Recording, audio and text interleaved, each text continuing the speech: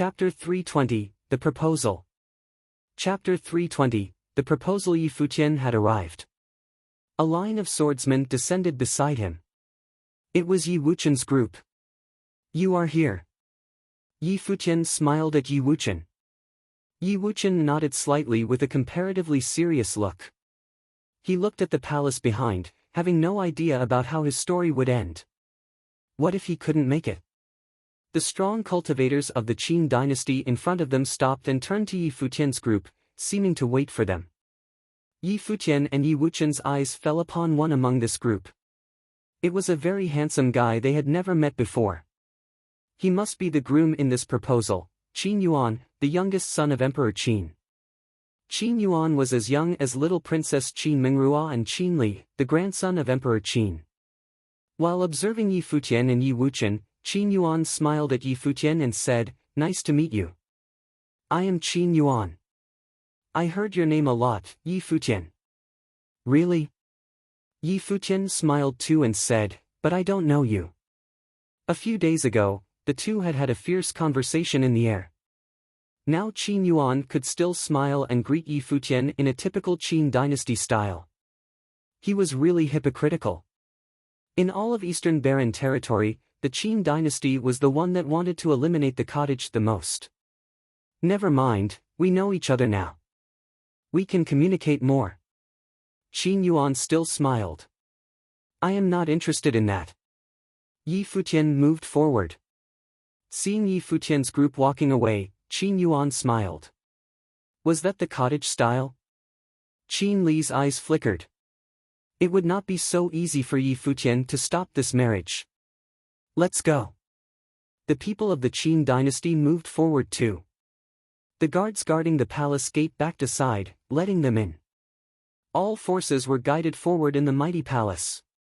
Coming to the golden stairs before the imperial palace, they walked up step by step and saw a golden dragon-shaped path leading to the throne. Many people were waiting there. They were all the Lu Kingdom's important men. It was the Qin dynasty's proposal day. The Lu Kingdom invited all forces to be the guests. The Lu Kingdom's nobilities would naturally attend. There was a slope in the front decorated with a painting of a dancing golden dragon in the center. Besides the slope were stairs leading to the golden throne above. Obviously, this was where Emperor Lu was going to sit later. He was not here at this time. Lu Kingdom's nobilities all looked at the coming guests. Except for those guards, most were famous among the young generation. They discussed with smiles. "It is good to see so many young talents of the Eastern Barren territory," a magnate said and smiled. "Those young talents here must be the future of the Eastern Barren territory." They chatted casually while observing. The most eye-catching people should be Qin Yuan's group. They were very outstanding, including Qin Yuan, Qin Li, Qin Mingrua, Qian Shanmu, as well as Chu Yaoyao. Everyone in this group could be seen as a top talent among the young generation. Some people were looking at Yi Futian's group, guessing which force they came from. Soon, they roughly knew the answer by judging their appearances and auras. Some eyes fell upon Yi Futian. They knew who he was. Beside this handsome and decorous youth was another bulky man. Obviously, it could only be Yi Futian and Yu Sheng. The one-armed swordsman by his side should be Yi Wuchen from the 7th summit of the Futian sword clan. The woman with silver hair and eyes must be the one from ancient Lulan who was sent to the cottage. Ancient Lulan showed their ambition in occupying a place in the Eastern Barren territory too. Yi Futian was their bet in this gamble. At this moment, Qin Yuan came up to bow toward those nobilities in a very humble manner. Many of the noble elders all responded with smiles and praised the humbleness of the Qin dynasty's prince. "If the Qin dynasty's prince and our princess are going to marry each other, it will be a very romantic story," said someone. People pretended not to hear this man's public approval of the marriage. They kept chatting and laughing. Yi Futian and Yi Wuchen looked at those people with indifference. It seemed that Qin Yuan's effort in visiting around these days helped him a lot. No one knew what the conversations between Qin Yuan and those noble men were about, but it seemed that they were getting along very well with each other. As for Yi Wuchen, He was neither good at social kind of things, nor was he as hypocritical as the Qin dynasty. Qin Li's group stood near Yi Futian. Qin Li looked at him and smiled.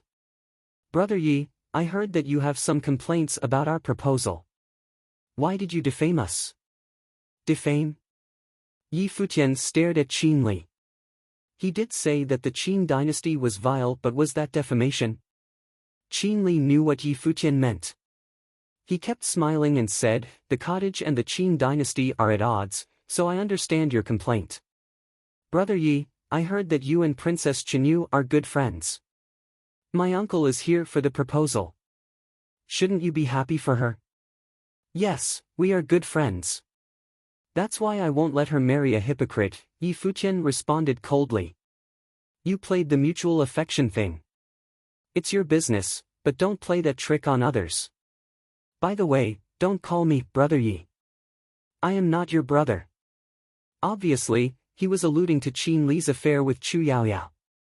Chu Yaoyao glanced at Yi Futian with her beautiful eyes. She was still mild and charming. Qin Li sneered. "Let's wait and see. I am sure Emperor Lu won't refuse such a good proposal. Lord Yi." At this moment, someone laughed charmingly. Yi Futian turned around and saw the witch Gu Biyue and her brother Gu Zhiqiu coming together with some strong cultivators from the witch clan. "Long time no see. Lord Yi has another beauty around." Gu Biyue looked at Lulan Shui with a smile. She had met Lulan Shui in the ancient barren world. "Do you want to join us?" Yi Futian laughed. "I'd like to, but my brother won't allow me. I'll have to wait for another chance to serve you." Gu Biyue smirked at Gu Zhiqiu behind her. Gu Zhiqiu and Yi Futian glanced at each other quickly and looked away. Yi Futian didn't care about Gu Zhiqiu's warning. Gu Zhiqiu had done nothing to him either. Besides the witch clan, the Ji family, Royal Xian Temple, and Futian Sword Clan all came. Many other forces could be seen here too, except the most distant Sword Saint Mountain and the Qianqiu Temple. As for the Moon Clan, only Chu Yaoyao came. The Royal Xian Temple and Futian Sword Clan were the closest to the Qin dynasty. At this time, a dignified figure appeared above the slope, followed by Lu Feiyang and Lu Chenyu. Looking at the crowd, Lu Chenyu saw Yi Futian and Yi Wuchen. Her beautiful dark eyes were seemingly full of vexation. "Your Majesty." All the noble men bowed. Qin Yuan's group walked forward and bowed. "Your Majesty, we are Qin Yuan, Qin Li and Qin Mingrua from the Qin dynasty." "Your Majesty, I am Qian Shanmu from the Donghua clan." People constantly bowed and introduced themselves. Yi Futian did too. He noticed that when bowed, Chu Yaoyao introduced herself directly without mentioning the Moon clan. "You are all guests from afar." "Thank you for coming," Emperor Lu said with a smile, looking at the people. Qin Yuan took a step forward and bowed again with a smile. He raised his head and showed his handsome face to Emperor Lu. Before Qin Yuan could say anything, a figure stepped forward, stopped before him, and said to Emperor Lu, "Your Majesty, I am Yi Wuchen from the 7th summit of the Futian Sword Clan. I've always had a strong admiration for Lu Chenyu, the princess. Today, I come to the Lu Kingdom to ask for your permission for our marriage." Qin Yuan was supposed to say the same thing, but he had to keep silent now. He raised his head and looked at Yi Wuchen before him. How could Yi Wuchen make the first proposal? People fell silent. Lu Chenyu stared at that one-armed figure in white standing straight proudly below the stairs. His tone was so determined. Her eyes turned a little red and she smiled lightly. Her feelings were obvious to all. He came in such a direct way. She saw his backbone. How many people in the Eastern Barren territory dared to contend with the Qin dynasty? She knew what kind of pressure Yi Wuchen was facing. Emperor Lu was looking at Yi Wuchen too. He glanced at Lu Chenyu and immediately figured out that it was him. Yi Wuchen was wearing all white. One of his sleeves hung down loosely, clearly, he had only one arm. But when he made the proposal, his eyes were determined and his body stood straight, proud as a sword. His arm had been chopped off by Li Daoyun, but Li Daoyun had been killed by his sword. The emperor appreciated Yi Wuchen's spirit a lot. If it was in the past, he would have agreed to his proposal, but Yi Wuchen's rival was Qin Yuan, the Qin dynasty. Yi Wuchen, is this deliberate? Qin Li suddenly questioned. The silence was disturbed. He said coldly, "We announced today's proposal many days ago. And now, what are you doing? What do you mean?" Qin Yuan bowed toward the emperor too and said, "Your Majesty, I am Qin Yuan. I have admired Princess Qinyu for a long time. Today, I come to ask your permission for our marriage." "What lies?" Yi Futian said coldly. "How many times have you met Qinyu? How many conversations have you had with her? Admired her for a long time?" "How?" "Yi Wuchen and I knew Qinyu long ago. We were always together when we were in Chaoga City. Don't tell me that the Qin dynasty knows nothing about the affection between Yi Wuchen and Lu Qinyu. Naturally, we come to propose. Who's the one making trouble now?" Yi Futian continued, "I heard that the Qin dynasty's little prince, Qin Yuan, is very noble. A noble gentleman will not do such a lowly thing like robbing others' love. Am I right?" It was not appropriate for Yi Wuchen to say this, so Yi Futian would say it for him. Chapter 321, Turtle Mountain. Chapter 321, Turtle Mountain. Since Qin Yuan called himself a mannered person and wanted to be an honorable man, Yi Futian would make it easy for him. Qin Yuan didn't look back. He stood calmly with Yi Wuchen. Only Emperor Lu could make the decision about this marriage proposal. He didn't seem to want to agree to the Qin dynasty's proposal so easily though, which was why he invited everyone here. Yi Futian wanted to see what Emperor Lu was planning. "Yi Futian, your words are a bit illogical," Qin Li retorted. "As the saying goes, beautiful girls are loved by honorable men. My uncle has clearly seen Princess Qinyu before. There is nothing strange about liking her. Though he is honorable, there is no reason why he should give his beloved to someone else. Your words are too bizarre. Furthermore, my uncle is here to propose a marriage. The Qin dynasty, Donghua clan, and other forces all wish to see this.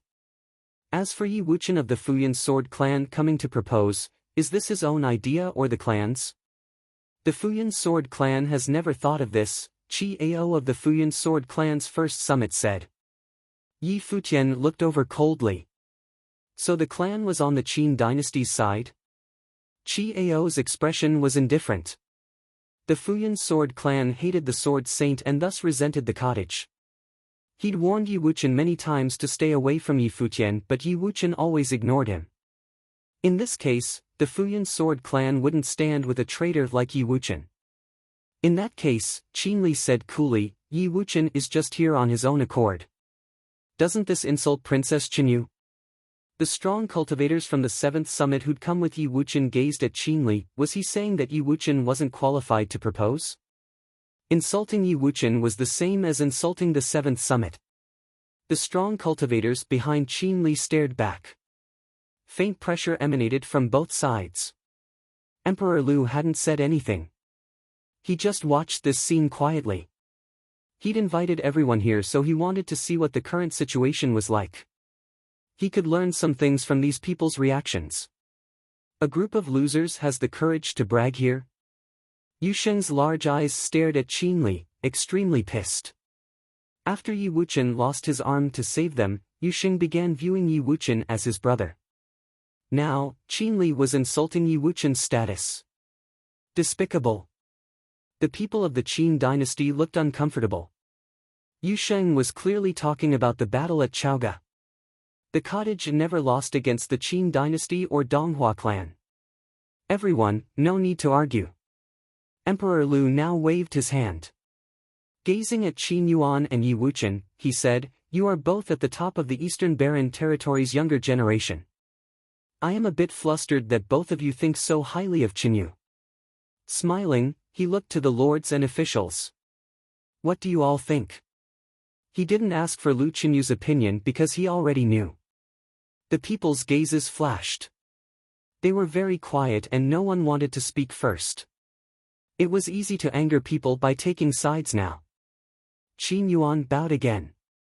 My father told me that if Emperor Lu agrees to this marriage, it would be too much for Princess Qinyu to move so far away. He ordered for me to remain in the Lu kingdom and serve Emperor Lu with Princess Qinyu. Everyone's eyes flashed. Qin Yuan said that he was willing to move to the Lu kingdom. With his status, he didn't have to do so, but he still did. This was the sincerity of the Qin dynasty, as well as the Lu kingdom's pressure. Since the Qin dynasty was this willing, would the Lu kingdom still reject them? Your Majesty, a robed man with an extraordinary temperament said from the group of lords and officials. Since the Qin dynasty is so sincere and Prince Qin is extraordinary, I think Your Majesty should consider it. The speaker was Lord Kong of the Lu kingdom. Lord Kong is right. I agree. Now that someone started, the others all spoke too, approving of Qin Yuan and Lu Qinyu's marriage. As for Yi Wuchen, he stood there alone. No one was willing to speak for him. The sole reason was because Yi Wuchen hadn't visited them before. They didn't know him. Yi Wuchen was also only a disciple of the Seventh Summit. He couldn't represent the Futian sword clan, so it was okay to offend him. On the other hand, if the emperor really chose Yi Wuchen instead of Qin Yuan, the Qin dynasty would be furious. The Lu kingdom would be the victim. They would be involved and wouldn't be able to escape. They had to think for themselves. As for Lu Qinyu, no one cared what she wanted. Only the emperor's statement was needed. These bastards.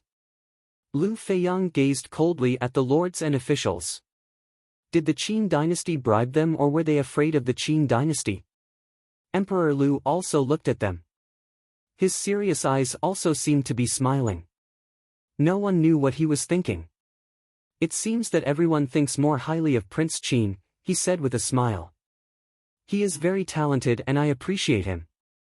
However, this concerns Qinyu's future. I must think carefully. I'll need some time. I am willing to wait. Qin Yuan smiled and bowed. Yi Wuchen glanced at Lu Qinyu. Everything was going against him. He felt an invisible pressure. I invited everyone to visit the Lu kingdom. I will arrange a pavilion for everyone to stay in. The imperial city contains many relics. Everyone can enjoy themselves as they wish, Emperor Lu said. Has anyone heard of Turtle Mountain of the Lu kingdom? Everyone's eyes flashed. People from every force had obviously heard of Turtle Mountain's legend before. According to legend, Turtle Mountain existed for longer than the Lu kingdom. The imperial city was established here because of this mountain too. It was created by spirit stones. Apparently, there were countless matrices around the entire mountain. Of course, this wasn't why it was called Turtle Mountain. It was because there was a turtle hermit there. This turtle had lived for countless years. A rumor in the Eastern Barren territory said that this turtle was why the Lu kingdom could be established. Before each emperor came into power, he had to climb to the peak and be blessed by the turtle hermit. This old turtle had mysterious talents and was a fortune teller. Of course, this might be exaggerated, but the turtle hermit definitely had abilities like an astrologer. It was the Lu kingdom's totem. People didn't understand why Emperor Lu suddenly mentioned Turtle Mountain. I have heard the legend of Turtle Mountain many times and have always wanted to go, Qin Yuan said. Now that I have the chance, I must visit it. The turtle hermit inn on the mountain, Emperor Lu said, chuckling. I will order the mountain to be opened. Anyone who wishes to visit may do so freely. If anyone can receive the turtle hermit's blessing, he will have no problem in becoming the princess' husband. After speaking, Emperor Lu stood up and left, glancing at Qin Yuan and Yi Wuchen. The lords and officials' eyes flashed. Did the emperor want Qin Yuan and Yi Wuchen to meet the turtle hermit? Only the emperors had the right to go up the mountain. Even if he really did open it up, would Qin Yuan and Yi Wuchen be able to meet the legendary turtle hermit? Even the lords and officials had never seen it before. Qin Yuan had an odd expression. He didn't expect Emperor Lu to do this and make him compete with Yi Wuchen in Turtle Mountain. However, they both came to propose at the same time. Emperor Lu was very polite too. Finally handing them over to Turtle Mountain seemed okay too. He was a true fox. Lu Feiyang and Lu Qinyu let out a breath. Thankfully, their father didn't agree to Qin Yuan just yet. They still weren't optimistic though. They both knew what Turtle Mountain was like. What would he do if both Yi Wuchen and Qin Yuan couldn't see the turtle hermit? Lu Qinyu gazed at Yi Wuchen. They exchanged glances and seemed to understand what the other was thinking. Lu Qinyu turned around. Lu Feiyang walked to Yi Wuchen and Yi Futian's side. He didn't care about the Qin dynasty. Take me to Turtle Mountain, Yi Wuchen said to Lu Feiyang. All right. Lu Feiyang nodded. The group then left the palace. Qin Yuan had planned on talking to the lords and officials. Seeing this, he bid farewell casually and left too. The other strong cultivators also left. They weren't interested in marrying the princess but wanted to see Turtle Mountain too. Countless people were waiting for news outside the palace. When they saw all the strong cultivators leave, they were confused. Did the emperor approve of Qin Yuan? Soon, the palace sent out the definite news that Qin Yuan wasn't the only one proposing today. Yi Wuchen of the Futian sword clan had also proposed. Many people realized that Yi Wuchen was the one Lu Qinyu liked. No wonder they were always with Yi Futian. However, the first summit of the Futian sword clan was on Qin Yuan's side. As a swordsman of the 7th summit, how would Yi Wuchen compete with Qin Yuan? News about Turtle Mountain also spread. The Lu Kingdom would soon open up the mountain. Many strong cultivators would head towards it.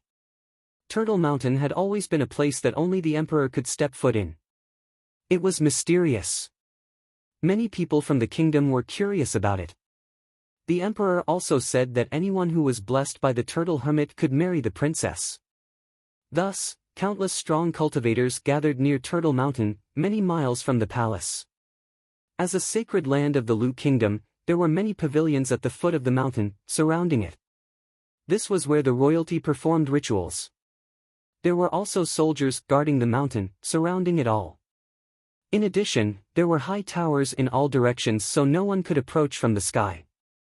But now, the doors of the surrounding pavilions opened. Countless strong cultivators poured through and came to the foot of the mysterious Turtle Mountain. Chapter 322, Climb the Mountain. Chapter 322, Climb the Mountain. Mist wrapped around Turtle Mountain, shrouding it so that it looked like a divine turtle. At the foot of the mountain, one could feel bounding spiritual qi. Light of every element shot from it, making it look so beautiful. Right now, countless people were present. People from the important families of the Lu Kingdom also came. However, the strong cultivators of the Qin dynasty and Yi Futian's group were still at the foremost.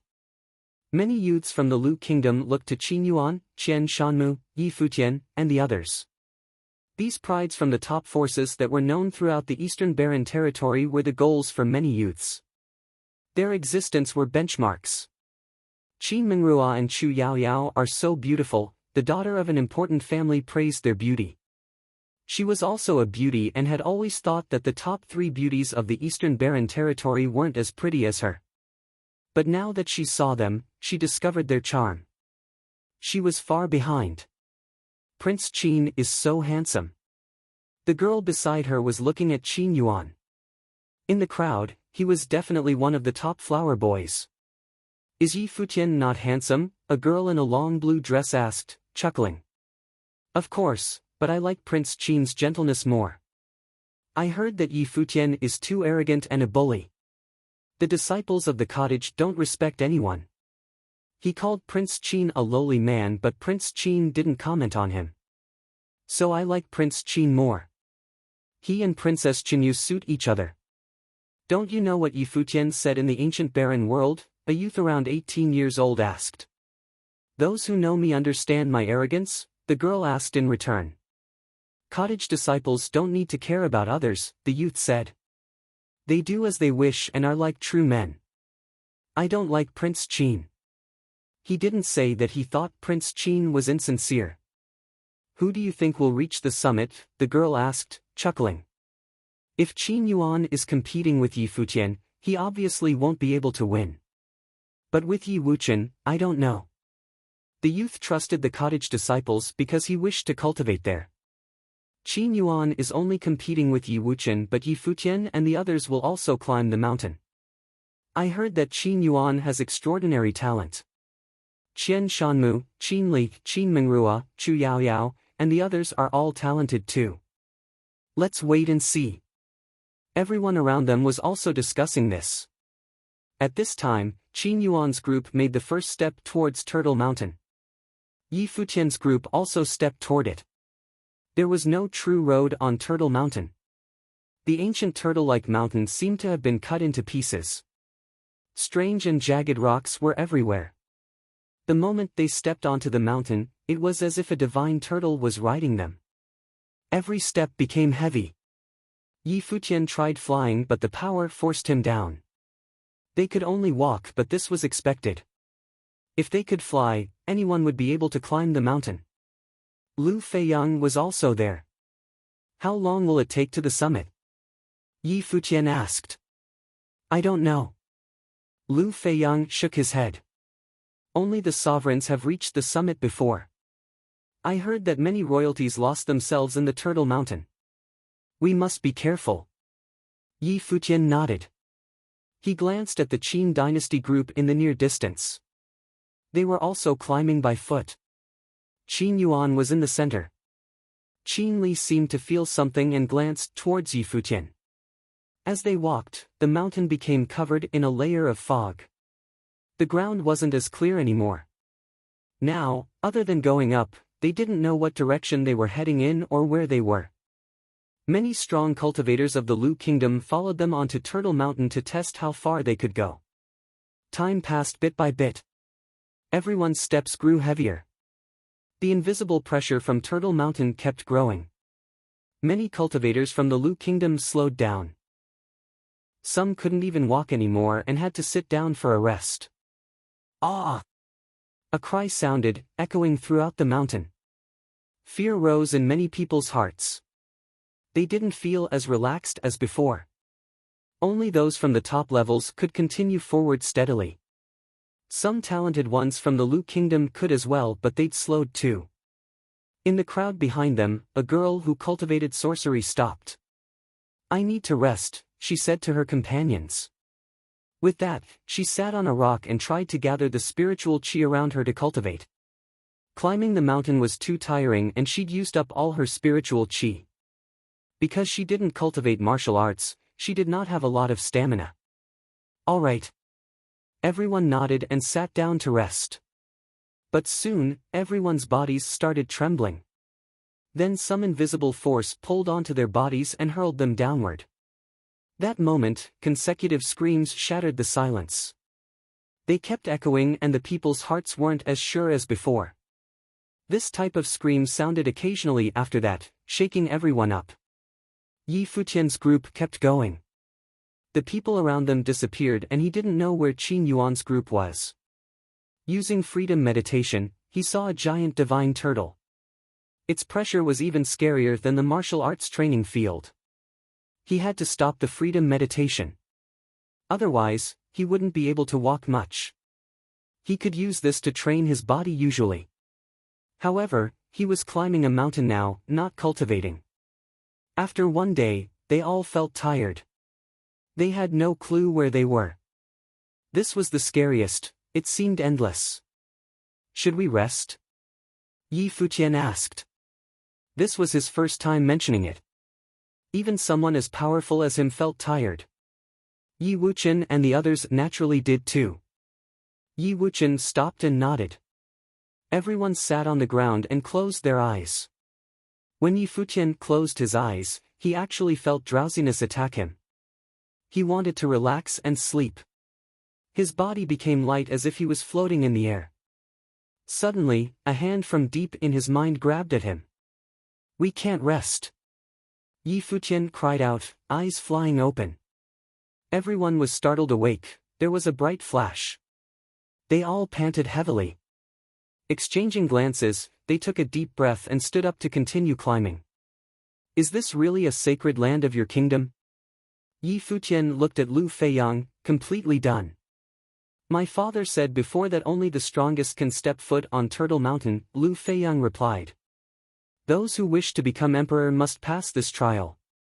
Yi Futian was frustrated, but he had to keep going. But if they were like this, the others must not be well off either. Yi Wuqian had been quiet all this time. He couldn't relax until this matter was settled. Thus, he looked even more persistent. Days passed like this. It seemed impossible to reach the summit. They were exhausted now. Their legs were heavy and their muscles were taut. It felt horrible to have their mind and body tense for so long. Countless people looked up at the mountain from the foot. Many of the ones who tried had fallen down. Some were lightly hurt while others were badly injured. However, people still kept trying to better themselves. Through the mist, they could see people around the middle of the mountain. Those who crossed the middle were from the top forces. Even some of them had fallen down, including those in the noble plain. Prince Qin and Yi Futian seemed to be in the same place, someone said. The people were small in their vision, but they were in the middle. No one knew if they could reach the top. Anyway, Yi Futian didn't know where they were. Right now, they were extremely exhausted, but the road became smoother. It was easier to walk. A sea of flowers appeared in the mist. It was magnificent and beautiful. Are we at the top? Yi Futian asked.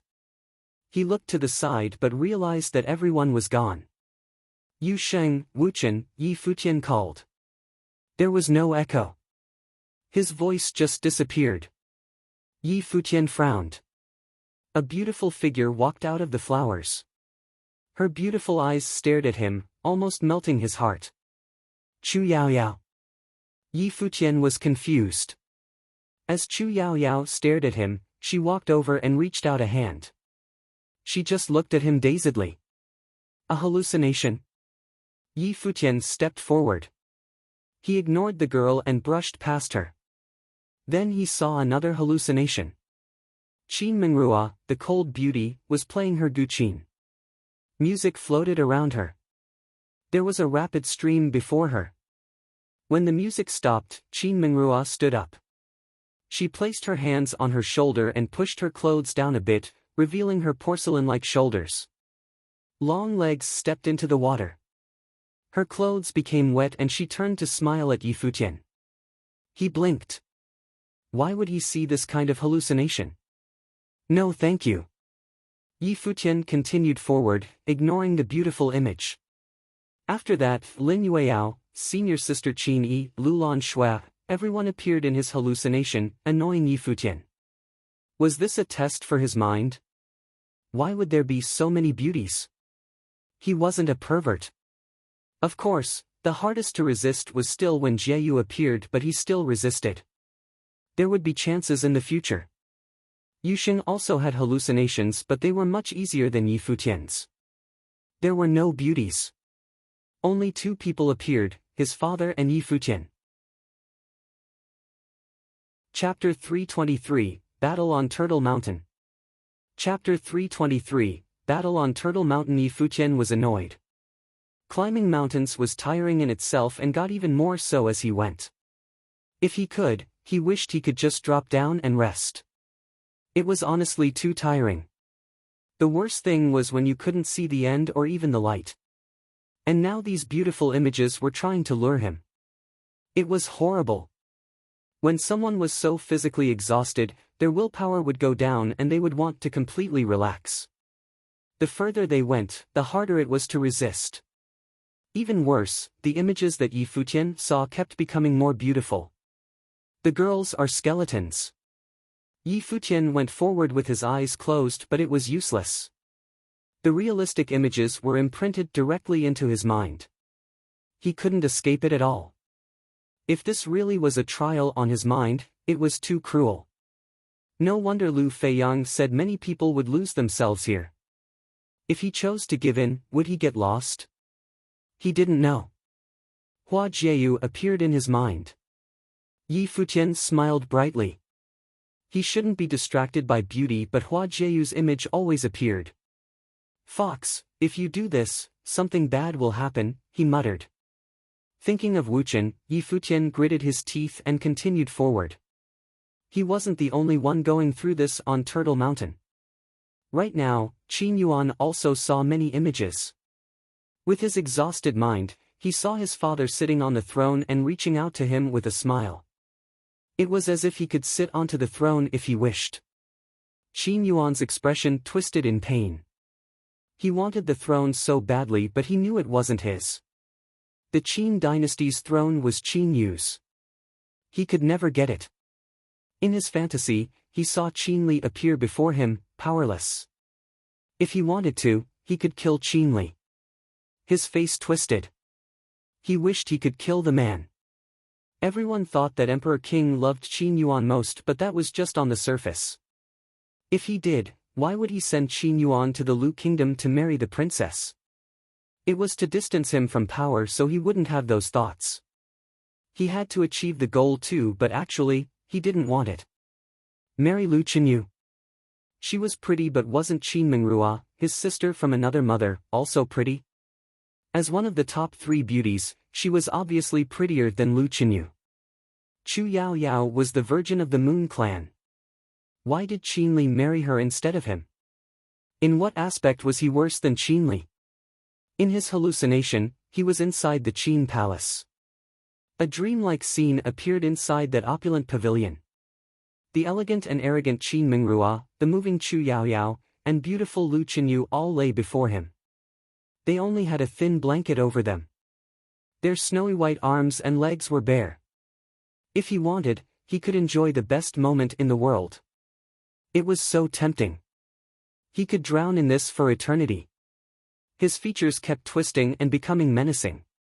Gritting his teeth, he started bleeding and his eyes reddened. Others would definitely never think that the scholarly and calm Qin Yuan could look like this too. He was completely different from how he usually was. Trembling, Qin Yuan ignored his dreams and continued forward. He knew what he had to do now. If he failed, he wouldn't be able to answer to his father. Chu Yao Yao didn't know she appeared in so many men's fantasies. She was also undergoing this trial. Exhausted, she wanted to stop and rest against someone. She was so tired, she could fall over any time. She couldn't keep going anymore. At this time, someone appeared before her. He was so handsome and his eyes were so pretty. He had a subtle smile and gave off a playfully bad feeling. The handsome man walked to her side and said, "I'll carry you." With that, he squatted down before her. Chu Yao Yao smiled brilliantly. That moment, she didn't care whether it was real or not. She didn't care about the consequences either, she just wanted to rest on his back. Thus, she rose to her tiptoes and sprawled onto the youth's back. She grasped his neck and rested her face on his shoulder, smiling sweetly. This image was so beautiful. She didn't have to pretend and could be her truest self. After a long while, the almost utterly exhausted Yi Futian appeared before a path on Turtle Mountain. The hallucinations finally disappeared. White clouds floated in the sky. It was quiet and peaceful. Before him, he could make out an ancient pavilion at the peak. He was almost there. Have I finally gotten out of it? Yi Futian took a deep breath. He walked to a huge rock to sit down and recover his mental and physical energy. After a while, Yu Sheng and Yi Wuchen walked out too. They came to Yi Futian and sat down. After that, Lu Feiyang and Lu Lanshui appeared too. The silver snow guard never appeared. He was probably stuck in the hallucination. This event didn't have anything to do with him, so it wasn't that important. It was normal that he couldn't get out of it. After resting a bit, Yi Wuchen stood up. Seeing that, everyone else rose and continued forward. The pressure was still great, but without the hallucination, they wouldn't get lost. In the distance, other figures appeared. It was Qin Yuan, Qin Li, Qian Shanmu, and Qin Mingrua. Chu Yao Yao wasn't there. In another direction, Gu Zhiqiu and Gu Biyue appeared too. Unexpectedly, they reached this point too. They must have strong willpower too. Other people appeared below them. Only one strong cultivator from the Ji family arrived, Ji Kong. Jasong and Chi Ao of the Futian sword clan were there too, as well as one from the royal Xian temple. The people walked upward. Here, they couldn't be too far from the peak. The Qin dynasty and Yi Futian's group went up together. Qin Yuan had recovered. His handsome face was gentle and calm again. He kept looking up. Qin Li glanced at Yi Futian. Chuckling, he said, "Yi Futian, earlier, you defeated a pride of the Dongqing College at Chaoga City. I've always wanted to challenge you but your plane is too low so I couldn't. But you killed Luo Junlin at the Nanda Nation and showed extraordinary combat ability. How about you let me experience your ability today?" As he spoke, he walked towards Yi Futian. Qian Shanmu and Qin Mingrua walked over too, bodies flashing and releasing their might. Qin Yuan pretended he didn't see it and kept climbing. "Don't think about stopping us." Lu Feiyang's expression was cold. Yi Futian obviously knew what Qin Li was doing. His arcana aura was very strong now. Dragons wrapped around him and one could hear dragon cries in the air. Qin Li stepped towards Yi Futian with horrible might. As a monstrous figure, his talent and ability were both powerful. He'd activated 8 dragon meridians and was one of the rare figures in the Qin dynasty. 9 meridians was the limit. "Wuchen, go first," Yi Futian said. Yi Wuchen and Qin Yuan were the stars today. It didn't matter for the rest but Yi Wuchen must get to the top. Qian Shanmu and Qin Mingrua's life spirits appeared. Gyukins sang and strings of music fell onto Qin Li. His might grew until he became like a true dragon. Qin Li grabbed in the air. Instantly, many dragons roared towards Yi Futian and the others. With bared teeth and claws, they were going to kill the group. The Qin dynasty had people with 8 dragon meridians. Their dragon intent was like true dragons. Boundless sword intent bloomed from Yi Wuchen. He stepped to the side and the sword intent cut through the sky. It streaked towards the incoming dragon while he continued walking like a sword. Qin Li's eyes were cold. He stepped forward and grabbed towards Yi Wuchen.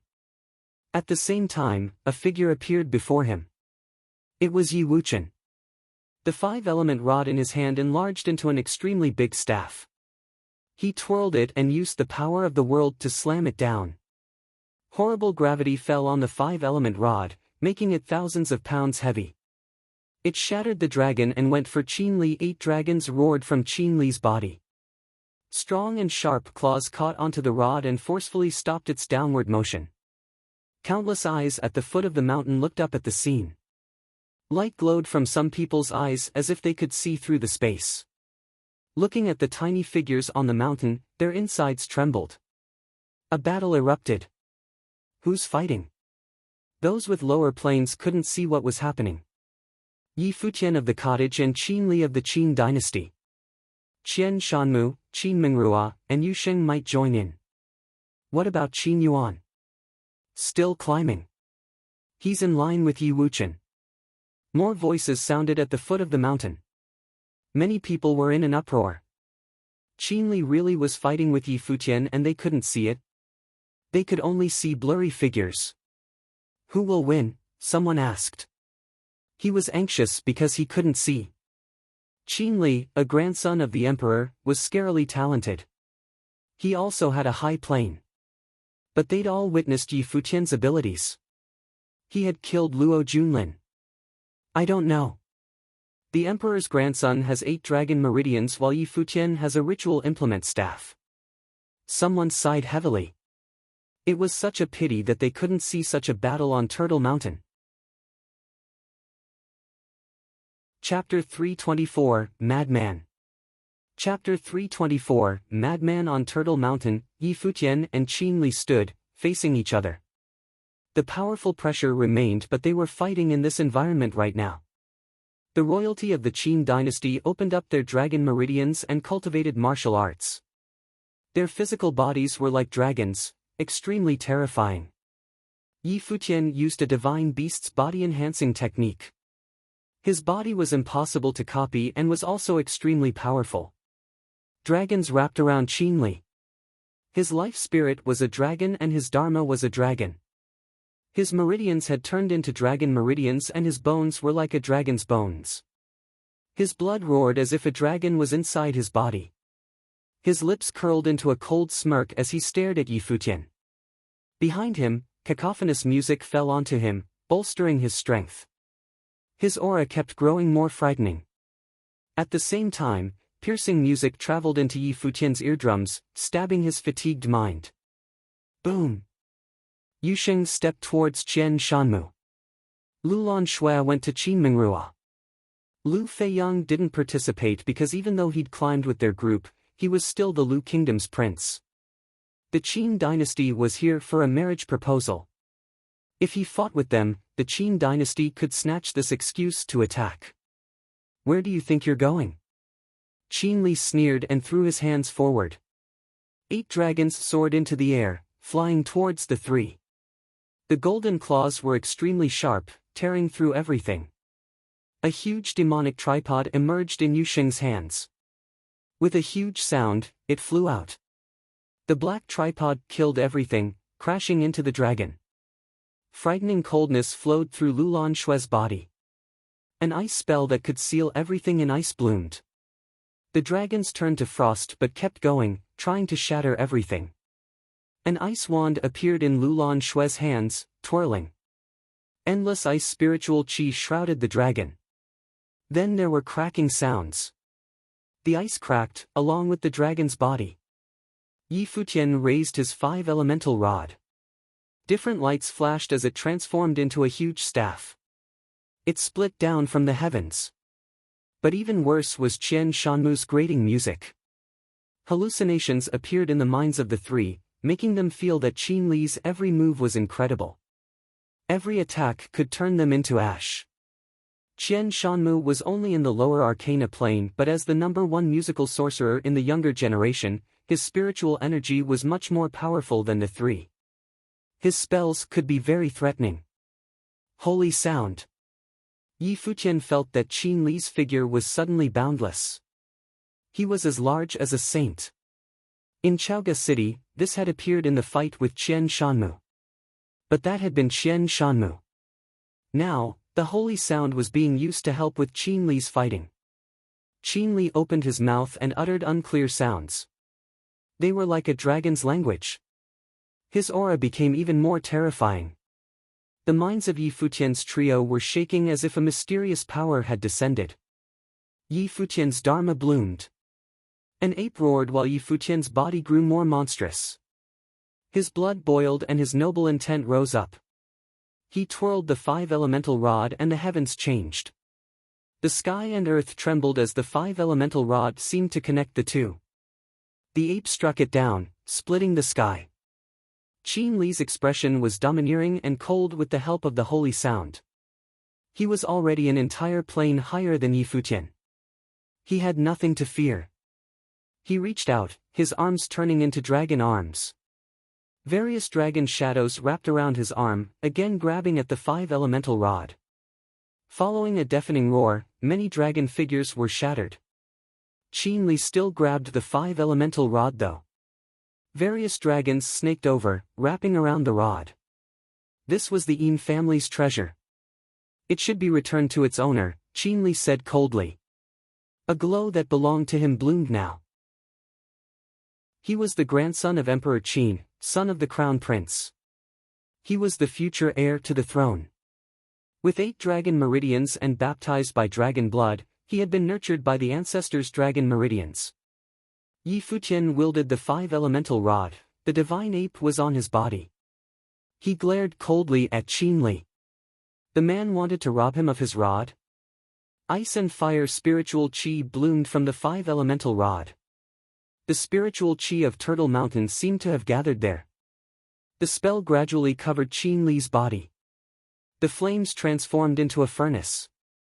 Noble intent passed through the rod into Qin Li's body. You think this will do something? Qin Li looked indifferently at Yi Futian. He was at the 3rd level arcana plane.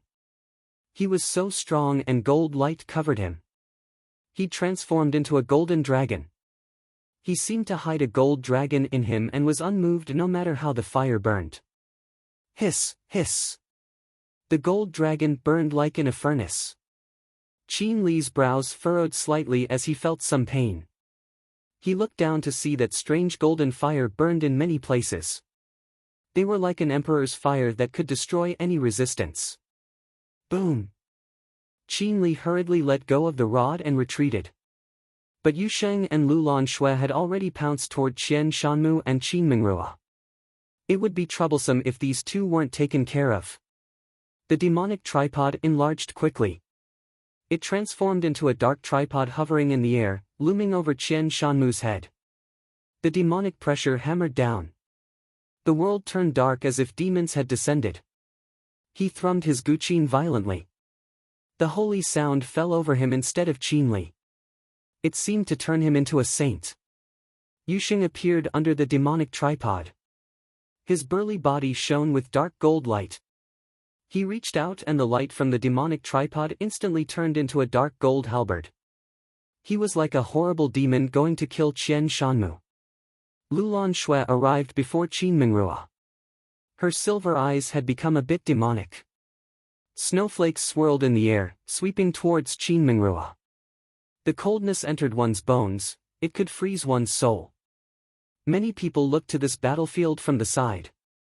Compared to Qin Yuan and Yi Wuchen climbing the Turtle Mountain, they were more interested in this battle. While the battle was still happening, Qin Yuan and Yi Wuchen were still climbing up, practically side by side. It seemed that after climbing up these steps, they could meet the turtle hermit. They'd been extremely exhausted but were now suddenly filled with power. Power radiated from their bodies. Yi Wuchen's body was like a sword. He walked forward extremely calm. His eyes were filled with unwavering determination. A special power emanated from the stone steps. It was like an invisible matrix with an endless string. It flowed through the steps like sound waves. The moment Yi Wuchen stepped onto them, the invisible ripple seemed to transform into the world's sharpest sword intent. It pierced his body, almost snapping it. The sword intent flowed through him and then stabbed him. It was using his power to attack himself. The stronger his sword intent was, the stronger the attack was. Even more terrifying, the might of the stone steps grew even more powerful. Qin Yuan also underwent this pain. He used his power to resist the might, but that power turned back against him, attacking his flesh. This was so painful. Not only did he have to bear the might of the Turtle Mountain, but he also had to bear his own attack. Something flickered past his handsome face. It was a shred of pain. Who thought of this horrible test? The stone steps were so long and steep too. Yi Wuchen needed to use more and more resistance to go up, reaching the limit. This growing power would also be used to attack him. Yi Wuchen didn't think of all that. He continued climbing. Sword light wrapped around him, melding into his body. His entirety dazzled like a sword. His steps were slow but very steady. He climbed step by step. Endless sword intent flowed through him, stabbing into his bone marrow. But so what? If he couldn't even protect his love, he wouldn't qualify to become a swordsman. A swordsman should have no fears. He continued climbing, one step at a time. The pain strengthened as he walked. Endless sword intent passed through him. Any misstep could kill him. His sword intent strengthened. The force he had to bear strengthened as well.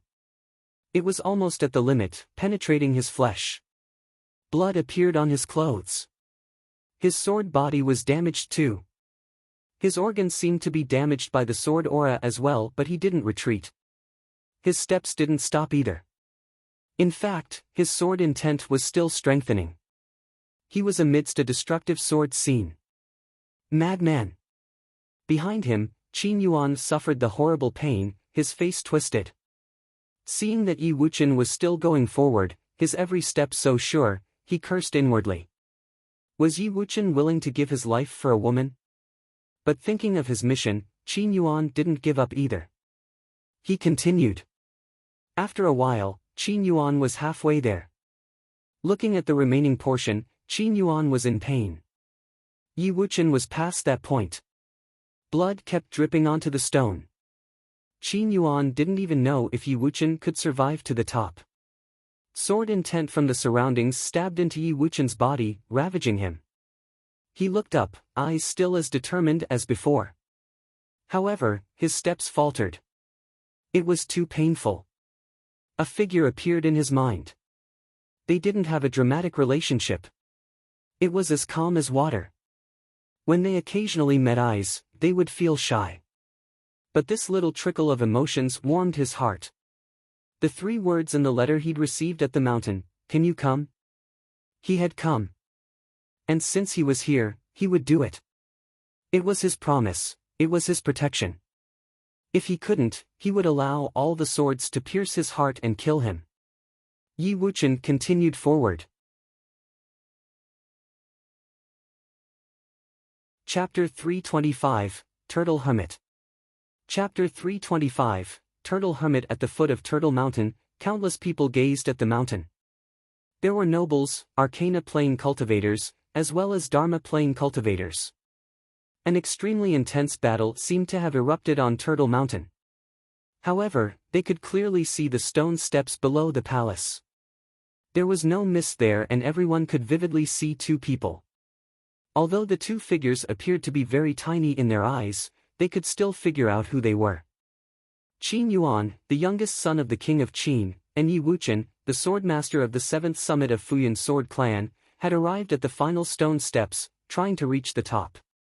They seemed to have encountered an extremely strong resistive force. Qin Yuan stopped when he was halfway through the stone steps and did not continue to walk. On the other hand, Yi Wuchen's body looked as proud as a pine and as straight as a sword. He walked forward step by step. Although he was slow, everyone could see him moving. With every step that he took, he was leaving Qin Yuan even further behind. At first, everyone thought that the outcome of the contest was obvious and Qin Yuan would certainly win. But what could they say now? When Yi Wuchen reached the top of the stone steps, sunlight from the sky sprinkled onto his body. At this instant, he seemed to be showered in an endless radiance and had become the most dazzling existence. If a person from the royal family of Lu Kingdom managed to reach the top of Turtle Mountain, he could inherit the throne. Now, Yi Wuchen managed to reach the top. Surprise filled everyone's eyes. Nobody had expected Yi Wuchen to be able to do so.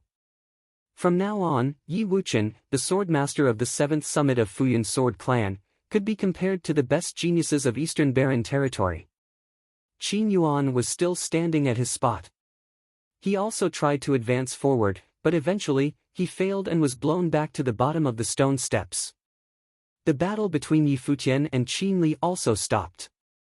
They raised their heads to look at the stone steps above them when they saw Yi Wuchen's body disappearing from their view.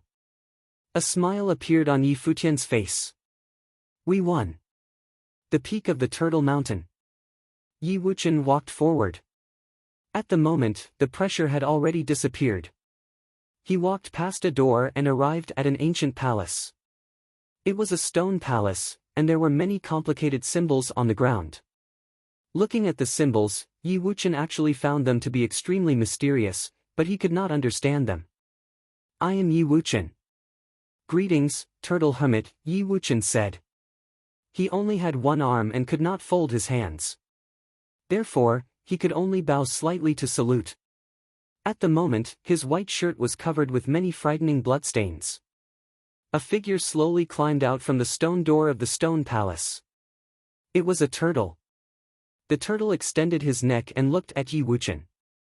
His behavior was very much like a human, and furthermore, he appeared to be very old. Lu Feiyang had said that Turtle Hermit was the totem of Lu Kingdom and had lived for countless years. He was literally an old monster. The crawling speed of turtles was extremely slow, often so slow that people would lose their patience while waiting. Luckily, Yi Wuchen was a very patient man. He stood quietly at his spot. Turtle Hermit approached him and extended one of his feet which looked like the arm of a person. He took a willow branch and started drawing on the ground. The symbols around Yi Wuchen lit up. They released a dazzling radiance and appeared to be very mysterious and unpredictable. The symbols were made up of countless figures and were changing continuously as if they were trying to derive the future. Finally, a diagram was formed. Turtle Hermit looked at Yi Wuchen. His look was gentle but filled with some sympathy. "You should leave Lu Kingdom," Turtle Hermit said with a human voice. This was the first thing that he said. Yi Wuchen was puzzled. He looked at Turtle Hermit, stunned, and said, "I don't understand. Lu Kingdom's events will bring you misfortune. You will be involved." Turtle Hermit's voice was very soft. Hearing this, Yi Wuchen felt a wave of coldness surging through his body. He was not afraid of danger. With his determination, he managed to reach the top of Turtle Mountain. However, he was afraid that he would not be able to change anything. Turtle Hermit claimed that Lu Kingdom's events would bring him bad luck. Did it mean that he could not change the fate of the kingdom? "Senior, can you predict the future?" Yi Wuchen asked. Turtle Hermit shook his head. Even this action was performed very slowly. "Nobody can predict the future. It is just that I can see what normal people cannot, and from there make some deductions," Turtle Hermit said slowly. "There are laws governing everything in the world. I can see more of them because I live longer than others. Furthermore, my talents in cultivation are limited, and therefore I can only spend my time doing these boring things. Senior, since you cannot see the future, everything is still unknown," Yi Wuchen said. Turtle Hermit stared at him and a warm smile appeared on his face. Yi Wuchen had such a firm faith, but he was not strong enough to change anything. Ultimately, he was only a young arcana plane cultivator. "Wait for a while. I'll let your friends in," Turtle Hermit said. Then, he walked back through the stone door with the same slow speed. At the moment, many people were gathered below the stone steps on Turtle Mountain where Qin Yuan was at. They included Qin Li, Qian Shanmu, Yi Futian and his team, as well as the people from various top forces. They all saw Yi Wuchen reach the top of the stone steps. On the other hand, Qin Yuan had fallen down the steps. Qin Yuan had lost to Yi Wuchen. Qin Li's face was somewhat gloomy. He looked at Qin Yuan and said, "Go and try again." From his tone, it seemed that he was not very respectful towards his young uncle. Qin Yuan's mother was concubine Nan, a charming lady. He would obviously not respect the son of such a degrading woman. His father was the crown prince of Qin dynasty, the righteous successor to the throne, and he was the grandson of the king. Some gloominess flashed across Qin Yuan's handsome face as he raised his head to look at the stone steps. He knew that it would be useless even if he tried again. Some other people tried, but they gave up after only a short while. They did not want to marry anyone from the Lu Kingdom and therefore did not have to go through this suffering. Suddenly, a mist formed from spiritual qi appeared across Turtle Mountain. The dense mist enveloped the whole mountain and soon everyone's vision blurred. What is happening? A strange expression appeared on everyone's face. In the mist, Yi Futian saw a path in front of him. Then, he heard someone say, "Come up." The voice was gentle but seemed to have a magical power. A weird expression appeared on Yi Futian's face, but he still decided to follow the path in the mist and went up the mountain. After walking for a while, the mist slowly dissipated and Yi Futian's surrounding became visible. He realized that he was in front of a stone palace. Yi Wuchen was standing there. "Have I reached the top of Turtle Mountain?" "Wuchen." Yi Futian approached Yi Wuchen. Then, he saw an old turtle crawl out from the stone door. The turtle stared at him with a gentle look, causing Yi Futian to feel very strange. The action and demeanor of the turtle were very much like a human. "Senior, did you bring me here?" Yi Futian asked. Turtle Hermit nodded. He slowly walked up to Yi Futian, after which he did the exact same action as before. He drew with a willow branch and a dazzling light was emitted. Countless symbols started changing continuously. However, unlike Yi Wuchen, many diagrams appeared in the end. Turtle Hermit raised his head and looked at Yi Futian. Smiling, he said, "Too many variables. I can't deduce anything. Senior, what are you doing? Yi Futian's face was filled with doubt. Lu Feiyang had said that Turtle Hermit had an unfathomable ability and knew the past, present, and future. Of course, Yi Futian did not believe in that. Nobody could predict the future. Even an astrologer could only estimate the upper limit of a person's fate. There would still be countless unforeseen events in his life.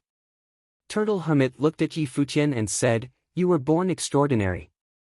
Yi Futian was stunned. It seemed that the so-called Turtle Hermit indeed had some abilities. He also knew that he had an unusual background. Emperor Yi Qing, the snow ape, and the behavior of his godfather all proved this. In the illusion, you saw many beautiful ladies? Turtle Hermit smiled and looked at Yi Futian. Yi Futian was speechless. This old turtle even knows about that? Was that not merely an illusion? Beauties still decay into mere skeletons after death. That's just an illusion and does not reflect my true nature, Yi Futian said in a righteous manner. Images spring from your heart.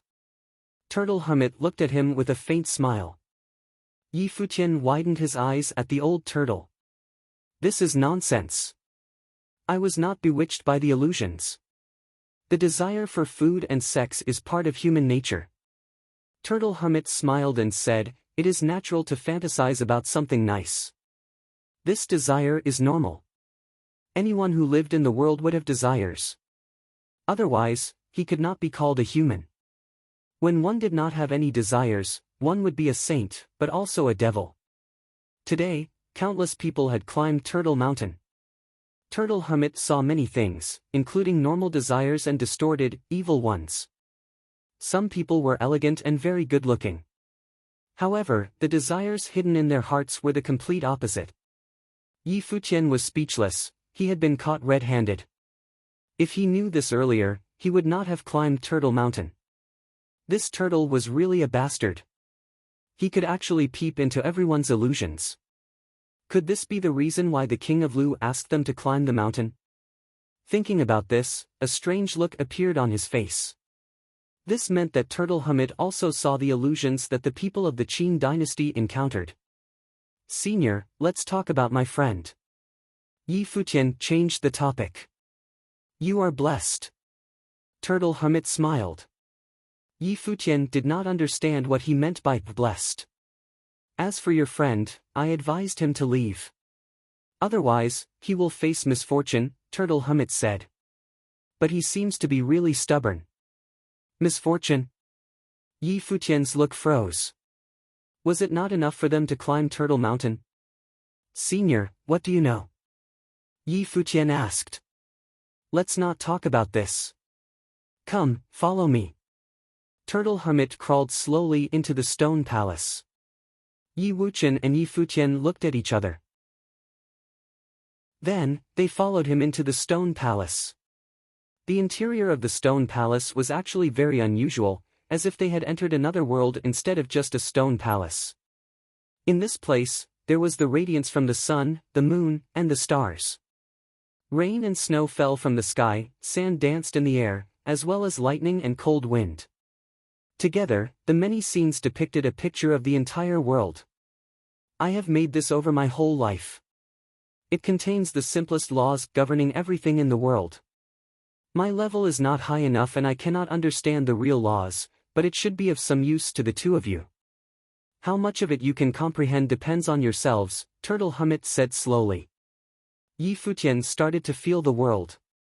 The sunlight that was pouring down, the wind blowing across, the violent lightning, and the other elements were all running according to their own laws. It was fascinating indeed. Senior, I have a few other friends on Turtle Mountain. Can you let them in as well? Yi Futian asked Turtle Hermit. You slippery little guy. Turtle Hermit looked at Yi Futian, then he smiled and nodded. Anyway, my days are numbered. I'll fulfill your wish then. Chapter 326, Conspiracy.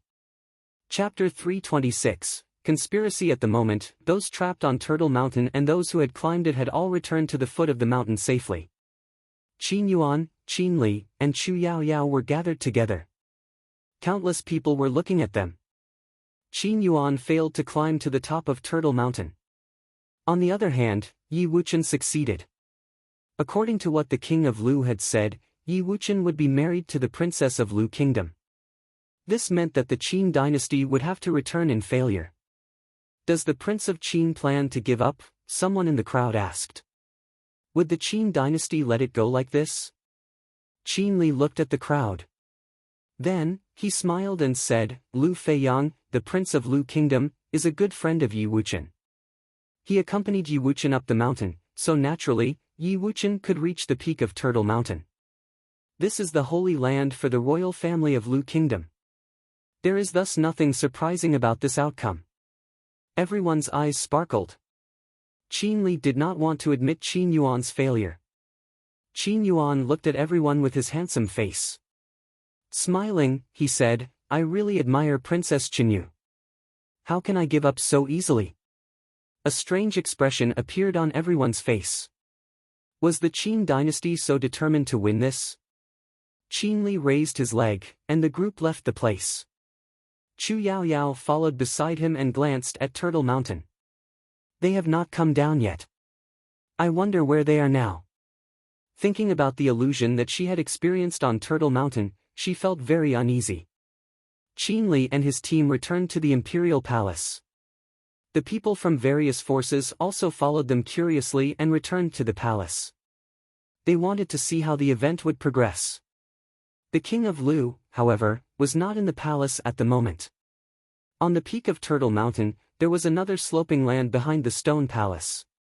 At the top of the sloping land, there was a huge rock, on which Turtle Hermit was lying on at the moment. The king of Lu also appeared on the slope.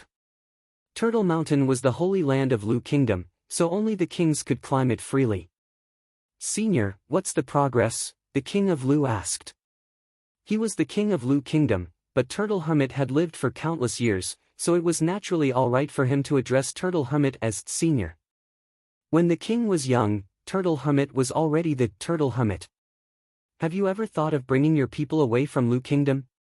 Turtle Hermit looked at the king of Lu. King Lu's expression turned serious. Was the situation really this bad? This is the product from the hard work of our ancestors.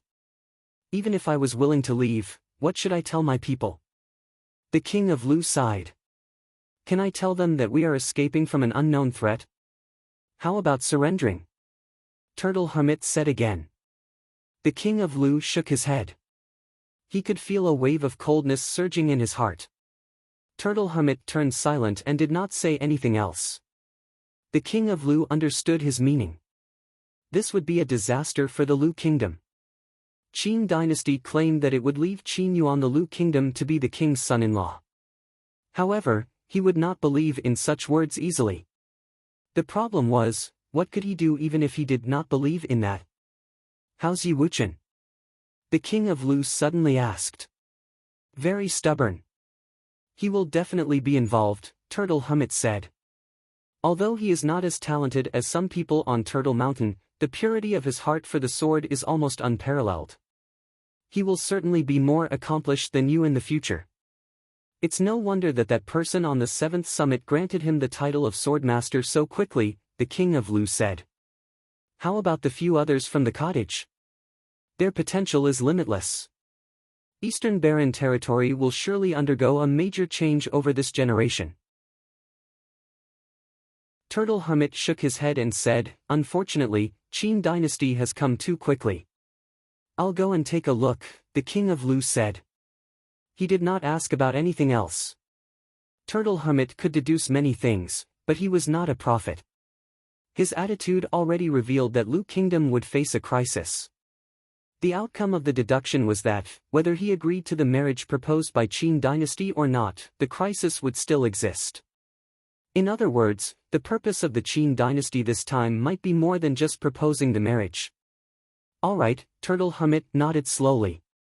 Then, he started to climb down the slope. His action was slow, and the king of Lu waited very patiently. At the moment, Yi Futian, Yi Wuchen, Yu Sheng, Lu Lan Shui, and Lu Feiyang were all in the stone palace. Turtle Hermit had fulfilled Yi Futian's wish. The group was quietly feeling the mysterious powers in the stone palace. In the scene depicting the world, a willow branch moved gently and danced in the wind. However, it actually cut mountains into two and split rivers wide apart. A trace of flame bloomed, but it could not be extinguished until the entire heaven was incinerated. Yi Wuqian felt these pictures and sword will flew on his body. Even a willow branch could cut mountains apart. Then how about a sword? He had a sword body and was therefore very sensitive towards swords. He was immersed in the scene as if he had turned into a sword, or a trace of sword will himself. In the past, his master had told him that the sword will from a really powerful person cross thousands of miles and kill his enemy. This was the so-called killing a person from thousands of miles away and not leaving a trace behind. Yi Futian was similarly trying to feel his surroundings. Here, the laws governing various elements were running. When he activated the freedom meditation, he was able to see everything more clearly. He recalled the battle between the third brother and Lu Nantian from Donghua clan in Chaoga City. The powers that Lu Nantian released that time had given him a similar feeling. Could it be that the control of various laws was the ability of a sage? Did Turtle Hermit manage to understand the secret of the sage plane? That was a legendary plane. Suddenly, two figures walked into the stone palace. Seeing them, Yi Futian and his team all stopped the cultivation. Your Majesty! Yi Futian's eyes sparkled. He was surprised that the King of Lu actually appeared here with Turtle Hermit. The King of Lu smiled and did not release his might at all. Instead, he looked very friendly. Smiling, he said, "How do you feel?" "We have learned a lot," Yi Wuqian said, looking at the king. "That's great. You should spend some time cultivating here. Don't worry about things down the mountain." The king walked to Yi Wuqian and patted on his shoulders lightly. Yi Wuqian stood at his spot, feeling somewhat puzzled. What did the king's attitude mean? Was he going to agree to the marriage between Yi Wuqian and Lu Qinyu?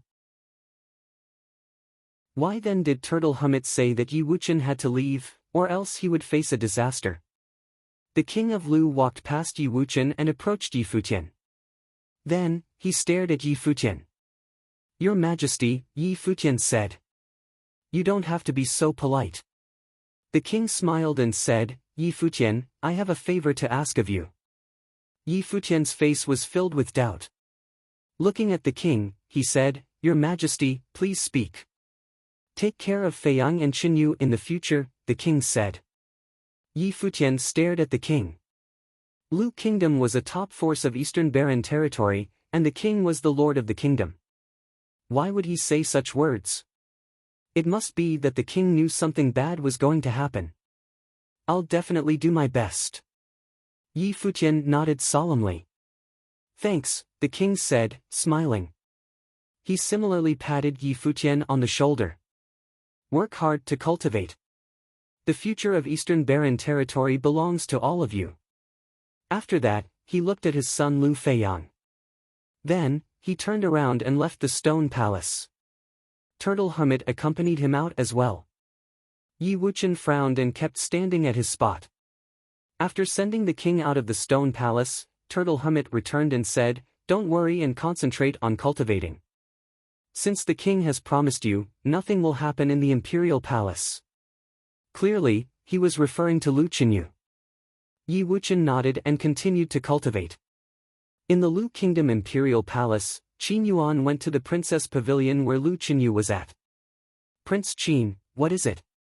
Lu Qinyu asked softly. Her tone was flat but it gave people a sense of distance. "Just now, I went to Turtle Mountain and experienced the illusion there. During the trial of character, I actually saw you. Therefore after I returned to the palace, I just want to come and see you."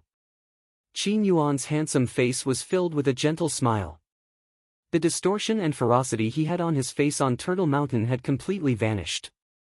Furthermore, Qin Yuan's smile seemed to contain a magical charm that would cause others to have a good feeling about him.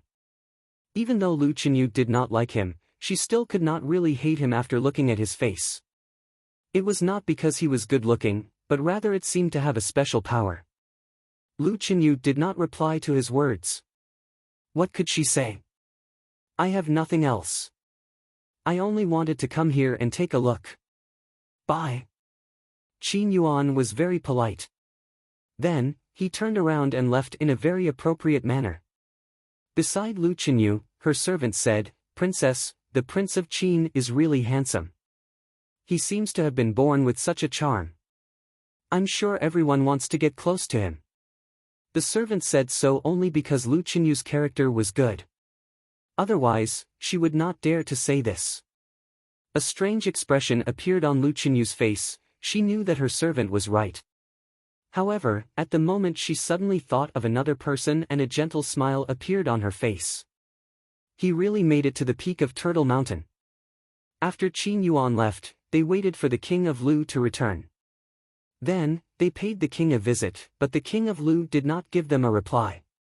He only invited all the visitors to a feast and said that he would announce the result after Yi Wuchen and the rest returned from Turtle Mountain. The people from the Lu Kingdom Imperial City were also waiting for the news. Yi Wuchen climbed Turtle Mountain, and they were all wondering if the king would really choose him.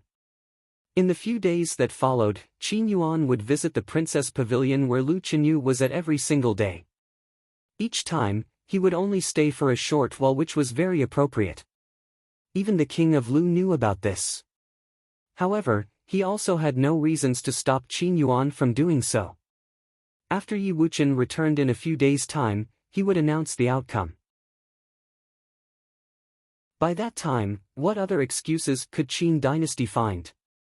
One day, in the pavilion where Qin Li resided, there were only Qin Li and Qin Yuan. You still haven't settled Lu Qinyu? Qin Li frowned and stared at Qin Yuan with a sharp look. Lu Qinyu's level is only slightly lower than mine. I need time, Qin Yuan said. But we don't have time. You already saw that old king's attitude yourself. After Yi Wuchen returns, he will announce the outcome. By that time, our plan will have failed, Qin Li said coldly. This failed because of you. I'll give you 2 more days, and you must take down Lu Qinyu completely. Don't you like such a beauty? Some gloominess flashed across Qin Yuan's eyes. He was more interested in Chu Yaoyao, the lovely virgin of Moon Clan. If he had the chance, he would certainly make Chu Yaoyao submit before him. Isn't it too risky? Qin Yuan asked. Even if it is exposed, Lu Kingdom will not dare to kill you because of your identity. If Lu Kingdom really assaults you, you will have contributed to the success of the plan instead, Qin Li said emotionlessly. If father's plan is affected, you'll be responsible for it. I got it. Qin Yuan nodded. Then, he turned around and left. Looking at his back, some coldness flashed across Qin Li's eyes. Naturally, he knew that Qin Yuan would love to kill him. Such a worthless idiot actually dreams of obtaining the throne, but he is good-looking. He is indeed the child of that slut. Chapter 327, Outrageous Murderous Intent. Chapter 327, Outrageous Murderous Intent. In the evening, Qin Yuan came to the pavilion Lu Qinyu was at again. Many people in the imperial palace were already used to it. Everyone also knew that Lu Qinyu obviously liked Yi Wuchen. Qin Yuan was but wasting his time. Nevertheless, Qin Yuan was a guest. Every day, he would greet the rest politely, so the Lu Kingdom also could not chase him out. Stepping into Lu Qinyu's pavilion, Qin Yuan's eyes were filled with gloominess. He was in an extremely bad mood. In the first place, he was already unhappy that he had to come to Lu Kingdom to be the king's son-in-law. Today, he actually had to do such a dangerous thing. Qin Li was correct in that he indeed hoped that Qin Li would suffer a miserable death. But what could he do? Although his mother, concubine Nan, was loved by the king of Qin, he knew clearly that it was because his mother had relied on her ability. The king of Qin loved concubine Nan only because of certain reasons. However, the king's real goal was the world, and only the crown prince Qin Yu was his heir, while Qin Li was Qin Yu's heir. On the other hand, he appeared to be having a good life, but in reality, his status was extremely petty before Qin Yu and Qin Li. Today, he did not want to come here at all. This was the Lu Kingdom Imperial Palace. It was easy for Qin Li to do merely the talking, but he knew that this would be very dangerous. However, what else could he do? Qin Yu was already the crown prince at the moment, and the king of Qin was passing his authority to Qin Yu gradually. Qin Yu was very powerful in Qin dynasty now, and nobody dared to disobey his orders. The fate of Qin Yuan and his mother was all in the hand of Qin Yu. This time, the order Qin Yu had given him was that he must complete the plan. Otherwise, he would bear the full responsibility. Before Qin Yu, he could not fight back at all. That bastard! Qin Yuan's eyes were filled with ferocity. He stepped into the courtyard and, very quickly, his look turned normal again. The usual charming smile appeared on his face. Prince Qin. The servant came to welcome him. Seeing the charming face of Qin Yuan, the look of the servant turned somewhat infatuated, as if she was lost. Out! I have something to discuss with Princess Qin Yu. With a gentle look on his face, Qin Yuan smiled at the servant. His eyes seemed to be filled with a mysterious color. The servant looked very lost and she nodded gently. Then, she walked outside the pavilion. It was as if she would obey all of Qin Yuan's orders at the moment. Qin Yuan continued walking and approached Lu Qinyu. Seeing Qin Yuan come again, Lu Qinyu was quite unhappy, but she could only tolerate it. For some reason, every time Qin Yuan arrived, she could not really hate him, as if his face really had a special charm. Qinyu. Qin Yuan's voice was very gentle and he looked at Lu Qinyu with much admiration. Prince Qin, what is it? Hearing the way Qin Yuan called her, Lu Qinyu frowned gently. Are you willing to be my wife? Qin Yuan asked. Prince Qin, please do not drivel. I have something else to settle. Please leave, Lu Qinyu said in an unhappy tone. Qin Yuan's eyes sparkled. Bitch, you want this yourself. Qin Yuan's look changed suddenly as if he had turned more intriguing. A mysterious spiritual power was released from his body and turned into an invisible radiance. It made him look so charming that anyone looking at him would feel lost. Lu Qinyu looked at Qin Yuan and felt as if she was being attracted to him. It felt very weird. What's happening? Lu Qinyu felt an ominous presentiment. A mysterious and powerful spiritual energy engulfed Lu Qinyu directly. At this instant, she only felt somewhat lost and very tired. Faintly, it was as if the person standing before her was not Qin Yuan but rather Yi Wuchen. Lu Qinyu knew that something bad was happening, but her spiritual will was constantly being weakened and eroded. Eventually, she stood motionlessly at her spot, looking lost. Bitch, since you chose this path, I'll fulfill your wish. Qin Yuan's look was extremely gloomy. He did not want to do this, after all, this was at Lu Kingdom. But what other choice did he have?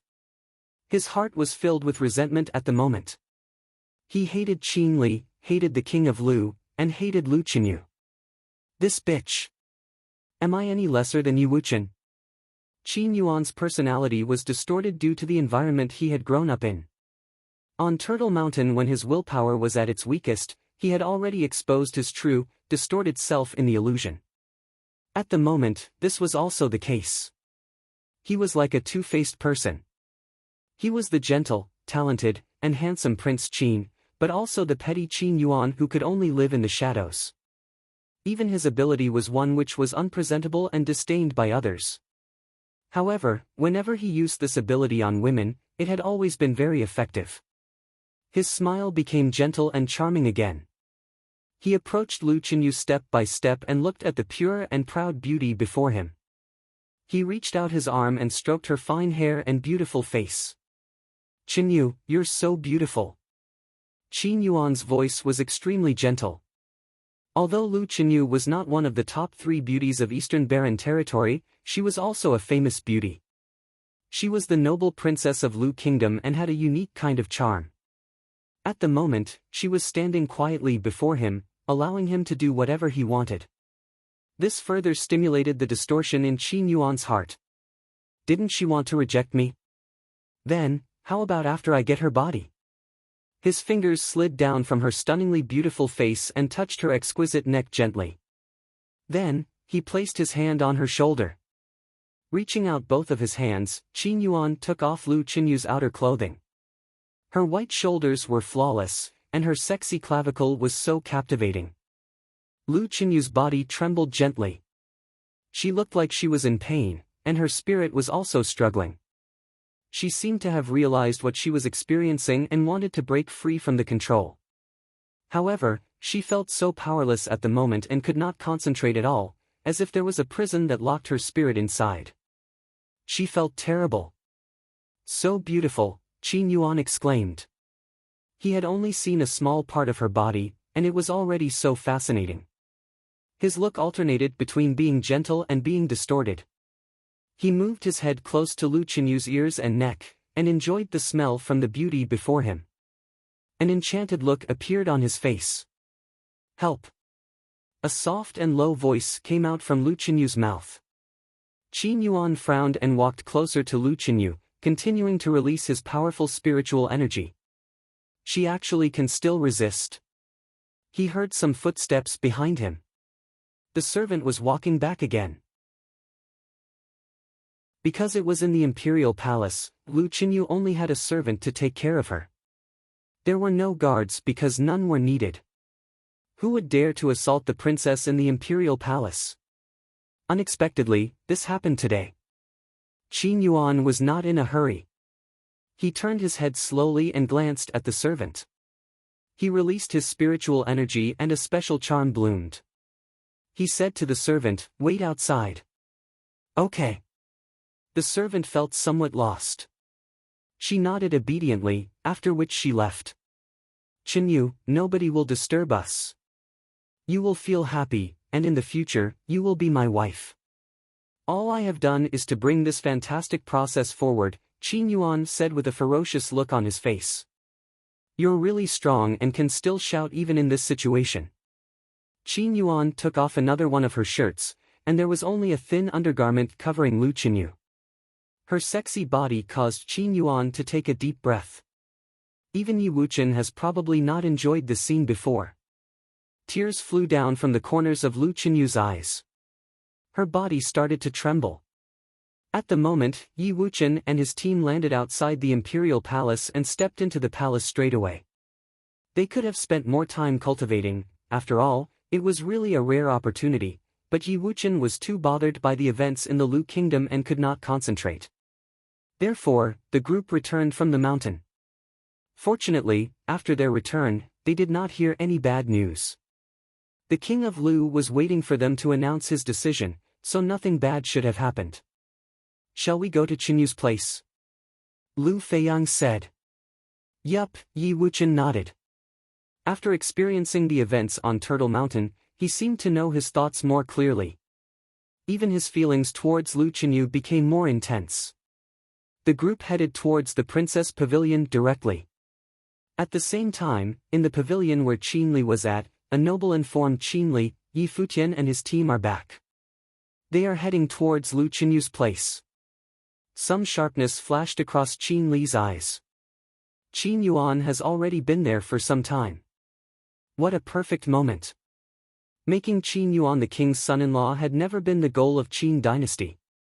They were already not interested in allying with the Lu kingdom anymore. In the pavilion where Lu Qinyu was, Qin Yuan was still enjoying the beauty before him. She was really beautiful, much more beautiful than any of the women he had played before. He was thinking how she would compare to the top 3 beauties of Eastern Barren territory. His hands slid across her tender skin and were about to remove the last barrier. Tears flew down Lu Qinyu's cheeks continuously. Her body trembled constantly and she was in great pain. A crying beauty will make people want to pamper her even more. "I'll treat you very gently," Qin Yuan said, placing his hands on the thin undergarment.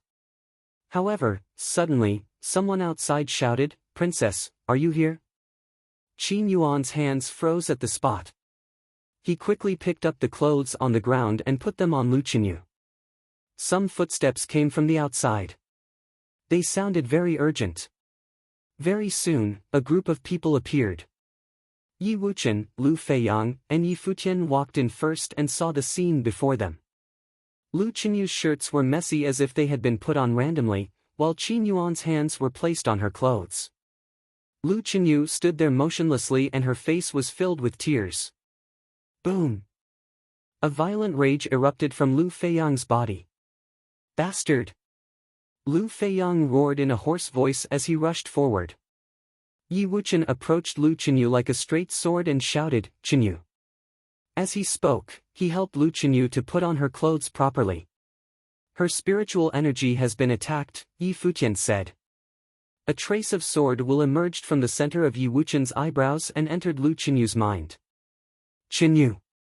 Yi Wuqian's voice spread continuously in Lu Qinyu's mind. Suddenly, her body trembled and she broke free from the control. She stared at Yi Wuqian and tears flew down her face constantly. Her body trembled fiercely as if she had just experienced the most terrifying thing. Looking at her expression, Yi Wuqian only felt extremely guilty and painful. He hugged her tightly and said gently, "Qinyu, it's all right now. I am here." Yi Wuqian stared at Qin Yuan who was behind her. His look seemed to be from the deepest part of hell and his murderous intent filled the sky.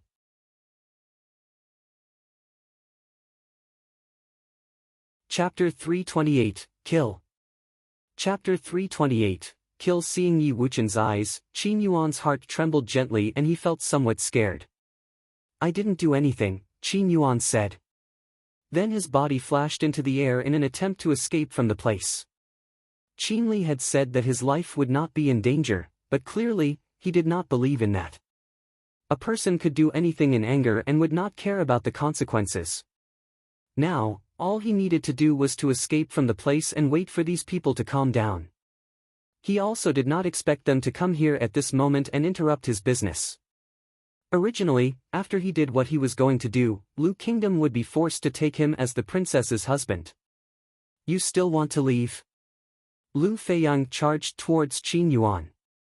Qin Yuan's look turned monstrous and his spiritual energy erupted wildly, piercing into Lu Feiyang's mind.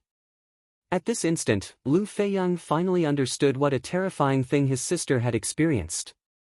Everyone knew that the king of Qin and concubine Nan had a son named Qin Yuan. He was very talented and liked by the king.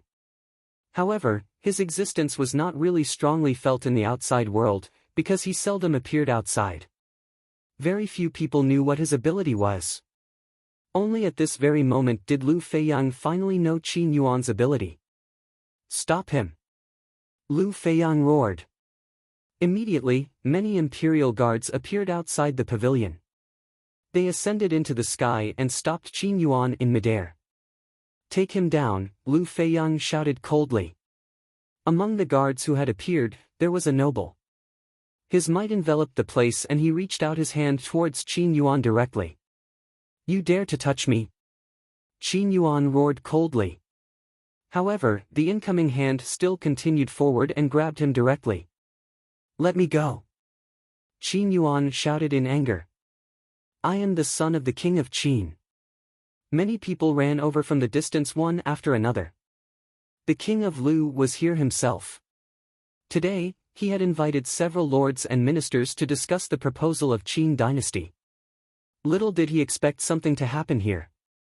When the king and the rest arrived, they saw Yi Wuqian hugging Lu Qinyu whose shirts were messed up. Then, they noticed the scene in front of them and roughly understood what had happened. Immediately, an appalling might was emitted from the king of Lu and engulfed Qin Yuan. Qin Yuan could clearly feel the murderous intent spreading from the king. "Your Majesty, I didn't do anything. You can't do anything to me." Qin Yuan looked at the king in fear. This was the Lu Kingdom imperial palace after all. If the king really wanted to kill him at all costs, he would certainly die. Crack! The king of Lu clenched his fists and his murderous intent did not weaken at all. Did Qin Yuan do such an inhuman thing because he was confident that the king did not dare to touch him? This place was, after all, the imperial palace of Lu Kingdom. Qin Yuan actually wanted to do something to the princess of the Lu Kingdom in the princess pavilion. How daring that was! This was more than just going too far. Qin Yuan was certainly frenzied. "Your Majesty, please calm down." Suddenly, someone walked to the king and bowed. It was Lord Kong. "Your Majesty." Another person walked out and bowed at the king. Although they did not say much, everyone knew that they were reminding the king to be calm. They could all feel the rage and murderous intent of the king at the moment. However, if he really killed Qin Yuan impulsively, the consequences would be unimaginable. The cultivators from Qin dynasty would surely come to Lu Kingdom. "Calm down." The king of Lu glanced at those who spoke. His face was gloomy and his murderous intent did not decrease at all. Suddenly, Lu Qinyu walked out from Yi Wuchen's arms. She stared coldly at Qin Yuan and an extremely strong murderous intent could be seen. "Kill him," Lu Feiyang said to the noble who was holding Qin Yuan. "Your Majesty, we must not do that." Lord Kong tried to stop him. Looking at the king again, he shouted, "Your Majesty." The king of Lu clenched his fists firmly. He knew that once he said the phrase, "kill him," the Qin dynasty would have an excuse to attack the Lu kingdom. Suddenly, there was the sound of people moving in the air, and another group of cultivators arrived. It was Qin Li and the others from Qin dynasty. In the distance, the people from other top forces were all alarmed as they observed the situation from afar. What is happening? So many people have actually gathered there, they thought. "Your Majesty, what do you mean by this? Why are you seizing my uncle?" Looking at the scene, Qin Li frowned as if he did not know about this at all. Qin Yuan heaved a sigh of relief in his heart. Qin Li and the people from Qin dynasty had arrived, so the king of Lu should probably be calmer now. "Qin Li, I really admire the princess and only wanted to be closer to her, but I didn't do anything else." "Help me to persuade His Majesty," Qin Yuan said.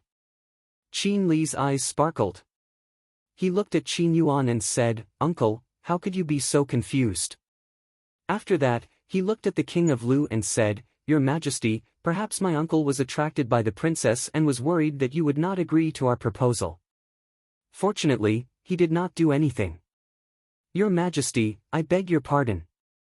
My uncle will be responsible for this and will be married to Princess Qinyu in a proper manner." Everyone was puzzled by Qin Li's words, especially Lu Feiyang and Yi Wuchen. Their look turned extremely icy. Qin Yuan did such an inhuman thing, and yet Qin Li said that luckily, he did not do anything. Furthermore, he said that the price Qin Yuan would pay for this was to be married to Lu Qinyu in a proper way. There were no punishments, and Qin dynasty and Qin Yuan would benefit instead. How ridiculous this was. Yet, Qin Li said it as if it was only reasonable and right.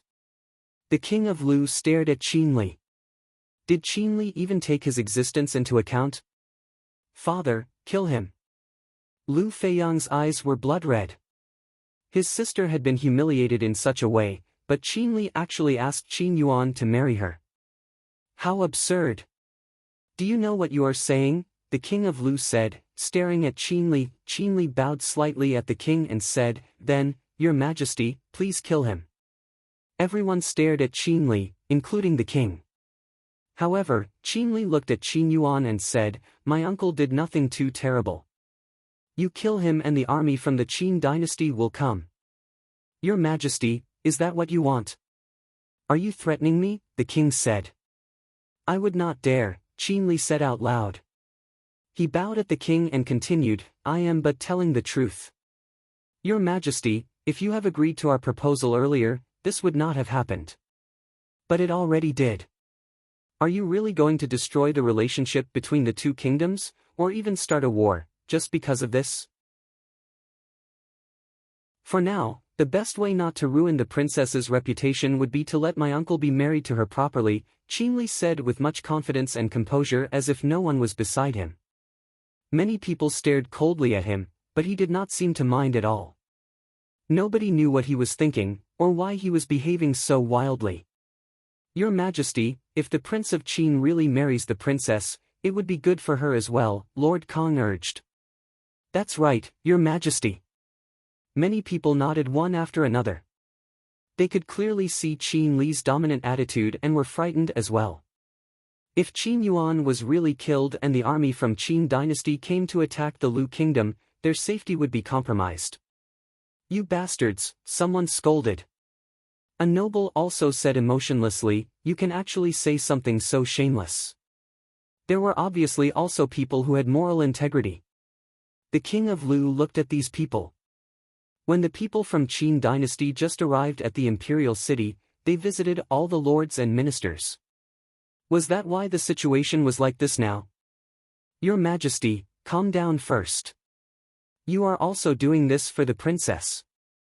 Some people did not speak aloud but instead transferred their words to the king's ears secretly. Thud. Suddenly, everyone heard a soft noise. Qinyu. Everyone looked below them where they saw a sharp blade formed from spiritual qi pierce directly into Lu Qinyu's body, right before her heart. Her black eyes were filled with hatred as she stared at the people in the sky. So many people from the Lu kingdom actually suggested that she should be married to Qin Yuan. "Qinyu, why are you doing this? I told you that I am already here." Yi Wuchen hugged Lu Qinyu in his arms. He did not look at her directly, and his eyes were filled with guilt and self-blame. "I know." Lu Qinyu nodded. She looked at Yi Wuchen very gently and held his hand tightly as if he was the only person she could trust. "Qinyu." The king of Lu also did not expect his daughter to be so determined. He similarly felt very guilty and that he had mistreated his daughter. "Princess, your reaction is too intense. You don't have to do this," Qin Li said. "My uncle will not disappoint you." "Shut up." Yu Xing roared at Qin Li and clenched his fists, producing a cracking sound. Suddenly, Yi Futian stepped out and walked towards Qin Yuan. Yi Wuchen also approached Lu Feiyang and said, "Feiyang, help me to take care of Qinyu." Then, he passed Lu Qinyu and went to Lu Feiyang. He walked forward and caught up with Yi Futian, after which he said, "Let me do it." Yi Futian looked at Yi Wuchen. Then, he stopped moving forward. "What do you want to do?" Qin Yuan stared coldly at the incoming Yi Wuchen. A terrifying sword qi whizzed on Yi Wuchen's body. In his hand, there was an extremely sharp sword will. Everyone stared at him. Someone from the Lu kingdom shouted, "How dare you? Yi Wuchen, how dare you do this?" Qin Li also roared, but his body remained in the original spot and he did not move at all. Yi Wuchen accelerated and turned into a blade of light. "Bring him away," someone from the Lu kingdom shouted at the person holding Qin Yuan. "Let me go." Qin Yuan also struggled as he tried to break free. However, Yi Wuchen had already arrived. His palm struck out like a sword and a beam of light flashed across before vanishing. The noble from the Lu kingdom let go of Qin Yuan, but Qin Yuan only reached out his hands, trembling, and covered his neck. There, blood was flowing out slowly.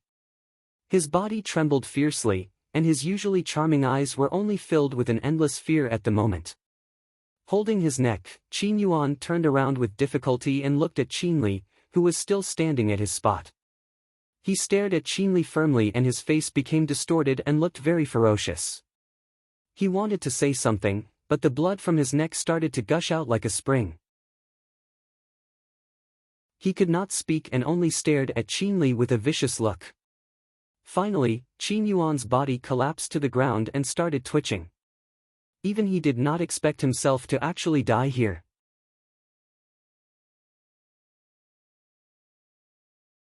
Chapter 329, Storm Incoming. Chapter 329, Storm Incoming. Very soon, Qin Yuan's body stopped moving and became motionless. His blood colored the entire ground. Everyone froze. The imperial palace fell into a terrifying silence.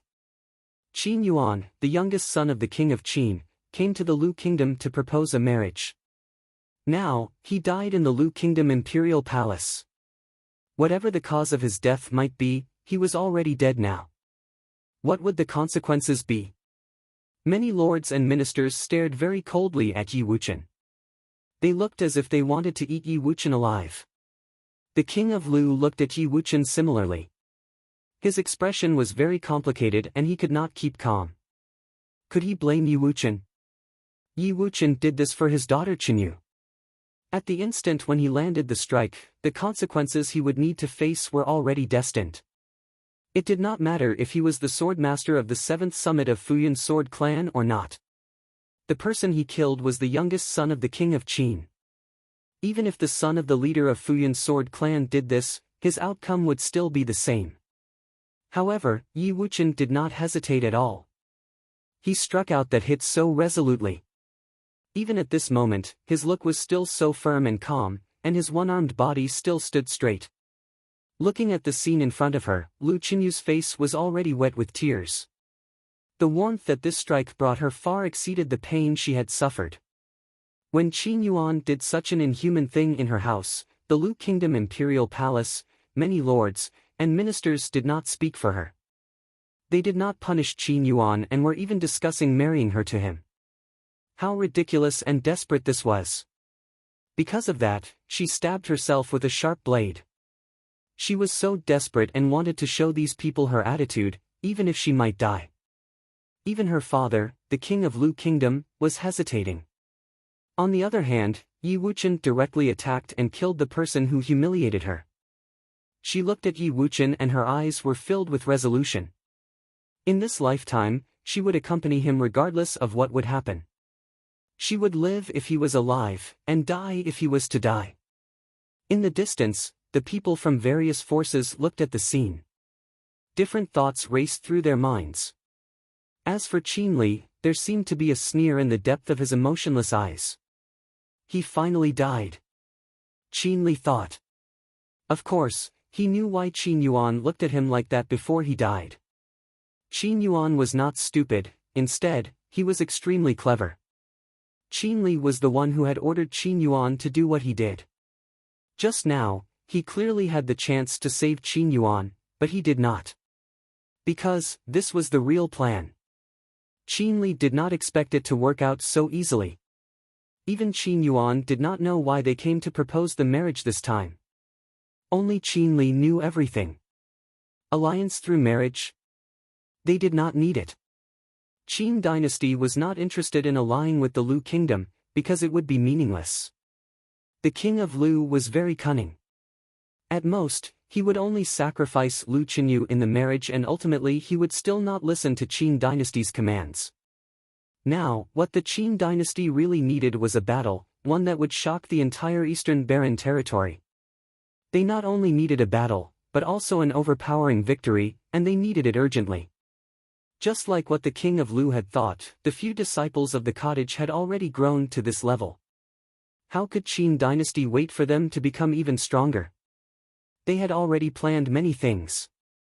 Now, they needed a battle that would ignite the whole situation. Therefore, the scene just now happened. If he really tried to stop everything, nobody could really kill Qin Yuan, unless, of course, the king of Lu wanted him dead himself. If he stepped in, Yi Wuchen's powers would be insignificant. Qin Li was extremely excited. A useless bastard died, and they completed the plan perfectly. How could he not be excited? Of course, he would not display it. At the moment, his body was only filled with a cold murderous aura. The people from Qin dynasty went beside Qin Yuan one after another. Their cold and terrifying aura engulfed the space. "Take him down," someone shouted coldly. The person who gave the order first was actually a minister from the Lu kingdom. The lords and ministers stared firmly at Yi Wuchen with an extremely cold look. Although Qin Yuan was killed by Yi Wuchen, he died in the Lu Kingdom Imperial Palace. He came here to propose marriage. Sword Qi whizzed in the air as the cultivators from the 7th summit of Futian sword clan went before Yi Wuchen to protect him. Who dares to touch him? Lu Feiyang roared angrily.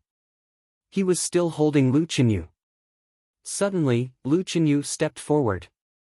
Dragging her injured body, she walked towards Yi Wuchen step by step. Yi Futian similarly stared coldly at the people around. These bastards! He naturally knew the consequences that might be caused by Yi Wuchen killing Qin Yuan, but he did not stop Yi Wuchen. Lu Chenyu was Yi Wuchen's girl. If such a thing happened to Hua Jieyu, he would kill the culprit as well. If Yi Wuchen did not kill Qin Yuan, he would no longer be his true self. His sword would also no longer be sharp. People from the 7th summit, get out of the way. Suddenly, another group of cultivators whizzed over in the air. It was the people from the 1st summit of Futian's sword clan. Among them, Zhisong stared at Yi Wuchen and his eyes were filled with murderous intent. Yi Wuchen was from Futian's sword clan. Because he killed Qin Yuan, they had to give him away. If the people from the 7th summit wanted to protect him, it would surely affect the whole Futian sword clan. Sword will flew on the cultivators from the 7th summit. A terrifying sword chi whizzed and they did not back away at all. The sword of the 7th summit would not give way to its enemies. Qin Yuan deserved to die. The atmosphere in the imperial palace was extremely tense. On the ground, Qin Yuan's corpse was still lying there, but there was no longer anyone who cared about his death. All anybody cared about at the moment was the consequences his death would bring. Everyone was thinking about his own benefits and losses. Lu Chenyu approached Yi Wuchen and stared at him. The event had changed their affections from lukewarm to scorching hot. She went beside Yi Wuchen and then leaned on his body quietly. Yi Wuchen looked at her similarly. He extended his right arm and held her gently. Lifting his head, he looked at the people around him. There was no fear in his eyes at all. If he was afraid of death, he would not have killed Qin Yuan. Lu Feiyang looked at the two who were surrounded by many cultivators. Yet, the scene at the moment seemed so warm. His eyes were actually filled with a terrifying red light. Staring at the king of Lu, he shouted, "Father!" The king's heart trembled. He was also affected by the scene before him and felt very guilty. That was his daughter. She was humiliated in such a way in the palace, but he did not manage to do anything for her. On the other hand, Yi Wuchen attacked the perpetrator directly. What did the ministers under him do? They wanted his daughter to be married to the man who humiliated her. Crack! The king clenched his fists and his eyes were filled with coldness. "Uncle!" Suddenly, Qin Li walked to Qin Yuan's corpse and said, "You came to the Lu kingdom to propose marriage. At first, you wanted to be married to the princess in a gorgeous manner. But you ended up like this." After that, he raised his head. Glancing coldly at the king and Yi Wuchen, he said, "Your Majesty, how do you plan to solve this problem?" "What do you want?" the king asked, staring at Qin Li. "Hand the three of them to me. Also, kill the people from the 7th summit of Futian sword clan," Qin Li said. He wanted to bring back Yi Wuchen, Lu Chenyu, and Lu Feiyang. Furthermore, he wanted the people from the Lu kingdom to kill the people from the 7th summit. "What if I don't agree?" the king said. "My uncle did not die for nothing." Qin Li's tone was emotionless but he appeared to be very domineering. "Your Majesty, please think of the general situation," Lord Kong said to the king, bowing. Many people also started to urge the king one after another. The king looked at these people and only said one word, "Scram." The lords and minister were stunned for a while. Seeing the expression of the king, they bowed and left. Qin Li watched and sneered. This was, of course, the outcome he had expected. "Your Majesty, I see what your attitude is," he said. Then, he looked at Zhisong and said, "How about Futian sword clan?" The death of the Prince of Qin was definitely not the intention of Futian sword clan. As for Yi Wuchen, do you want him dead or alive? Zhisong asked emotionlessly. "I'm fine with either." Qin Li smiled. "All right," Zhisong nodded. Then, he stepped forward and an appalling gust of sword chi swept out, engulfing Yi Wuchen and Lu Chenyu. The cultivators behind him also walked forward one by one. "Scram," the king said again, looking at Zhisong. Zhisong's expression froze. He lifted his head to look at the king and said, "This is an internal affair of Futian sword clan. Your Majesty, do you also want to interfere with this?" "This is my imperial palace," the king replied coldly. Zhisong looked at the king of Lu. Then, he looked at Qin Li and said, "It seems like I can only go back and report first. From this moment on, Yi Wuqian is no longer a disciple of Fuyan's sword clan. We will automatically finish anyone who tries to protect him." "Okay. I trust Fuyan's sword clan," Qin Li nodded. Zhisong turned around and left along with the people from the first summit. Qin Li looked at the king of Lu. Then, he bowed and said, "Your Majesty, goodbye." Then, the people from Qin dynasty brought Qin Yuan's corpse and went about to leave. "Wait," someone suddenly said. Qin Li stopped and turned around slowly, eventually looking at Yi Futian. "You ordered Qin Yuan to do what he did, right?" Yi Futian asked. Qin Li's look froze as he stared at Yi Futian. "What are you saying? From the beginning, your goal was not to propose the marriage. You seem to be neither sad nor angry about Qin Yuan's death."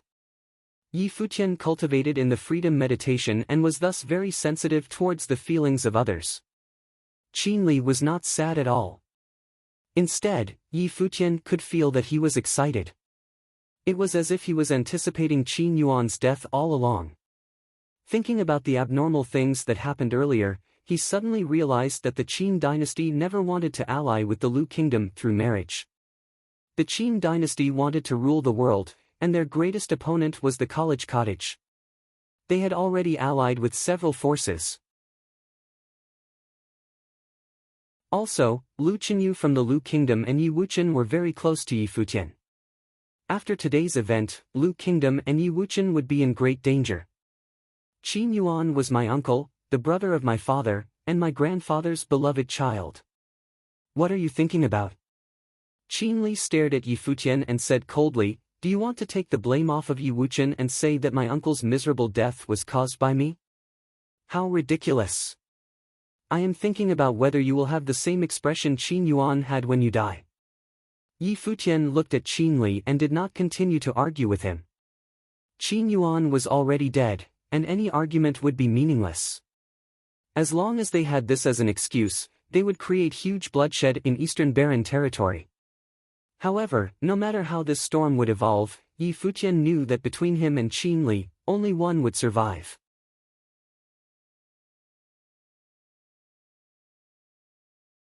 Chapter 330, Pessimistic.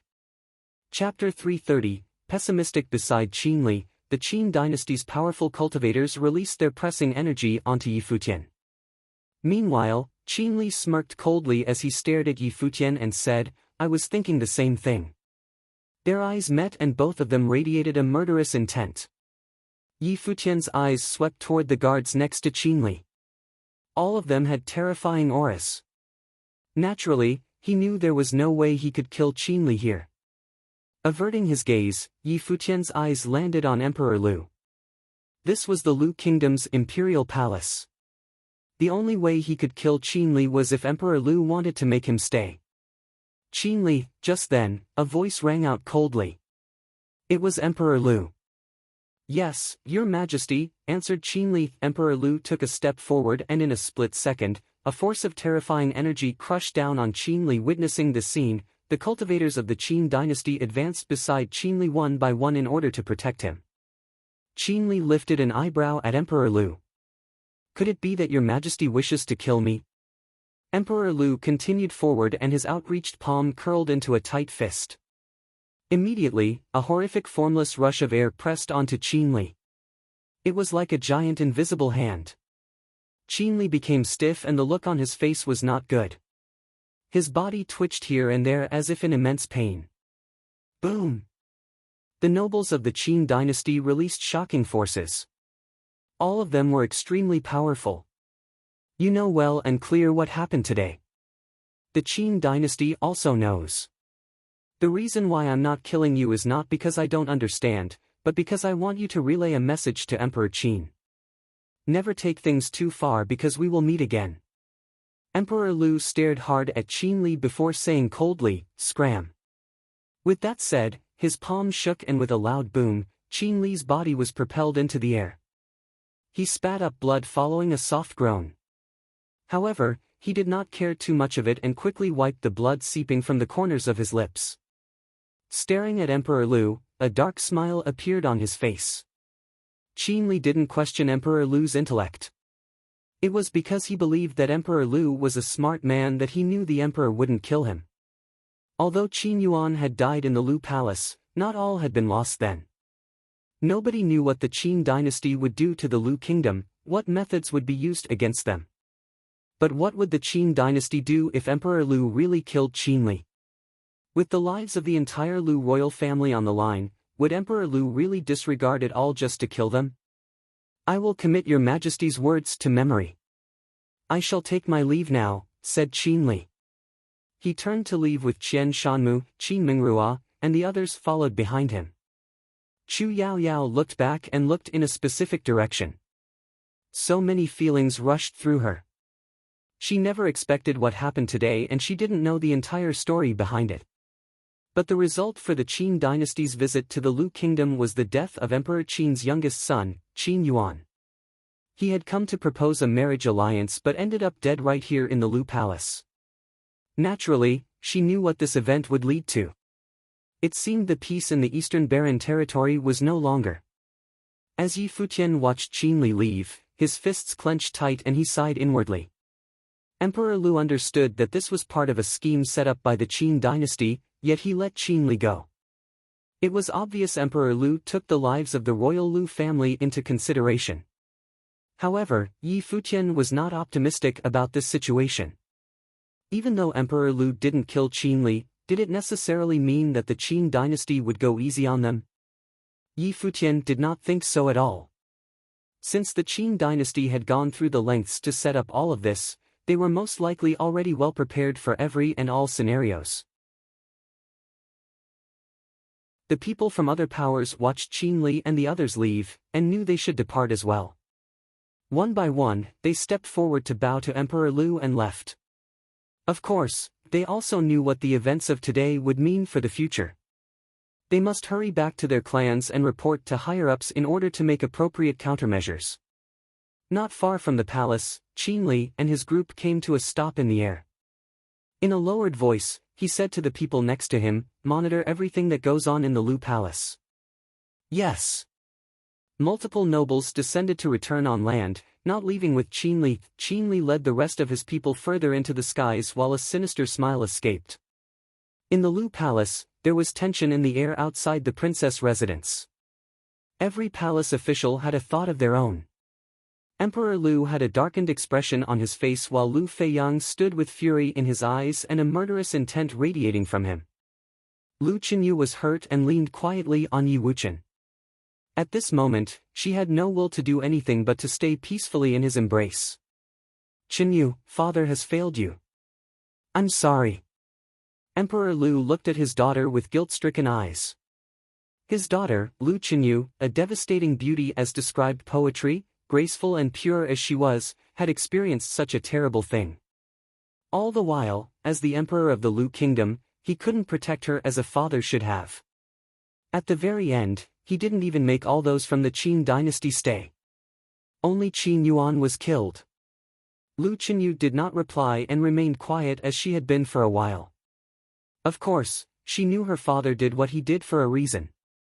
He had so many things to consider. But to have such a thing happen to her, one could only imagine the pain she was in. Emperor Lu lifted his head. Looking out to the crowd, he said, "Relay my order, Princess Lu Qinyu of the Lu Kingdom is now betrothed to Yi Wuchen." Only then did Yi Wuchen and Lu Qinyu lift their heads to look at the emperor.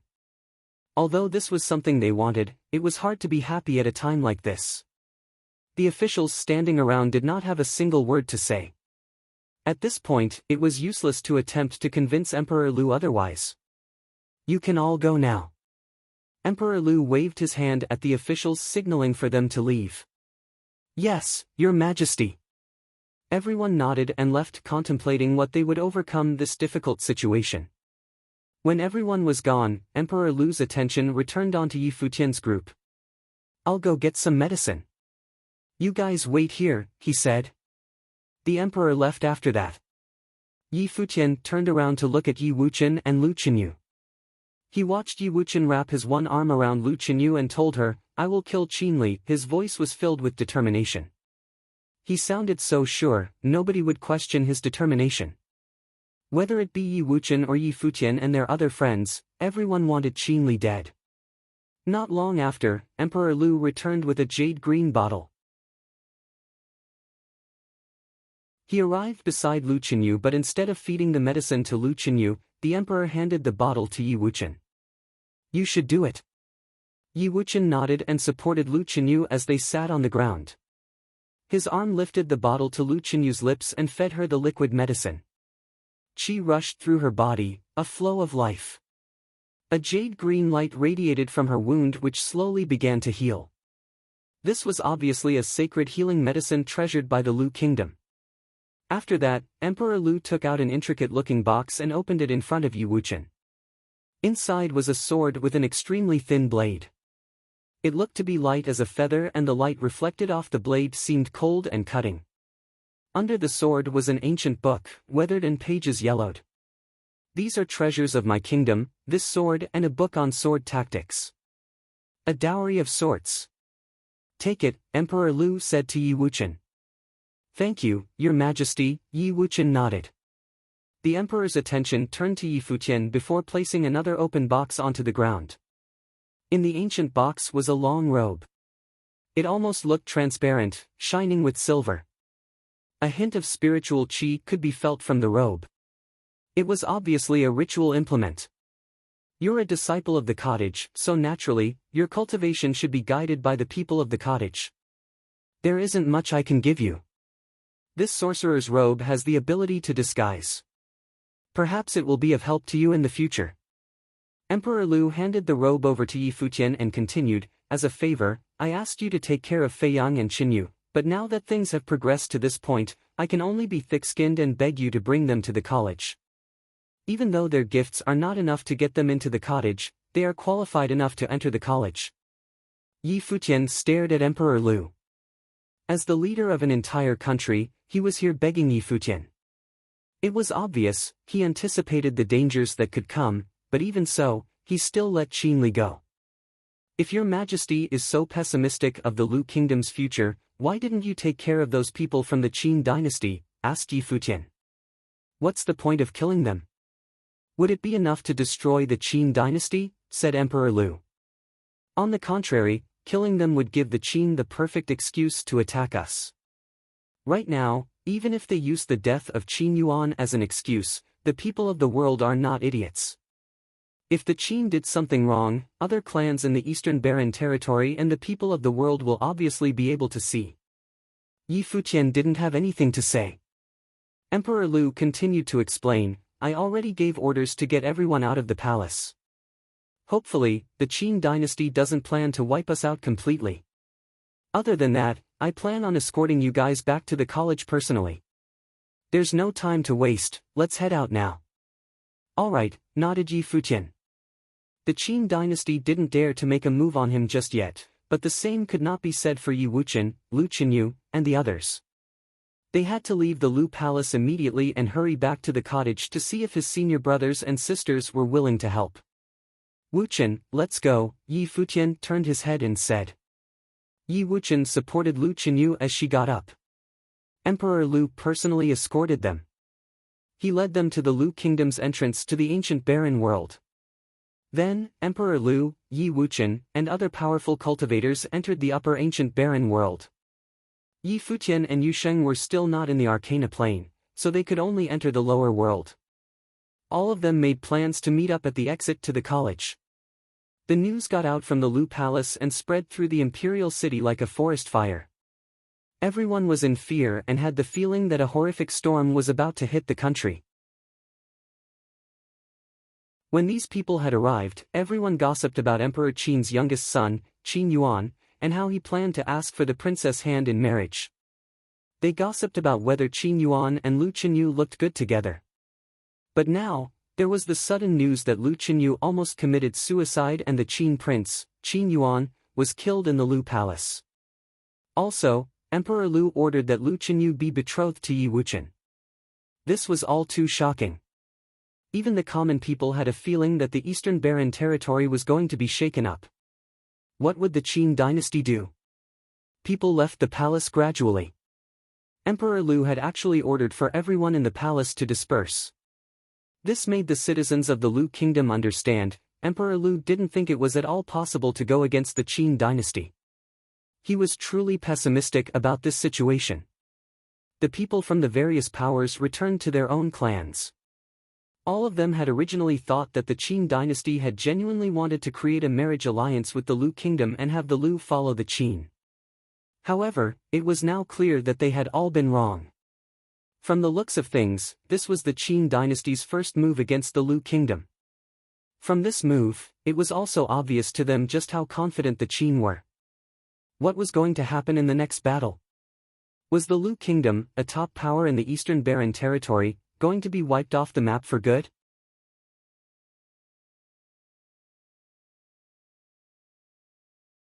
Chapter 331, Arrogant Qinyu. Chapter 331, Arrogant Qinyu. The college, entrance to the ancient barren world. When Yi Futian and Yu Xing got there, Yi Wuchen, Lu Qinyu, and the rest had already arrived and were waiting. "Where is His Majesty?" asked Yi Futian. "Father returned to the Lu kingdom right after escorting us here," said Lu Feiyang. He was a little resentful about how things turned out, but Emperor Lu was his father after all. He also understood that as the leader of an entire country, his father had to consider the citizens. He also had other children to think of, as Lu Feiyang and Lu Qinyu weren't his only offspring. But because of their relationship with Yi Futian, Emperor Lu only put the two of them under Yi Futian's care. Everyone else was in much greater danger than they were. Yi Futian nodded and sighed inwardly. "Futian." Just then, Yi Wuchen spoke up. Yi Futian looked over at him and heard him continue, "Take care of Qinyu for me." Yi Futian lifted his eyebrows in confusion and replied to Yi Wuchen, "You can't go back to the Futian sword clan now. If the seventh lord was in charge of the clan, perhaps nothing would happen." However, in the Lu palace, Zhisong's attitude was clear to see. It was dangerous for Yi Wuchen to return to Futian. In order to separate themselves from this situation, it was very possible that the clan would choose to sacrifice Yi Wuchen and hand him over to the Qin dynasty. Lu Qinyu also looked at Yi Wuchen. She pulled on his hand, not wanting him to leave. "Swordmaster, you should stay at the college temporarily. We will head back to report to the Summit Lord first. If there is any news, we will come back and let you know," said a fellow cultivator from the Futian Sword Clan's 7th summit. Yi Wuchen looked at him in silence and finally nodded his head lightly. "All right, if teacher has any orders for me, come let me know." He had been the one who killed Qin Yuan. He had wanted to go back and personally report to his teacher. "Okay." The group bowed to Yi Futian before excusing themselves and leaving. After watching everyone leave, Yi Futian turned to Yi Wuchen and the others. "Let's head up the mountain." They then made their way to the cottage. All around them, many students of the college watched them. Some of them in confusion.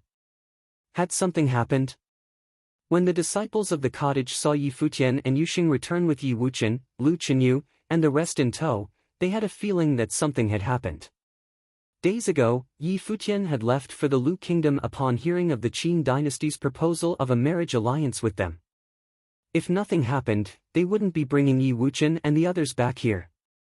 Yi Futian went directly to the second senior sister. Shui, Luo Fan, and others came closer as well.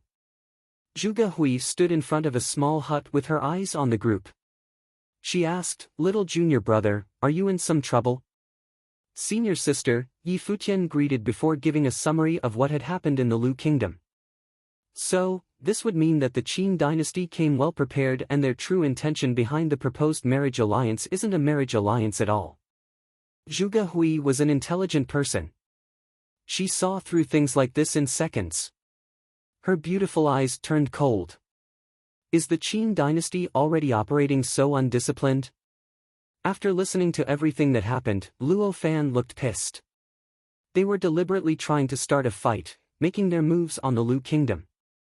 And to sacrifice a prince just for an excuse? What a pitiful prince. It seemed like he wasn't as doted on by Emperor Qin as the rumors had it.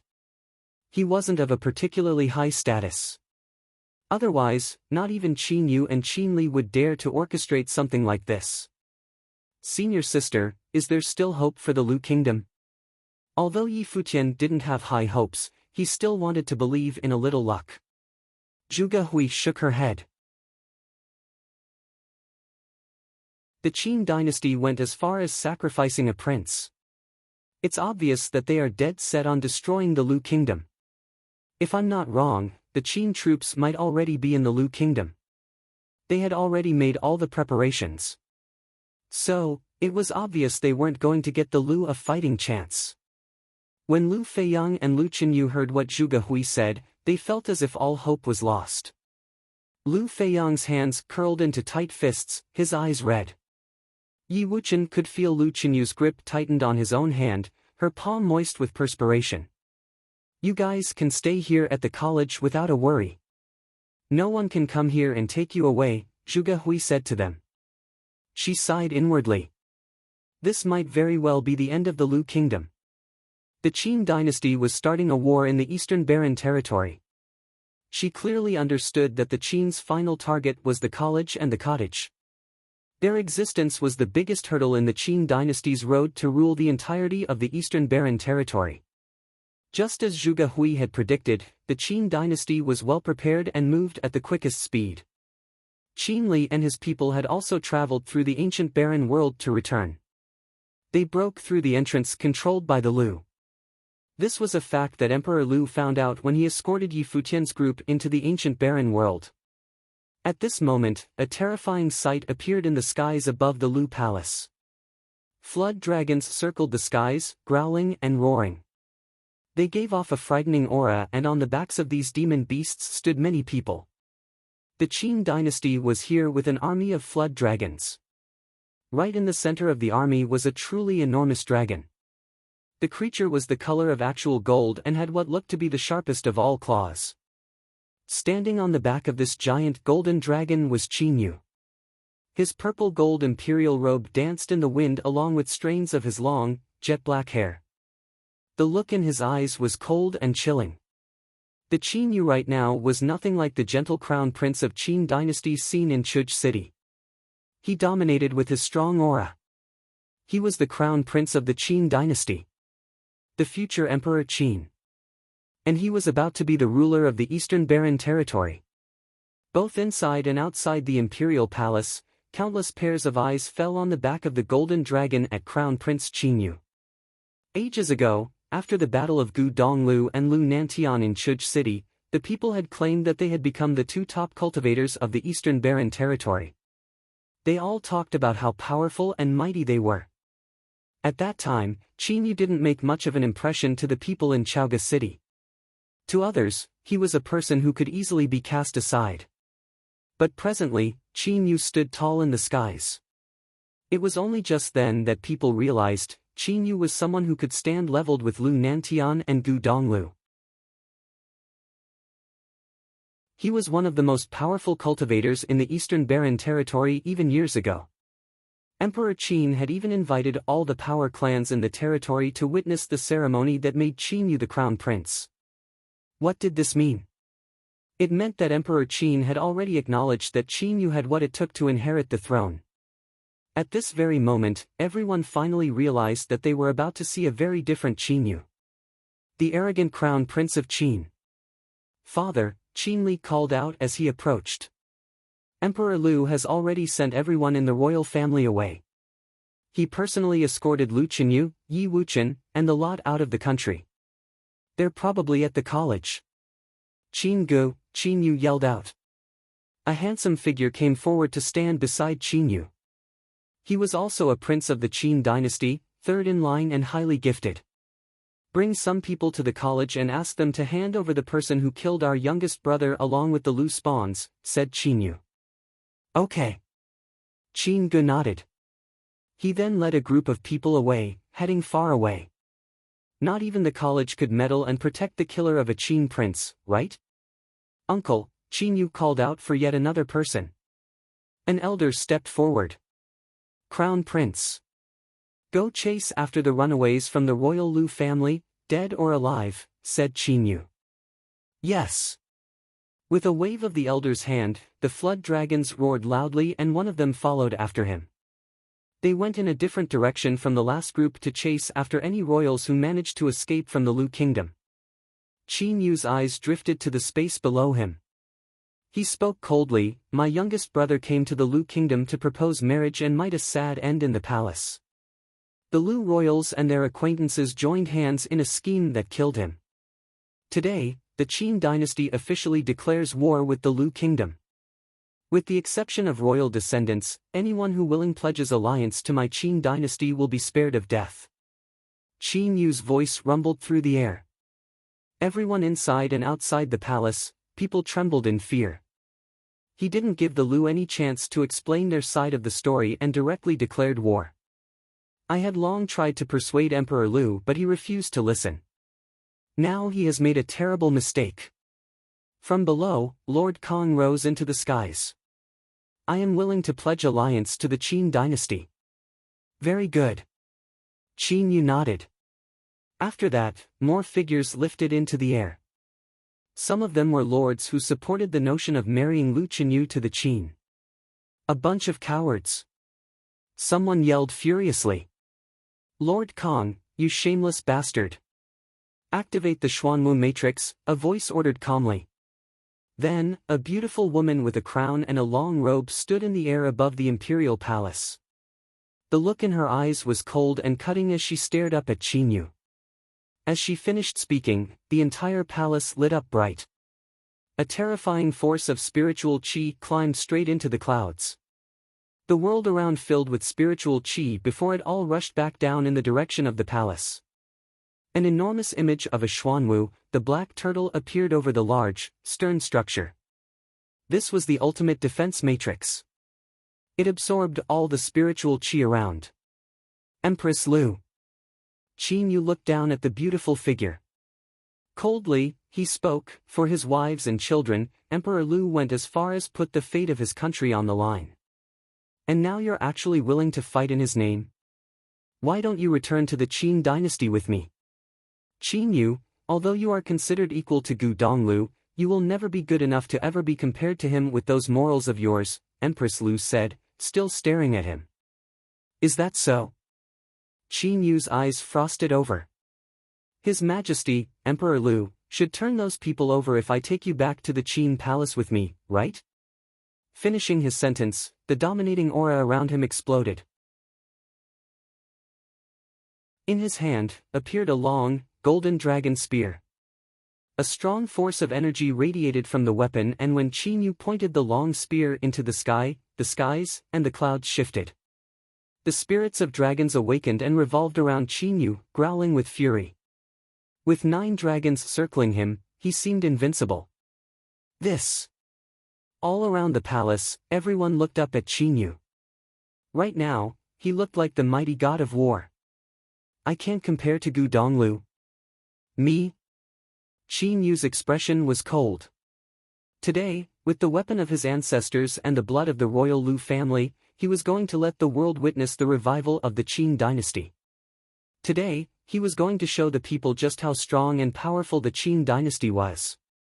The Qin didn't just need a victory. They needed a war that would astound the world to spread a message to all powers in the Eastern Barren territory. The Qin dynasty that once ruled the world was back.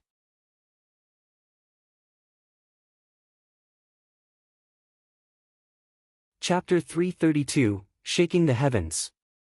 Chapter 332, Shaking the Heavens. Qin Yu's spear pointed at the Xuanwu matrix below. The dragons around him roared, and the giant golden dragon, on which he was mounted, rushed down, charging directly at the Lu palace below. He seemed to be bathed in a golden glory. Rays of golden light broke through the clouds in the sky like flashes of lightning. The long dragon spear struck the large Xuanwu matrix, and in a second, it seemed like the dragons attacked the matrix in a crazed frenzy. All the while, the sharp tip of the spear pierced into the matrix inch by inch. At the same time, lines appeared to cover the large formation. An enormous golden dragon claw sunk into the bright Xuanwu matrix, causing the cracks on the formation. Those inside the palace looked up to witness this scene with a trembling fear. In the sky above their heads, the image of a gargantuan golden dragon appeared on the long spear. Empress Lu, the Xuanwu matrix was created by the turtle hermit and can only be broken by the attacks of levels beyond the noble plane. Qin Yu is the same as Lu Nantian. He has been enlightened with abilities of a sage and can use ritual implements of the sage level, exclaimed a noble beside the Empress. Empress, the Lu kingdom is in grave danger. At the sage level, Qin Yu could not be defeated by mere numbers. More cracking could be heard as the fissures on the Xuanwu matrix continued to increase. Until at last, with one final loud crack, the matrix was broken. Empress Lu, do you wish for me to continue? Qin Yu's eyes were electrified as he looked at the Empress. Why must the Qin dynasty take things this far? A voice drawled. A distance away, an old turtle was approaching. His movements seemed extremely slow, but in the next second, he was already in front of Qin Yu. Emperor Lu already let the people of the Qin dynasty off the hook. So, why do you guys have to do this to him? The turtle hermit spoke human words at Qin Yu.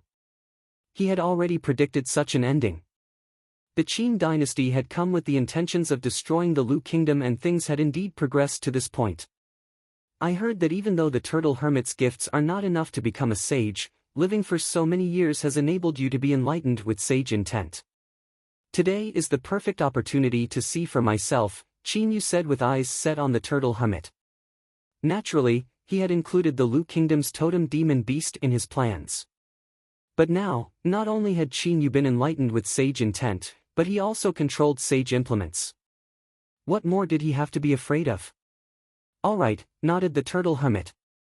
His body expanded suddenly until eventually, the godly creature was about twice the size of the giant golden dragon. His body spanned out in the sky over the palace. Lifting his front claws, the turtle hermit swatted it in the direction of Qin Yu. Naturally, Qin Yu wasn't afraid. With the golden spear in his hand, he struck it at his opponent. At this moment, he could feel that the webbed paw of the turtle hermit swinging down on him wasn't just a paw, it felt extremely heavy. It felt like the sky had collapsed and was crushing down on him. All around the palace, everyone felt the force and experienced the suffocating feeling even though the attack wasn't meant for them. Boom! The attack of the two collided. Qin Yu's body flew back and actually crashed into the ground, crumbling part of the structure around him, also causing dust and dirt to fly into the air. And in the center of the turtle hermit's paw was a line of blood. With a single flash of golden lightning, Qin Yu was back in the air. Staring at the turtle hermit, he laughed, "You are indeed the totem beast of the Lu, but today the totem will be destroyed and the Lu kingdom will be no longer. Kill them." As soon as Qin Yu's order was given, the army of flood dragons, as well as the giant golden dragon he mounted, charged downward while he went for the turtle hermit. A wild battle ensued, and in mere moments, the Lu palace was ridden with fighting figures. One after one, the glamorous golden buildings fell, as did the powerful cultivators of the palace. Among the army riding on the flood dragons, many of them had extremely powerful noble implements.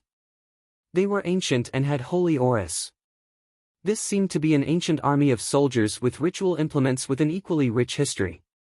The citizens watched the earth-shattering battle unfold from afar. Empress Lu had truly impressive powers and her abilities were invisible. She managed to kill multiple powerful nobles, but the golden dragon got a hold of her. At the same time, more nobles caged her in. Slowly, she reached her limit and the color on her beautiful face drained, resembling the snow white of her clothing. The turtle hermit's abilities were not to be doubted. However, Qin Yu did not go head-to-head with him. He circled the large body of the turtle hermit, attacking. Gradually, the number of injuries on the creature increased. His body was large and his movements were slow. This was his weakness. Qin Yu took full advantage of this fact and attacked like a madman. "Are you guys leaving?" The turtle hermit lowered his head, directing his question at Empress Lu and her people. In front of the Empress, the golden dragon breathed heavily and the nobles circled. With her long dress flowing in the wind, she shook her head. "As the Empress of the Lu Kingdom, I would rather die in battle than run."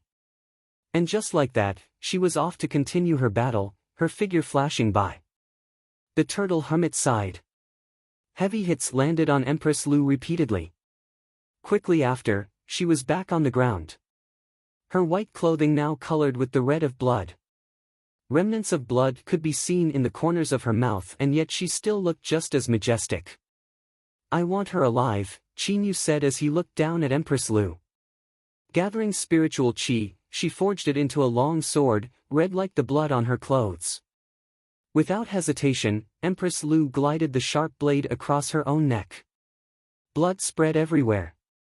Empress Lu looked up at the sky and was taken back to the days of her youth. Then, with a smile on her face, she closed her eyes.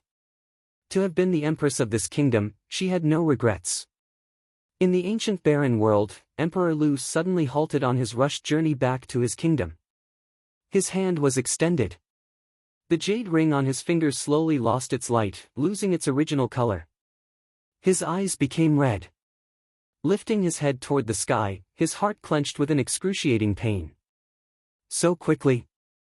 It happened so quickly, he couldn't make it.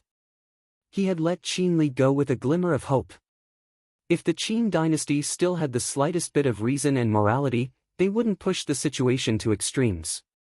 However, the Qin dynasty only cared for their own goals and would sacrifice anything to meet them. Emperor Lu did not continue to advance. He didn't go back to the Lu kingdom. With great determination, he turned around. "Follow me," he said. The powerful cultivators beside him followed the emperor. The group traveled with such speed it was as if they were galloping through the skies of the ancient barren world. Others who saw them were shocked. The direction in which Emperor Lu was traveling was not the Lu kingdom, but Qin dynasty territory. The Qin dynasty was just like the other great powers. They each had control of an entrance to the ancient barren world. The exit to which was in the imperial palace. At this moment, people were chatting animatedly in the Qin palace. They were all very excited. War had officially been declared on the Lu kingdom. Following this would be the collapse of the Lu.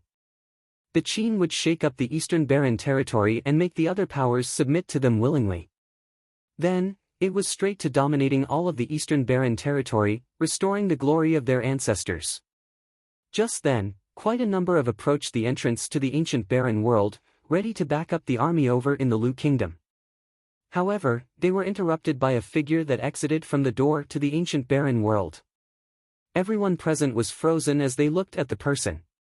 It was a Qin noble feared by others in the ancient barren world. But here he was now, covered in blood. "Let Emperor Qin know immediately," he screamed.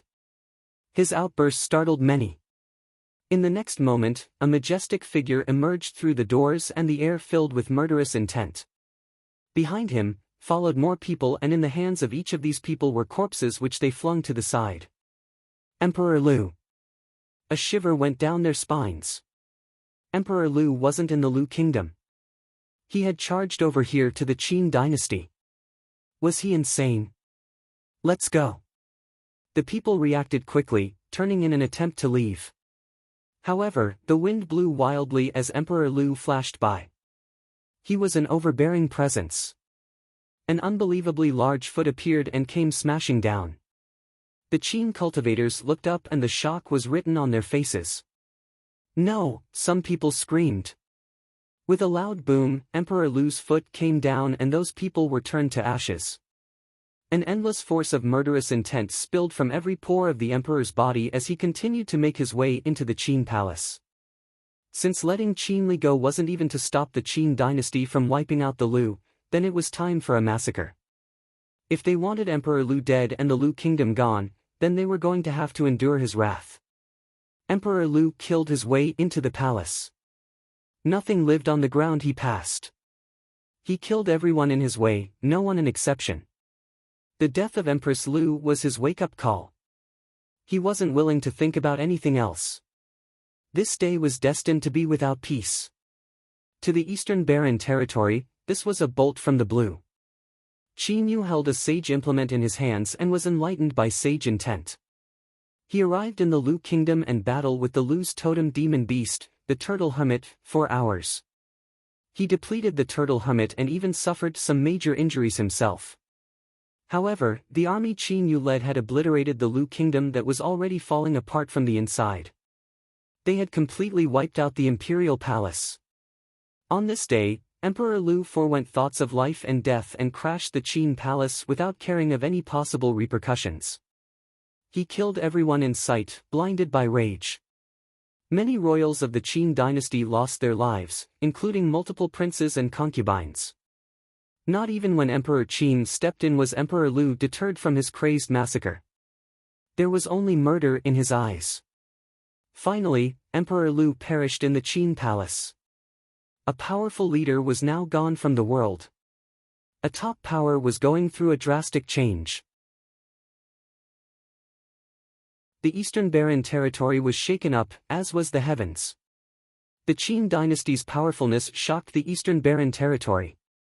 However, Emperor Qin's arrogance and his tendency to underestimate his opponents caused heavy and unfortunate consequences for his own country. Lord Kong was temporarily placed in control of settling the Lu kingdom and hunting down more royal descendants. But everyone knew, Lord Kong and the others who gave in to the Qin were simply lackeys. The Lu kingdom only existed in name now. At the same time, the Qin dynasty's third prince, Qin Go, arrived at Book Mountain with a group of people. In the skies outside Book Mountain, Qin Go and his people stood in the air. They were here to make the cottage hand them over. Lu Qinyu and Lu Feiyang were the spawns of the Lu and Yi Wuchen was the murderer of Qin Yuan. Obviously, they had to come them. Although it was bound to be a failed attempt, they had to at least get their attitude across. What qualifications and reason did the cottage have to protect these people? Just then, Zhuge Hui heard the voices of those sent from the Qin dynasty above the cottage. Looking at Luo Fan, someone said, "Are you guys idiots?" "Perhaps." Luo Fan shrugged. "Or maybe you guys think that even though you don't have what it takes to make us hand them over, with logic on your side, there is now an excuse from you guys to pick a fight with the cottage. Just like how you started a fight with the Lu kingdom." Zhuge Hui's tone was harsh and cold. The cottage already knew of what happened with the Lu kingdom. It was just as she predicted. "Perhaps," nodded Luo Fan. "Relay the message to your third senior brother." "They're disturbing my cultivation," Zhuge Hui said softly. Luo Fan blinked a couple of times. "So, permanently disable their powers." Zhuge Hui said this rather nonchalantly. Luo Fan's eyes brightened. The second senior sister was the second senior sister indeed.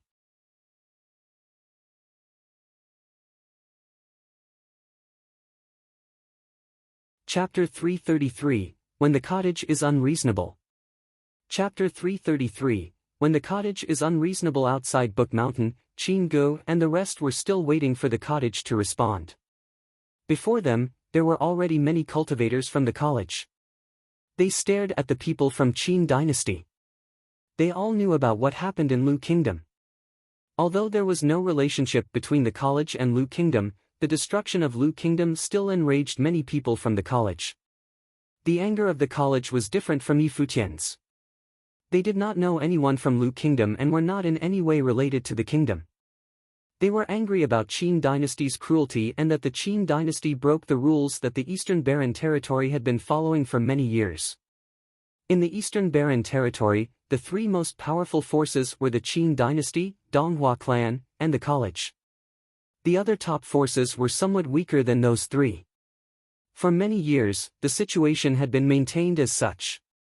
Although there were occasional conflicts between disciples of different forces, they had still been following the hidden rules and nobody dared to break them. The world of cultivation had always been very cruel. Very often, larger forces would bully smaller ones, and this would remain that way forever. However, this had at least never happened to a top force, until the destruction of Lu kingdom. Qin dynasty was trying to destroy the balance in Eastern Barren territory and break the stable relationship that had existed for many years. Furthermore, although there seemed to be a reason for Qin dynasty's actions, everyone knew that, in reality, Qin Yuan was but an excuse for them to start a war. Even if Qin Yuan did not die, the Qin dynasty would still find another excuse to start the war.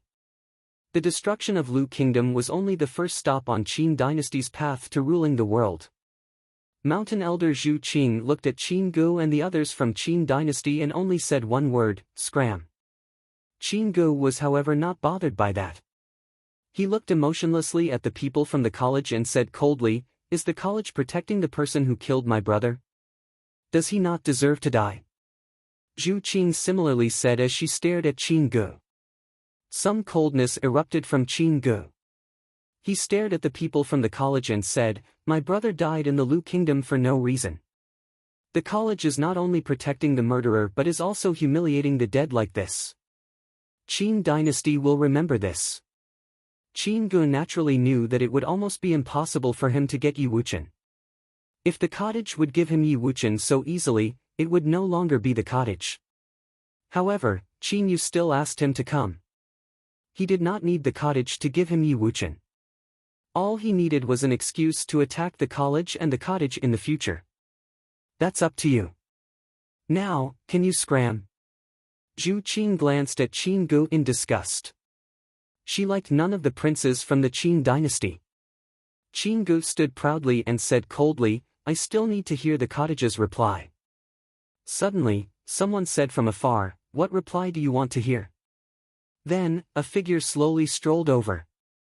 His shirt was as white as snow and his long hair danced in the air. His handsome eyes stared at Qin Gu with a sharp look.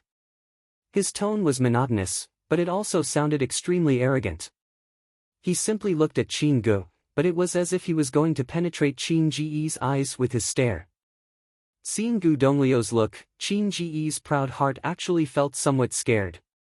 He was the third prince of Qin dynasty and was very talented. All along, he was supercilious and believed that he was no weaker than anyone else. However, for some reason, when he really faced Gu Donglu, his might seemed to be suppressed because of just one look from Gu Donglu. Gu Donglu was, after all, as famous as Qin Yu. Moreover, he had defeated Lu Nantian before. In that battle, Lu Nantian had displayed sage intent and could almost be considered the strongest person in Eastern Baron territory. However, he still lost to Gu Donglu, who was only a grade 2 noble then. Yi Wuchen killed my brother. Also, the remnants of Lu Kingdom, Lu Feiyang and Lu Qinyu, are also at the cottage. I would naturally hope that the cottage can give them to me, Qin Gu said emotionlessly. However, his tone was already not as domineering as before. "You have disrupted her cultivation," Gu Donglu suddenly said. Both the people from Qin dynasty and those from the college were stunned by his baffling words. Disrupted her cultivation? Who is she? Frowning, Qin Gu looked at Gu Donglu and asked, "What do you mean?" Unforgivable, Gu Donglu said. Qin Gu widened his eyes and stared at Gu Donglu. Unforgivable? Even Mountain Elder Zhu Qing also looked at Gu Donglu, stunned, but she roughly knew who Gu Donglu was referring to. The second disciple of the cottage, Zhuge Hui. All of a sudden, Gu Donglu stepped forward and an aura erupted from his body. His white shirt moved even though there was no wind, giving off a flapping sound. He scanned the people from Qin dynasty and his look suddenly turned weird. Invisible spiritual energy immediately enveloped all of them. Gu Donglu, what do you mean by this? Qin Gu asked. He came to the cottage to ask for people. Even if the cottage did not want to hand them over, what reasons did they have to attack him? Was disrupting her cultivation also a valid excuse? Gu Donglu did not pay attention to Qin Ji's words. Instead, he took another step forward. In this instant, extremely sharp spiritual will spread onto the nobles from Qin dynasty. The people from the Qin dynasty were all shocked. Was Gu Donglu actually going to attack them? Even though the cultivators who followed Qin Gu this time were strong, they could obviously not fight against Gu Donglu. At the moment, Gu Donglu was already one of the strongest people in the Eastern Baron territory. Even if Qin Yu was here instead, there would only be a 50-50 chance that he would win should he not rely on the sage ritual implement. If Gu Donglu really wanted to deal with them, the outcome would be blatantly obvious. Gu Donglu, what exactly do you want? Two people each took a step forward and their might bloomed violently. However, Gu Donglio's look continued to become increasingly demonic. His handsome eyes were like two spiritual vortexes, and a monstrous spiritual will pressured the two people. Then, Gu Donglu extended his palm and invisible sword Qi started to dance wildly, circling the two nobles. I want to kill. Gu Donglu clenched his fist. A frightening current raged wildly, giving off a sizzling sound. The two nobles each gave a miserable cry. Then, blood oozed rapidly from their eyes, nose, and mouth. Their bodies trembled fiercely and they eventually fell from the sky. Bang! The people from Qin dynasty all started to tremble. They raised their heads and looked at Gu Donglu in shock. Is he mad? Yi Wuqian killed Qin Yuan, so it was only reasonable for Qin dynasty to come. In addition, they had never had a head-on conflict with the cottage. Did Gu Donglu actually kill someone? Qin Gu also stared at Gu Donglu in astonishment. What was the cottage thinking? Are you declaring war on Qin dynasty? Qin Ji's face turned very pale, fear showing across it. Gu Donglu said that he wanted to kill. How many did he want to kill? How about him, a prince of Qin dynasty? I already said that you have disrupted her cultivation. The penalty is death, Gu Donglu said emotionlessly as if he was not bothered at all. It was as if the people he killed were neither nobles nor from Qin dynasty.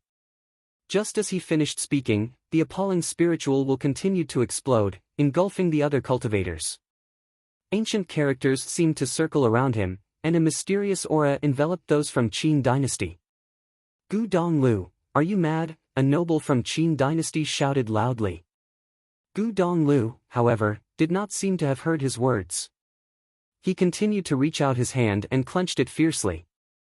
The sound of explosions emitted continuously, followed by miserable cries.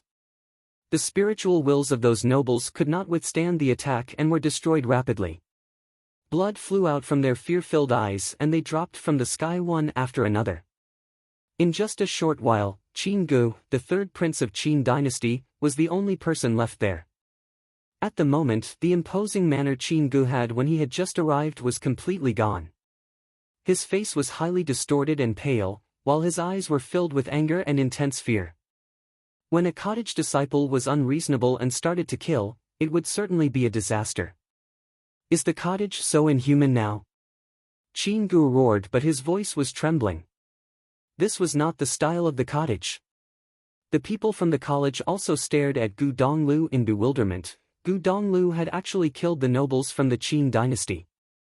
Even mountain elder Zhu Qing could feel her heart racing. Obviously, she knew the consequences that might be caused by Gu Donglio's actions. Suddenly, Zhu Qing recalled what Zhuge Hui told her in Chaoga City, that the college was too gentle in its actions. Indeed, compared to the cottage, she was way too gentle. Inhuman? Gu Donglu still looked at Qin Gu calmly. Everyone in the world knew that cottage disciples were reasonable.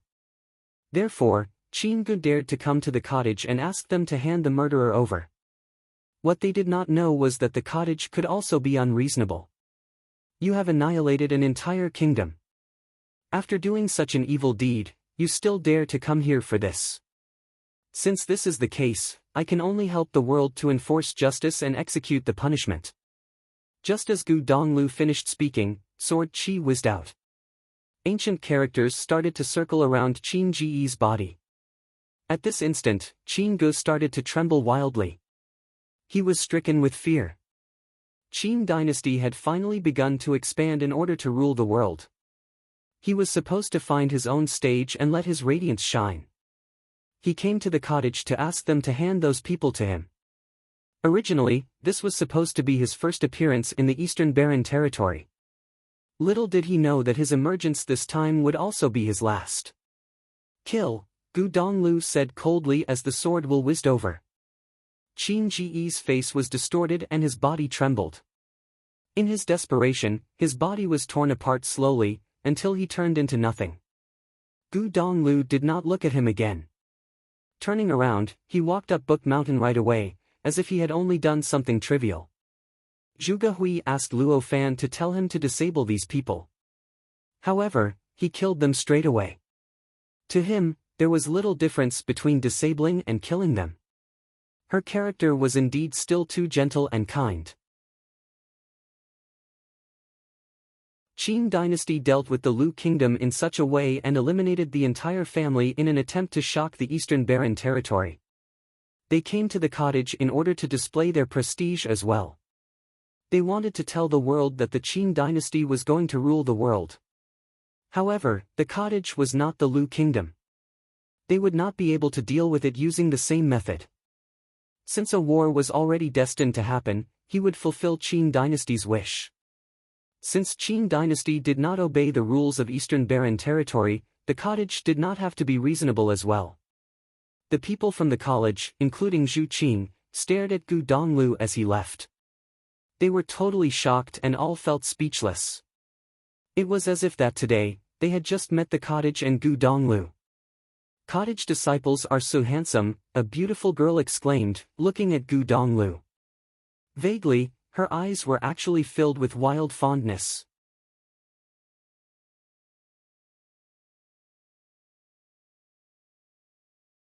Chapter 334, The tree desires calmness but the wind will not cease. Chapter 334, The tree desires calmness but the wind will not cease. In the battle between the Qin dynasty and the Lu kingdom, the king of Lu actually did not go back to aid the Lu kingdom. Instead, he broke into the Qin imperial palace and caused a significant loss for the Qin dynasty. Qin dynasty had been too careless. Of course, this battle did not really shake the Qin dynasty's foundations. The power of the strongest people was, after all, the deciding factor of whether a force was strong or not. For example, the cottage only had a few disciples, but to Qin dynasty it was far more threatening than any other force in Eastern Barren territory. The reason was simple: they were all too strong. They could be considered a whole kingdom. Today, who could be considered as the most powerful people in the Eastern Barren territory? They were, of course, those who had comprehended some sage intent, or those who had a sage ritual implement. Qin dynasty dared to fight against the whole world because they already possessed people of both kinds. Furthermore, they had allied with Donghua clan. Combining the powerful people and resources of the two top forces, they could already change the whole Eastern Barren territory. Qin dynasty and Donghua clan agreed that after they ruled the world, Qin dynasty would control the events in the world, while Donghua clan would be reputed as the first clan in Eastern Barren territory and control the cultivators' world. Together, they would govern the world.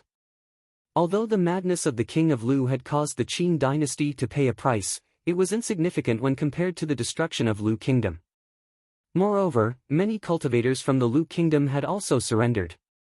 Now, Qin dynasty was only waiting to wave its arm and call the world to attack the cottage. It would then rule the Eastern Barren territory. At the moment, cultivators from many top forces in Eastern Barren territory were gathered in a luxurious palace in the Qin imperial palace.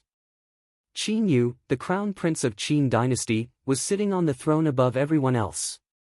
Below him, there were many cultivators from Donghua clan, Futian sword clan, Royal Xian temple, and other forces. Even Ji family had sent someone here to visit the Qin imperial palace. Suddenly, someone from Futian sword clan folded his hands at Qin Yu and said, "Futian sword clan originally wanted to capture Yi Wuchen and bring him here. However, Yi Wuchen has yet to return until now." He followed Yi Futian into the cottage. Qin dynasty had directly eliminated the Lu kingdom, which was close to and as famous as Futian sword clan. How could Futian sword clan not be frightened? Qin Yuan was killed by a person from Futian sword clan. Naturally, they had to send someone here to explain. "I understand," Qin Yu said. "I have already sent Qin Gu to the cottage to ask for Yi Wuchen. However, the cottage is so unscrupulous and they will very likely not hand him over. By that time, what do you think we should do?" Futian Sword Clan will go to the cottage with Qin Dynasty and ask for Yi Wuqian, the person from Futian Sword Clan said. More importantly, this concerns Qin Dynasty. How can the cottage dare not to hand him over? That's right. With the powers Qin Dynasty has now, the cottage will certainly give him to us. After all, the cottage is not involved in this, someone from Ji family also echoed. If the cottage dares to break the rules of Eastern Baron territory like this, I believe that all the forces in Eastern Baron territory will respond to our calling. Royal Xian Temple had sent the Fifth Lord, Hiyulu here. The Lu Kingdom was destroyed and every force in Eastern Baron territory was wildly shocked. In the past, Royal Xian Temple already had some relations with the Qin Dynasty. Now, they would, of course, want to be as close to Qin Dynasty as possible. In addition, there was still resentment between them and the cottage. By then, I hope that everyone will support us, Qin Yu said, smiling. Why did they destroy the Lu Kingdom? It was because they wanted to display their dominance and scare the forces in Eastern Baron territory. Although Futian Sword Clan, Royal Xian Temple, and the like seemed to be very close to Qin Dynasty at the moment, in reality, they all had their own plans. Only absolute powers could instill awe, and perhaps even fear, into them. It would not just be these two forces. By the time Qin Dynasty decided to attack the cottage, they would call upon all the forces in the world to join them. Who would dare not to obey them? Suddenly, some footsteps came from outside the palace. The person coming in seemed to be panicked. Very quickly, someone appeared at the gates of the palace and looked at Qin Yu. Bowing, he said, "Your Highness." Qin Yu raised his head and asked, "What is it?" "Your Highness." The person's mouth twitched, as if he wanted to say something but stopped. He even glanced at the people from other forces. "We're all allies." "Just say it," Qin Yu said. "The spiritual imprint of the third prince has extinguished." The person buried his head low and bowed. Qin Yu's body trembled gently and a horrifying coldness erupted from his eyes. He leaned forward and almost could not prevent his violent might from being released.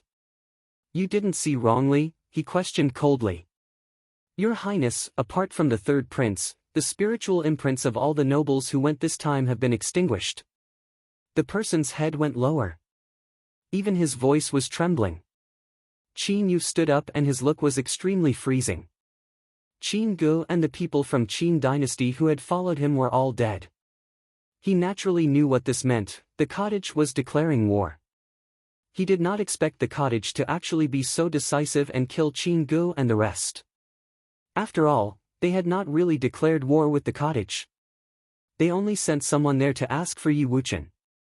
Even if the cottage did not want to hand him over, how could they kill the messengers? Moreover, the person they killed was the prince of Qin Dynasty. Some sharpness also flashed across the cultivators from Futian Sword Clan. They obviously knew what that person meant, the people who went to the cottage were dead. Hiyulu squinted and recalled the scene when his daughter was forced to die. Indeed, the cottage was still so overbearing and supercilious. The expressions of the people from Ji family all froze and they were extremely shocked. The Qin Dynasty cultivators who went to the cottage were all killed. Was this the reply of the cottage to Qin Dynasty? "Everyone, what do you think?" Qin Yu suppressed his anger and looked at the people present. "The cottage is simply too presumptuous and does not follow the rules at all," a cultivator from Futian Sword Clan remarked angrily. "If we do not eliminate the cottage, Qin Gu will have died for nothing," Hiyulu also said coldly. Qin Dynasty should send out the army immediately and attack the cottage.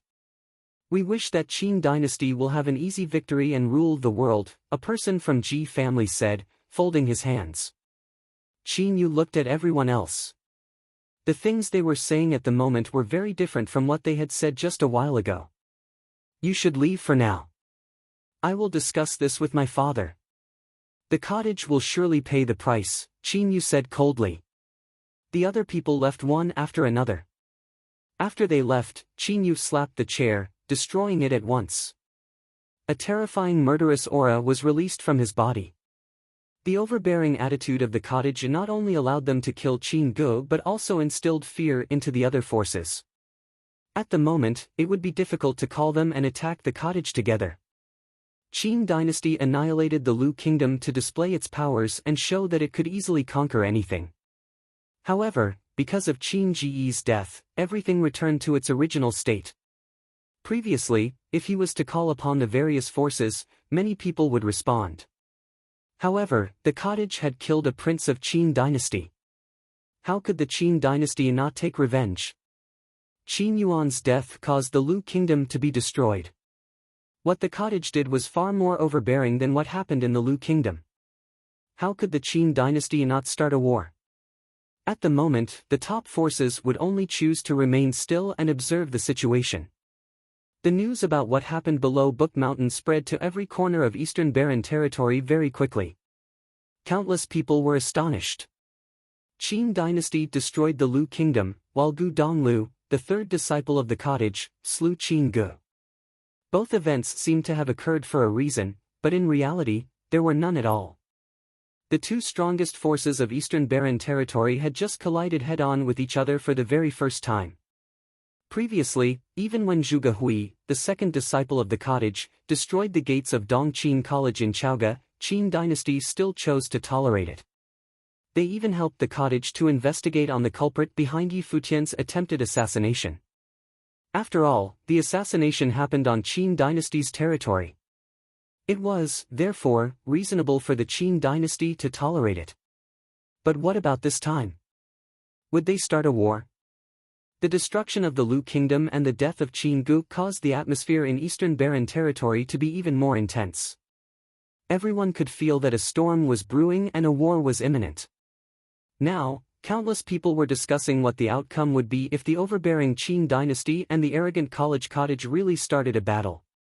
At the cottage, however, nothing seemed to have changed because of Qin Ji's death. The place was still quiet and peaceful, just like always.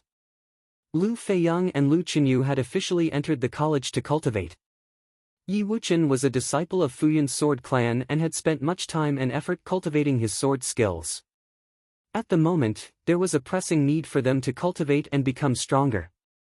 After all, they were still too weak to be involved in the situation in Eastern Barren territory. Only when they became sufficiently strong and had powers close to that of Gu Donglu, they could participate in the war in Eastern Barren territory. During mealtime, Yi Futian asked everyone else, "Sister, brother, will Qin dynasty start a war?" "I'm not sure." Luo Fan shook his head. However, whether they choose to start a war or not, it will be difficult for them to get help from the other forces. Those who dared to participate in the war would need to be prepared for death. Yi Futian nodded. The second sister had asked the third brother to disable Qin Gu and the others. That time, he even thought that the second sister was being too impulsive. Afterward, however, he realized that the second sister and the third brother did so not just because they were angry, they also wanted to shock the other forces. Qin dynasty eliminated the Lu kingdom and showed the intention to attack the cottage.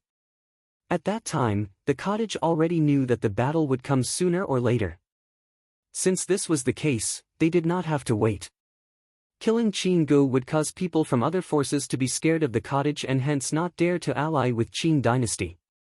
"What's the master's level?" Yi Futian asked. Actually, he was not even sure of the real powers of the cottage now. The eldest brother, second sister, third brother, and the master should be the strongest members of the cottage, but he only knew how strong the third brother Gu Donglu was. Clearly, he was still somewhat worried. Since Qin dynasty dared to fight against the whole world, they certainly had a source of confidence. "Why are you thinking so much? Just concentrate on cultivating. In the future, I still need you to protect me." The second sister smiled and glanced at Yi Futian. Yi Futian smiled and felt speechless. However, after looking at the second sister, he said in a serious tone, "In the future, I'll surely protect you." "Right, that will be great." Zhuge Hui reached out her hand and patted on Yi Futian's head. Immediately, Yi Futian's expression froze, along with his hands. He did not know whether to laugh or cry. I am, after all, an adult. Could you please not do this? Originally, I wanted to fulfill the master's aspiration here in a gentle way. But from the look of it, that would be too difficult, the second sister sighed. The tree desires calmness, but the wind will not cease.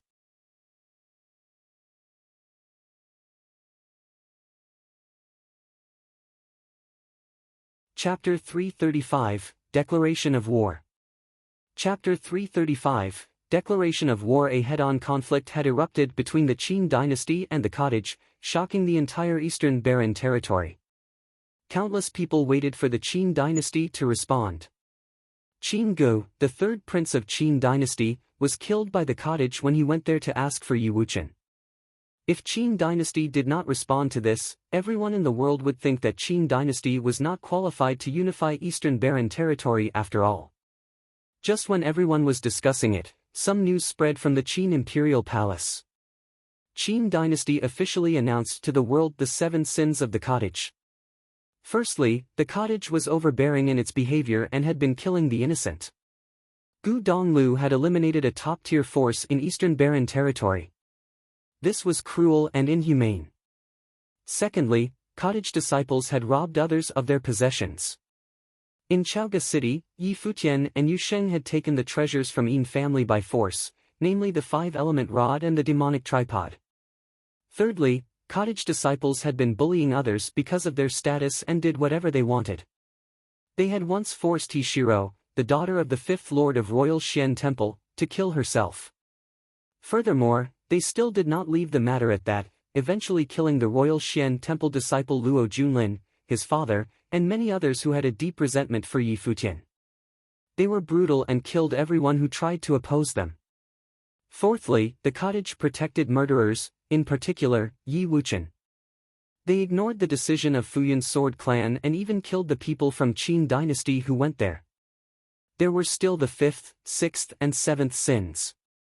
It was as if the cottage had done much evil and could not be forgiven. Qin dynasty announced that they would send their army to the divine capital and attack the cottage in order to protect eastern barren territory.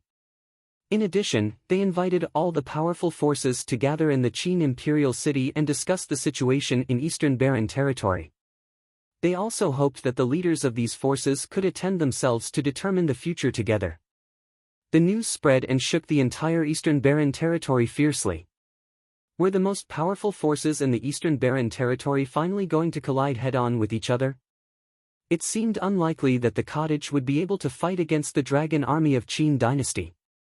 Apart from that, the Qin dynasty invited all the powerful forces to gather in the Qin imperial city. They probably wanted to attack the cottage with the aid from these forces. Of course, the Qin dynasty did not say it directly but only claimed that they would discuss the situation together. However, everyone knew the truth. Qin dynasty had already officially declared war on the cottage, so the various forces obviously could not reject the Qin dynasty's invitation. At the moment, the Qin dynasty was extremely powerful and it had easily destroyed the Lu kingdom. Even if they did not want to fight with the Qin dynasty, they had to give Qin dynasty some face. Moreover, the battle between the Qin dynasty and the cottage would be considered a top-tier one in the eastern barren territory. Everyone wanted to watch it for themselves. The eastern barren territory was stirred up. Immediately, the cultivators from various top forces left their places. The leaders of many forces also departed themselves and headed towards the Qin imperial city, leading their fellow members. Even they would be involved in the great change that was imminent in eastern barren territory. The cottage, of course, also received the news, but it was expected. Qin dynasty wanted to rule the world and Gu Donglu killed Qin Gu directly. This was almost like declaring war. How could the Qin dynasty not respond to it? The Qin imperial city was filled with many talented people. For a moment, the forces in the eastern barren territory all gathered here. It was not just the top forces, cultivators from various forces reached one after another, especially those subsidiary forces under the Qin dynasty. Very quickly, news spread from the Qin imperial city, Futian's sword clan had arrived. Even the leader of Futian's sword clan, together with several summit lords, was here. Afterward, the people from Royal Xian Temple also arrived.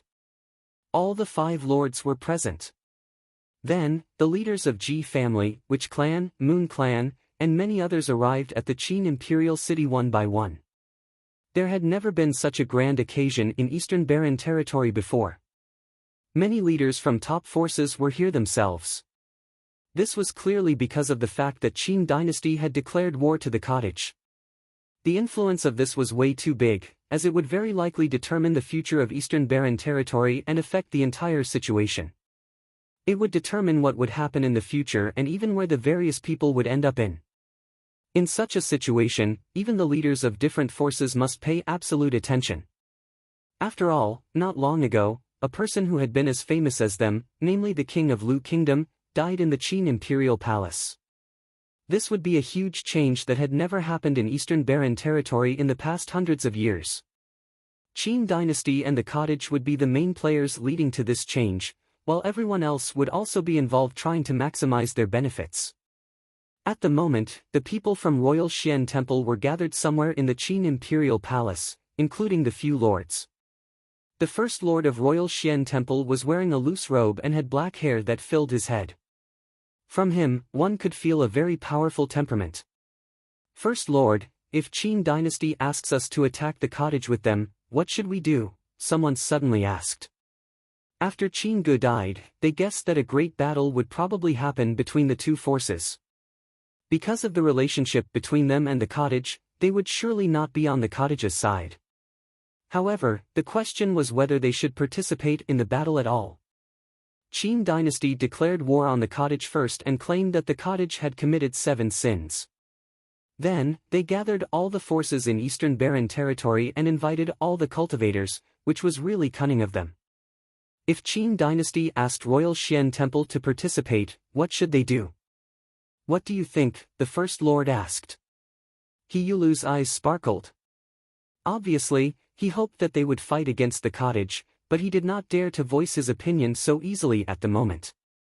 Clearly, we cannot participate in the battle easily, Xiao Luo suddenly said. Xiao Luo, what's your opinion? The first lord asked. Xiao Luo looked at his master. Bowing, he replied, Qin dynasty and the cottage are both extremely strong. They probably both want to unify Eastern Barren territory. Even though we cannot prevent this from happening, it will be dangerous for us to get involved easily.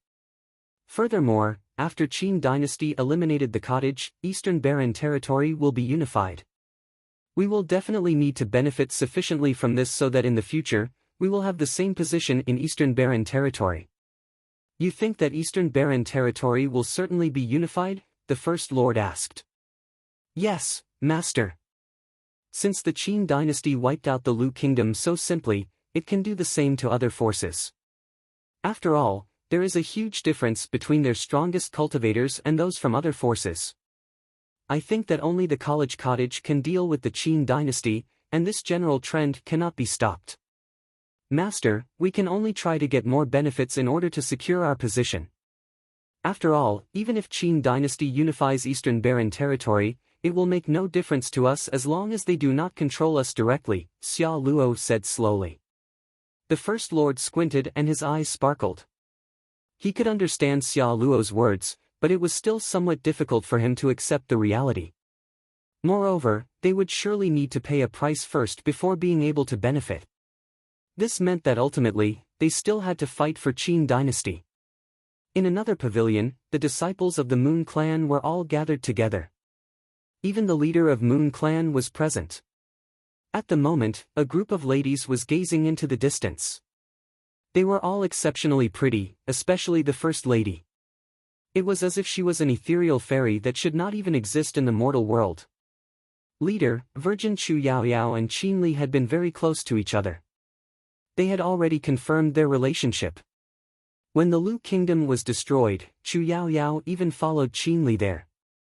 I am worried that we have already been tied to Qin dynasty since then, a lady said. After all, The Virgin of Moon Clan had a very high status and her words were often influential. She could represent Moon Clan when she was outside. Goddess Wang Yue did not say anything but her eyes sparkled. Chu Yao Yao had been very close to Qin Li and was already Qin Li's girlfriend. On the other hand, another genius from Moon Clan was the girlfriend of Yi Futian, a cottage disciple. This was indeed very tricky. How should they handle the situation? Apart from them, all the leaders in Eastern Barren Territory were thinking of the same question. If Qin dynasty asked them to attack the cottage, what should they do? Qin dynasty was really too cunning. Instead of just declaring war, they summoned everyone in Eastern Barren Territory to this place.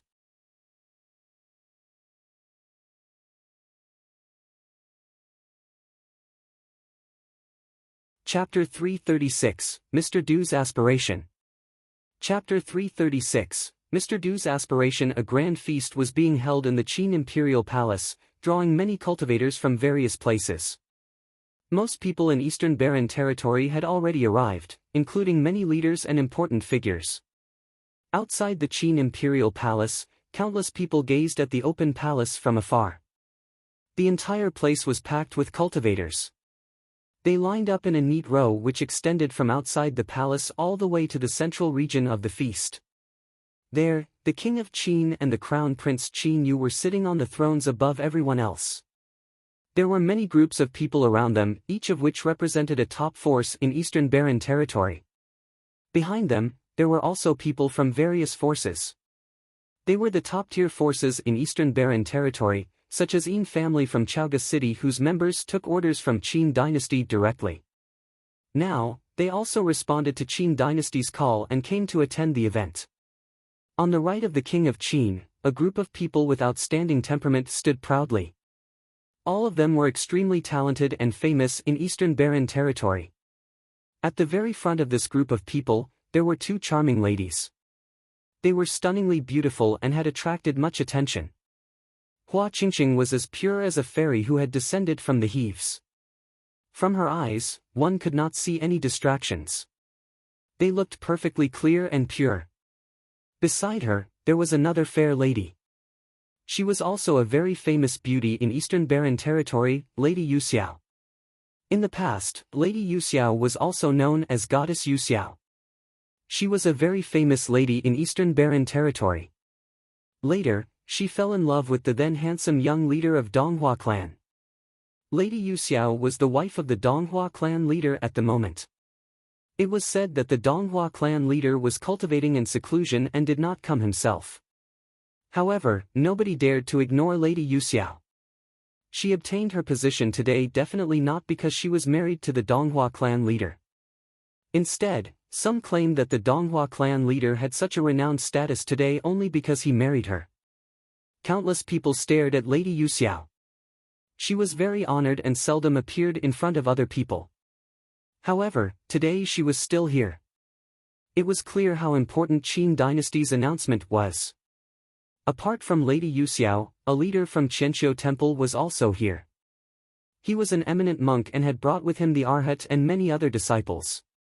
Apart from that, many leaders and important figures from Futian Sword Clan, Royal Xian Temple, Witch Clan, Moon Clan, and Ji family were also present. Seeing these people, many cultivators around sighed in their hearts. This was all because of the destruction of Lu Kingdom. Qin dynasty invited all the cultivators in the world and countless people responded. Although various top forces did not declare their position, they still could not ignore the Qin dynasty. Indeed, they were all present, including many important people. Qin dynasty had, after all, easily destroyed the Lu kingdom. Moreover, Donghua clan was also Qin dynasty's ally.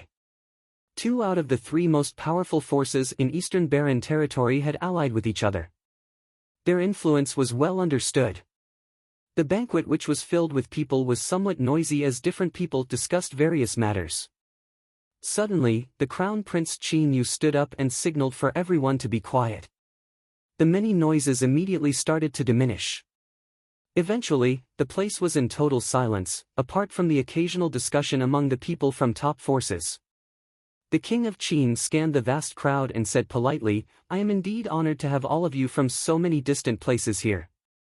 Many cultivators folded their hands and said, "Your Majesty, we're honored as well. I will not be too polite or indirect. I think that everyone can see the situation in the Eastern Barren Territory at the moment clearly. We happily sent a group of people to the Lu Kingdom so as to propose marriage, as my son Qin Yuan wanted to marry Lu Qinyu, Princess of Lu Kingdom. However, he was assaulted in the Lu Kingdom Imperial Palace and died miserably in a foreign kingdom. Every time I think about this, I feel great pain. The Lu Kingdom is cruel and inhuman and should be destroyed. Because of this, many people in the Lu Kingdom paid the price. However, the culprits Lu Qinyu, Lu Feiyang, and the murderer, Yi Wuqian, are still happy and unpunished today. The cottage is protecting these murderers. The king of Qin said angrily, "Because of this, they even killed Qin Gu who went there. My son Qin Gu was very talented, but he died in such a petty way. Even during a war between two nations, no one kills the messengers. The cottage is simply frenzied and does whatever they want. I think that all of you have also heard about and can remember the 7 sins they committed. Such a force should not have even existed in Eastern Barren Territory. Today, we invited all of you here to discuss this. What are your opinions?" The eyes of the people from various forces all sparkled. They each had their own plans. The cottage is indeed lawless and ignores the hidden rules in the Eastern Barren Territory. Futian Sword Clan now officially announces that we have expelled Yi Wuqian from the clan. Your Majesty, you can punish him in whatever ways you want and you do not need to care about Futian Sword Clan's view, the leader of Futian Sword Clan suddenly declared. Everyone's eyes sparkled. This was also an outcome they had long expected. Futian Sword Clan did not agree to fight alongside Qin dynasty because it would be extremely risky. The cottage slew Qin Gu. How could the various forces not be frightened? Arrogance and boldness were built upon immense confidence, while confidence came from power. The boldness and confidence of the cottage caused them to be very afraid. The king of Qin glanced at the leader of Futian Sword Clan. Indeed, although they managed to summon various forces here today, the different forces all had their own thoughts. They would clearly not make a decision just because of his words. Over these few years, the cottage has indeed crossed the line, especially this time when they killed Qin Gu. Qin dynasty should go there and make sure that justice is served, a lord of Royal Xian Temple said. His reply was very ambiguous. On the other hand, the people from the Moon Clan, Ji family, and other forces all watched quietly and did not say anything. They had to observe the situation first. A major change was imminent in the Eastern Barren Territory. None of them knew what was about to happen. "Master, what do you think?" Suddenly, the king of Qin looked at the eminent monk from Qianqiu Temple. He was wearing a kasaya and had prayer beads around his neck and in his hand. At the moment, he grabbed the beads around his neck and closed his eyes. Then, he made some obscure noises and shook his head gently without replying to the king. The king of Qin looked at everyone present. It seemed that they would not make a decision until they could see a clear objective. Over these years, the cottage has become more and more uncontrolled. It now already has the potential to threaten the entire Eastern Barren Territory. If we wait for a few more years, Eastern Barren Territory will probably be ruled by the cottage. By that time, all of your lives will be in the hands of the cottage. The king of Qin said emotionlessly, "Therefore, I want to put an end to this situation. I invited all of you here to create a new era." The moment when he finished speaking, the place turned even quieter. Was the king of Qin planning to show his cards to Eastern Barren Territory? Create a new era? Whose era? Your Majesty, do you want to unify the Eastern Barren Territory? The leader of the Witch clan stared at the king of Qin with a sharp look. He asked the question which everyone else wanted to. No, I want to change Eastern Barren Territory, together with all of you, because I do not want you to disappear into the river of history just like Qin dynasty, the king of Qin said. Disappear? Goddess Wangyue from Moon Clan looked at the king and said, "Your Majesty, is that too exaggerated? Although the cottage is supercilious, its members do not seem to have the intention to rule the world. Goddess, do you know why the relationship between the cottage and the college is not good?" The king of Qin stared at Goddess Wangyue. "Why is that so?" Goddess Wangyue asked. "This is a top secret. Even I only know bits and pieces of it," the king said emotionlessly. "The reason is that the chief of the college and Mr. Du from the cottage have different aspirations." That time, the eldest disciple of the cottage, Sword Saint, was extremely powerful and shocked the world in just one battle. Everyone thought that they could already see the glory of the college as another super being had been born. However, when Sword Saint asked Mr. Du if he should stay on Book Mountain, Mr. Du asked him to leave and build his own clan. The college has the cottage with them. Even at this point, they can easily become the top clan in the Eastern Barren territory. When all the cottage disciples are strong enough, what position will the college have? They can conquer the world. Everyone has ambition, including the college. The college wants to become the totem head of the Eastern Barren territory, but Mr. Du did not follow the will of the college. Instead, he only did what he wanted to. Is it because he does not have wild ambition at all? The king looked at the crowd and said in a serious tone, "It's the opposite. Mr. Du's plans and ambition are even larger, wilder than the college chief." The eldest disciple, Sword Saint, built Sword Saint Mountain. By the time the second, third, and even fourth disciples begin to establish their own clans, the entire Eastern Barren territory will belong to the cottage. The other forces will no longer be able to do anything about it. If there is really such a day, ask yourself this: how are your talents compared to the Sword Saint and Gu Donglu? By that time, the cottage disciples will establish their own forces, and will anyone join your forces? The cottage does not even have to fight. They just need to wait for time to pass before they can become the symbol of the Eastern Barren territory. At that time, who will remember the Witch Clan? Or the Moon Clan? You will just vanish into the river of history. "This is Mr. Du's aspiration," the king said, staring at everyone else. They knew what the king had just said was very likely to be true. If there was really such a day, the cottage would not have to battle at all to unify the Eastern Barren territory. By that time, the cottage would become the absolute holy land in Eastern Barren territory. Furthermore, even if they wanted to fight back by then, they would not be strong enough to deal with the cottage disciples.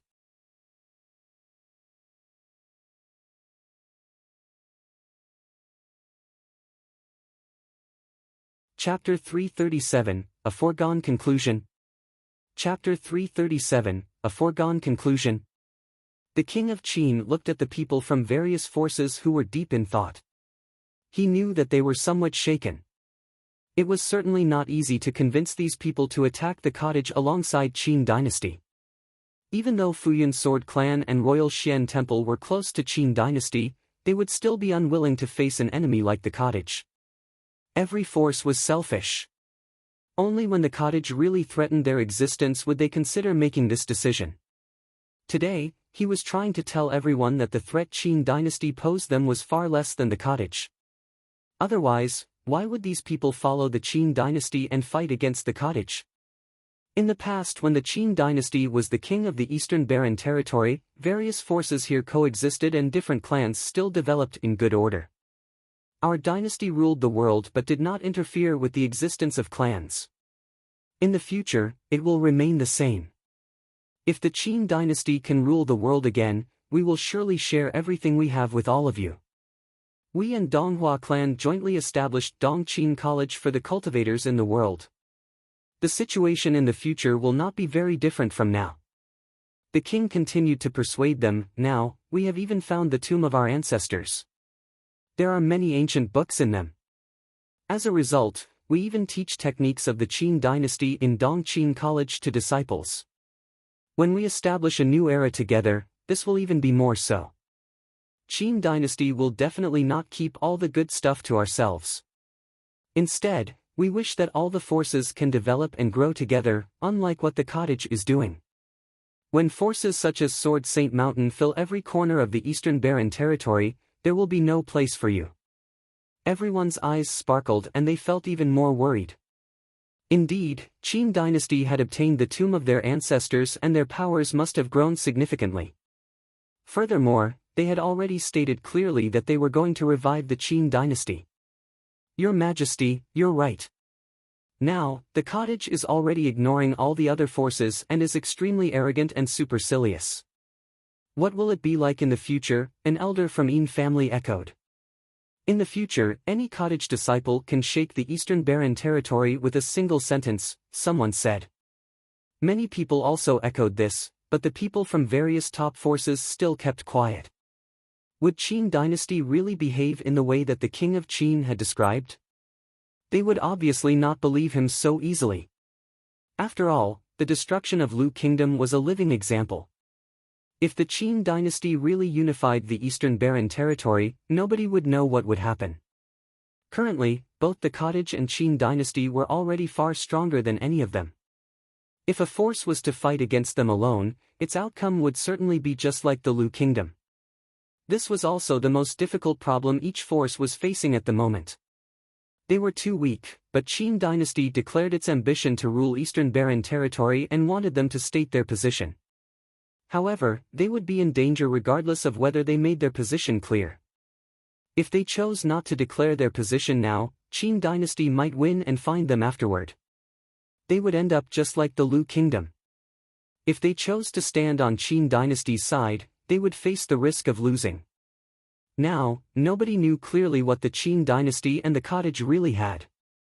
Qin dynasty was confident because they were strong, had allied with Donghua clan, and found the tomb of their ancestors.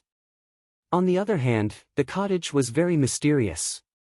Nobody knew whether Mr. Du from the cottage really knew about cultivation or not, or how strong he was. I know that you still have concerns and are worried that I will not keep my promise. But please rest assured. As long as you are willing to attack the cottage with us, I will bring you to the tomb. There, you will be strengthened by our ancestors and obtain sage ritual implements. I am even willing to take a blood oath with you in front of the tomb. The only goal of the Qin dynasty is to restore the glory we once had and not to own everything in the world, the king of Qin announced loudly.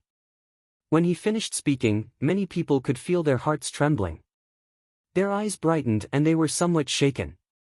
Only real benefits could move a person. Eastern Barren territory would be unified sooner or later. They could not resist the general trend at all. When Qin dynasty destroyed the Lu Kingdom and the cottage killed Qin Gu, the situation in the Eastern Barren territory changed from being subtle to clear. A war could erupt at any time, and the current era seemed to be approaching its end at an accelerated pace. Nobody could stop the torrents of this trend. Just now, Qin dynasty had been discussing the cottage's threat. Now, they mentioned about being strengthened by their ancestors and obtaining sage ritual implements. How could they not be moved? Suddenly, Xia Luo, a disciple of the First Lord of Royal Xian Temple, said to his master secretly, "Master, if we want to get the upper hand in the future, we must get their trust now. There is no time to hesitate." The relationship between Royal Xian Temple and the cottage is already unrepairable unless we tie the Fifth Lord up and give him to the cottage. The First Lord's eyes sparkled. He knew that his disciple was only describing the reality, but Royal Xian Temple would obviously not give the Fifth Lord to the cottage. Otherwise, Royal Xian Temple would no longer be able to have a firm standing in the Eastern Barren territory.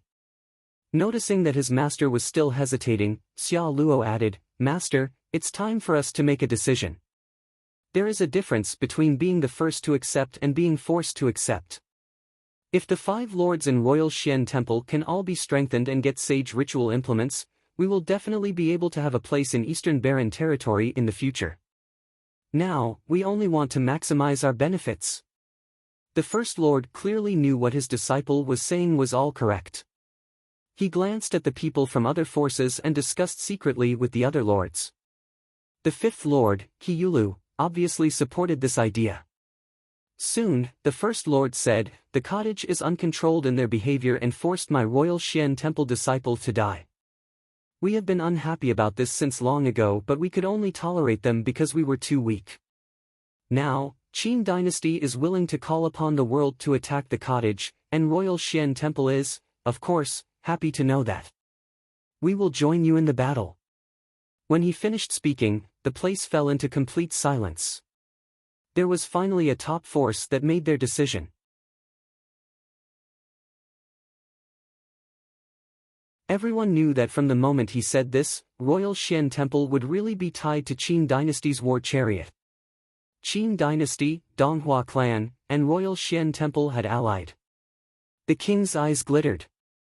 Finally, a force declared its position. What Qin dynasty needed the most at the moment was such a primer. The statement from the First Lord of Royal Xian Temple was sufficient to break the mental defense of the other leaders. The outcome was already a foregone conclusion, they had to join the Qin dynasty. Thinking about this, he glanced inadvertently at Xia Luo, who was sitting behind the First Lord of Royal Xian Temple. Xia Luo's real surname was Qin, and he had stayed in Royal Xian Temple for many years, all for this moment. In the future, he could assist his brother Qin Yu in ruling. Xia Luo was also extremely excited at the moment, but he still controlled himself. He was sent to Royal Xian Temple when he was young, so naturally, he was very adept at hiding his emotions. In the many years at Royal Xian Temple, he had never once displayed any relationship to Qin dynasty. He even did not really contact the Qin dynasty. Only in Chaoga City did he start to execute Qin dynasty's plan. Finally, at this very important moment, he played a key role. He knew clearly that at such a time, the leaders of various forces only needed a primer, and he had played his role well, causing the First Lord of Royal Xian Temple to make the decision. Great! With your decision, Qin dynasty, Donghua clan, and Royal Xian Temple will definitely achieve a lot. Who else is willing to join me and establish a new era? The king asked loudly. Your Majesty, we will follow you, a person from Yin family made his stance.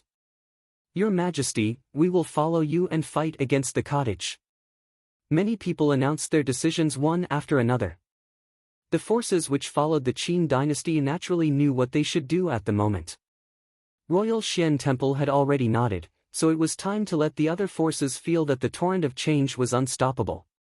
The various top forces all felt some pressure from the situation.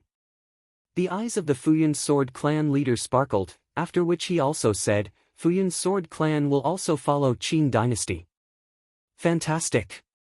With the aid of Futian Sword Clan, we can accomplish anything, the king said, grinning. Congratulations, Your Majesty. You will certainly destroy the cottage and rule the Eastern Barren territory. The voices of people became stronger and stronger. The cultivators from the Witch clan, Ji family, and the Moon clan sat on their seats. Looking at the scene before them, they all sighed in their hearts. Although the true strength of the cottage was unknown, they would probably not be able to fight against so many major forces. Even if Mr. Du from the cottage knew how to cultivate, he should not be stronger than the college chief. The top cultivators from Qin dynasty and Donghua clan would be able to deal with him. In the Qin imperial palace, the sound waves turned into a terrifying mass which spread outwards continuously. The crowd in the distance felt the power of the torrent and was deeply shocked. A new era was approaching. Were the college and the cottage going to be destroyed? Suddenly, a man in a black shirt appeared among the vast crowd outside the palace. He looked ordinary and was wearing a black robe which swung in the air. He also had long, black hair. On his usual-looking face, however, there was a pair of eyes which looked as mysterious and deep as the stars, making him somewhat unusual. Through the loud noises, he walked calmly towards the palace step by step. Occasionally, some people would look at him and notice his special temperament. They would frown and think about why he had attracted their attention although he looked ordinary. It felt as if at the moment they saw him, they knew that he was certainly extraordinary, unlike his appearance. Very soon, the man reached the gates of the palace and continued to walk forward. Seeing him, a guard outside the Qin imperial palace questioned, "Who are you?" The person ignored him and still walked slowly towards the palace. From his body, a faint might was being released. Seeing the scene, a guard walked forward and shouted, "Stop." However, the person did not seem to have heard anything and continued to advance. A murderous aura was emitted from the guards, but in the next instant, the man in black shirt took a step forward and an invisible current started to flow. Immediately, the space around him seemed to freeze. The guards stopped and stood motionlessly at their spots like statues. They just watched as the person walked past them and into the palace. Very soon, the guards could move again. They could all feel their bodies being filled with cold sweat and only astonishment could be seen on their faces. Such a terrifying person. Just now, they felt that if they were to move even slightly, they would be crushed into a million pieces.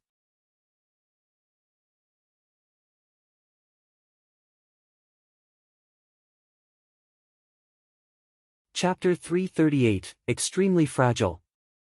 Chapter 338, Extremely Fragile. Amidst the crashing tides, the black-clothed man stepped forward. His aura seeped out bit by bit. Many people from the surroundings looked at him strangely. He looked average, but his eyes were very deep. His eyebrows were different too. They were like crescent moons but also like broadswords. Some from the Qin dynasty furrowed their brows. Bodies flashing, they went to him. "Who are you?" someone asked. The man didn't reply. He continued forward, his aura shrouding over who was before him. In an instant, those hearts started trembling, their pupils contracting. That moment, they felt that they were in a terrifying space.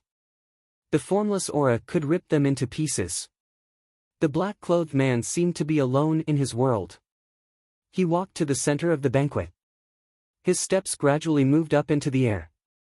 Each step was higher than the last. Gradually, more and more people discovered his existence. Many people looked up, eyebrows arching. Emperor Qin had gathered all strong cultivators here. Everyone present was a top figure of the Eastern Barren Territory's top forces. Who was this guy? How dare he be so impolite and crazy as to walk in the air? The guards moved to stop him, but his aura abruptly became extremely terrifying. The horrible intent radiated from him, creating a force field in the vast space. Those who wanted to stop him froze in the air, staring at him. Hiss! Piercing sounds rang out in the air. An invisible force shrouded the space, pushing down the crashing tide. The sound weakened and everyone looked up. They saw the black-clothed man walking towards the center of the stage.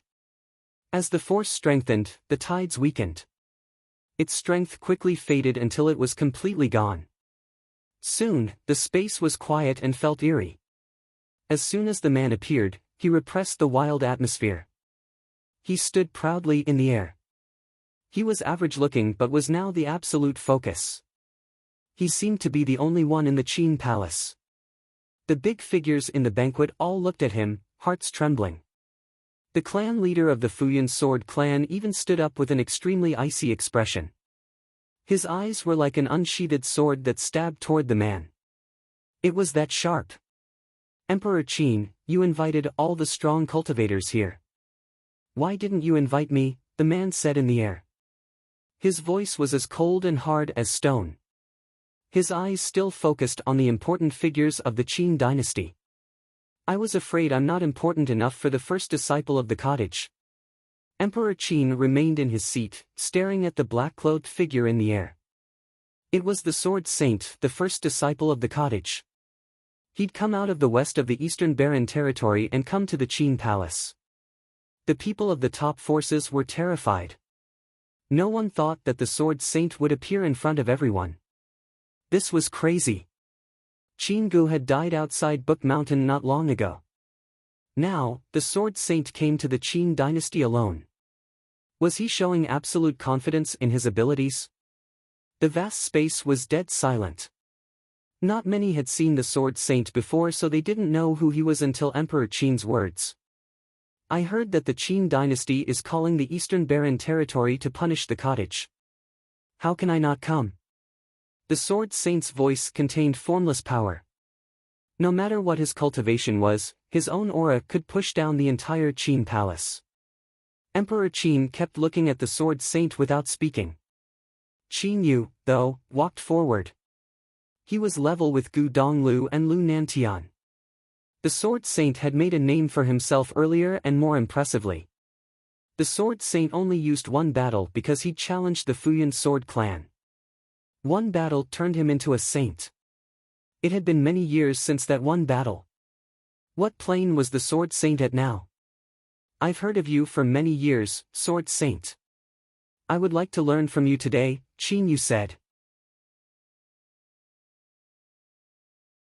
A gust of horrible battle intent radiated from him.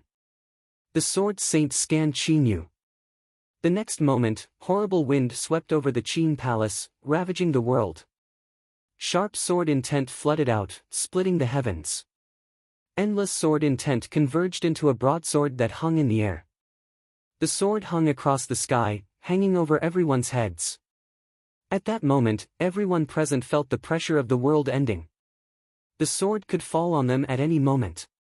Countless people looked up at the sword saint, especially those from the top forces. What level was he at now? Hiss! The hovering sword came down. Without saying anything, the sword saint moved directly. This action didn't seem to use any skill or spell. It was just like a plain sword movement. The sword floated down as if it was unthreatening. Just like a flash of light, it didn't target anyone. Instead, it stabbed the center of the stage, the location of the banquet. No one moved, whether because the sword was too fast or because they weren't the targets. Anyway, no one stopped the sword and let it fall and split the center of the Qin palace's ground. A thin crack appeared, spreading outward in different directions like a tree's roots. It expanded crazily in every direction before stopping at the feet of the top forces. The Futian sword clan leader looked down at the thin crack by his feet. Sharp broadsword light seemed to shine from it. The light contained incredible broadsword intent, it seemed eternal. Sword intent shone from the leader's eyes, rushing into the crack. It found the broadsword intent and tried to erase it, but it was impossible. Discovering this, he trembled involuntarily. He knew what this meant. It meant that the sword saint had sage intent now. He'd surpassed the Futian sword clan's leader and his sword intent. The lord of the royal Xian temple also looked down to feel the broadsword intent. His arm trembled, his expression was uncomfortable. The other people all looked down and were unsettled. Those who had lower planes felt that their souls would be ripped apart when they felt the broadsword intent. Hiss, hiss. At that moment, the broadsword intent in the crack exploded. It tore apart everything as it expanded crazily. The ground was ripped apart with horribly deep fissures. The light dimmed and the remaining broadsword intent scattered. All that remained was the mark. One could still feel the horrible existence within it. The vast palace was dead silent. Just as the Qin dynasty called the Eastern Barren territory to prepare to punish the cottage, the first disciple appeared. He just walked into the palace and made one move. He seemed to be the only one here. The strong cultivators of the Qin dynasty were uncomfortable, especially Emperor Qin and Qin Yu, the crown prince. Just then, Qin Yu pulled out the golden dragon spear. A dragon roared faintly as if it contained the soul of a dragon. The sword saint's one move told him that the sword saint had progressed much further than him.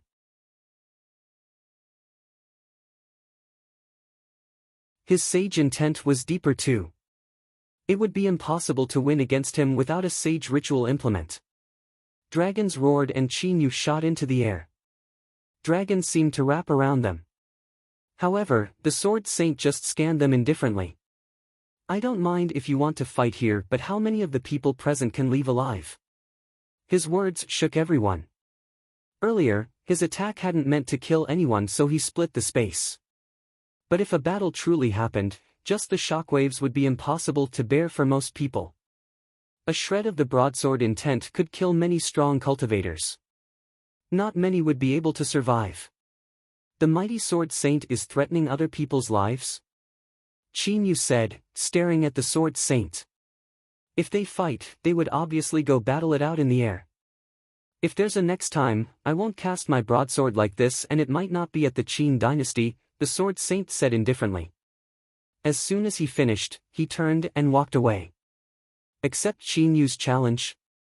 He didn't have time for something so boring. Seeing how the Qin dynasty had treated the Lu kingdom and were about to attack the cottage, he'd come to the Qin dynasty. Now he had to play with Qin Yu.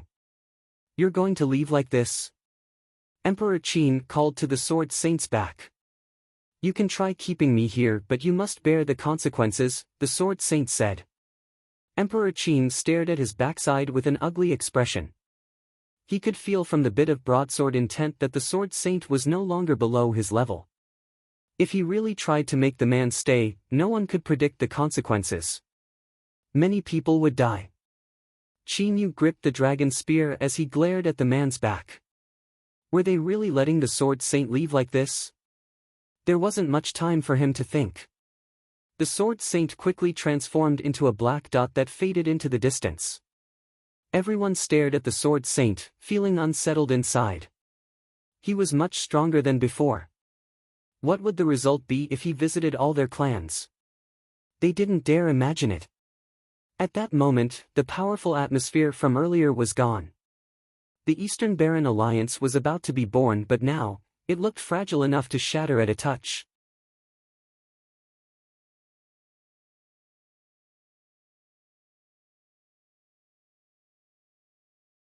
Chapter 339, Teacher is very lazy.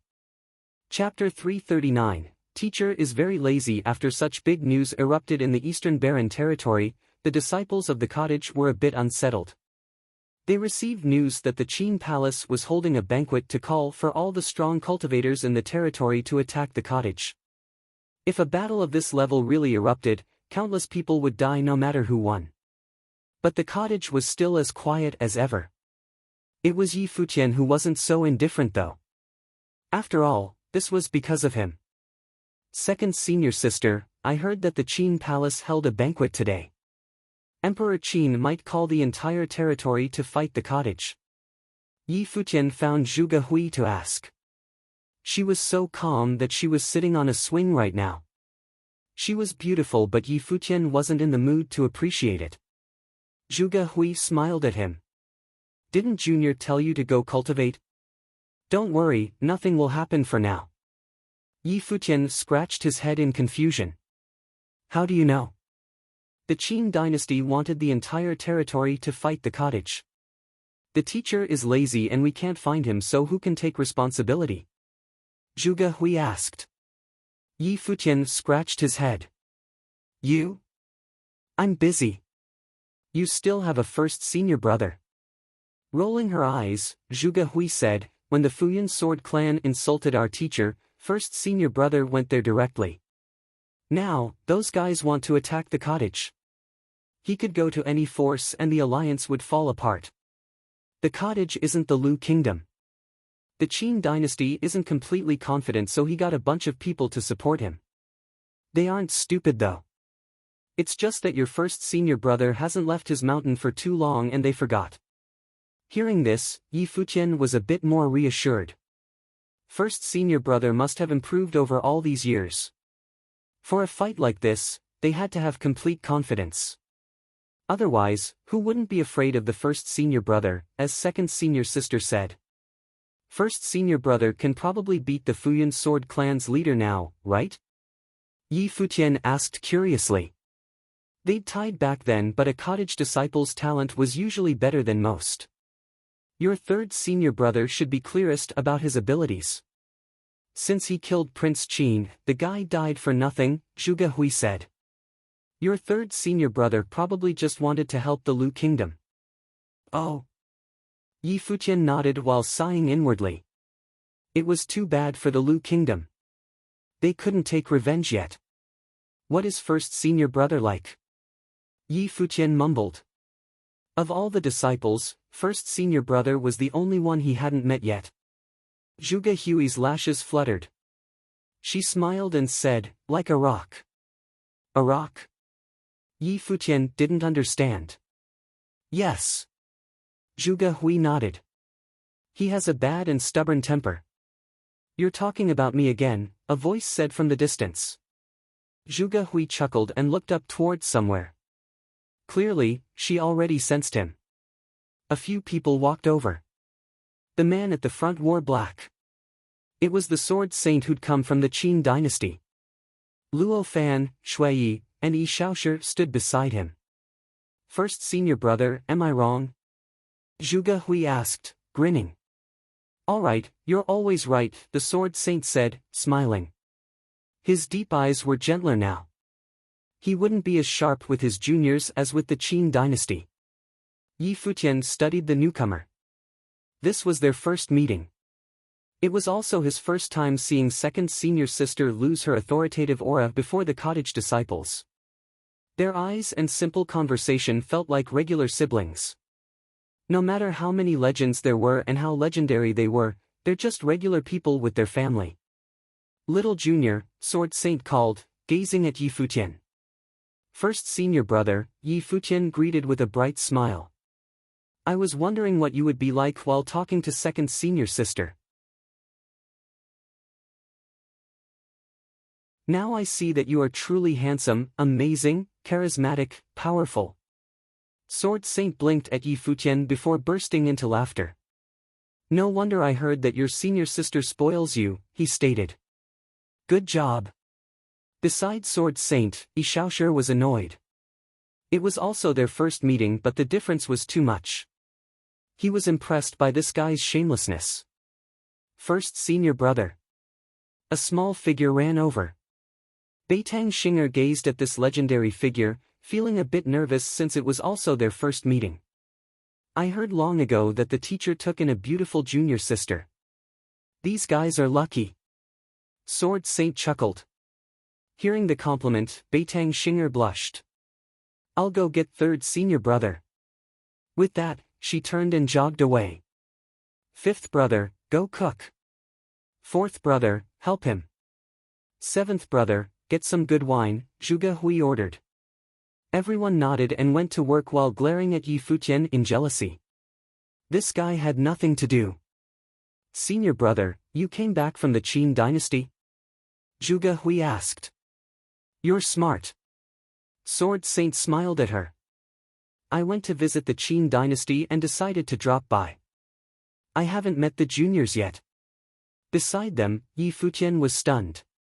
First senior brother had talked about visiting the Qin dynasty so casually. He wondered how amazing it must have been. Prince Qin Gu of the Qin dynasty had died under Gu Donglio's hands.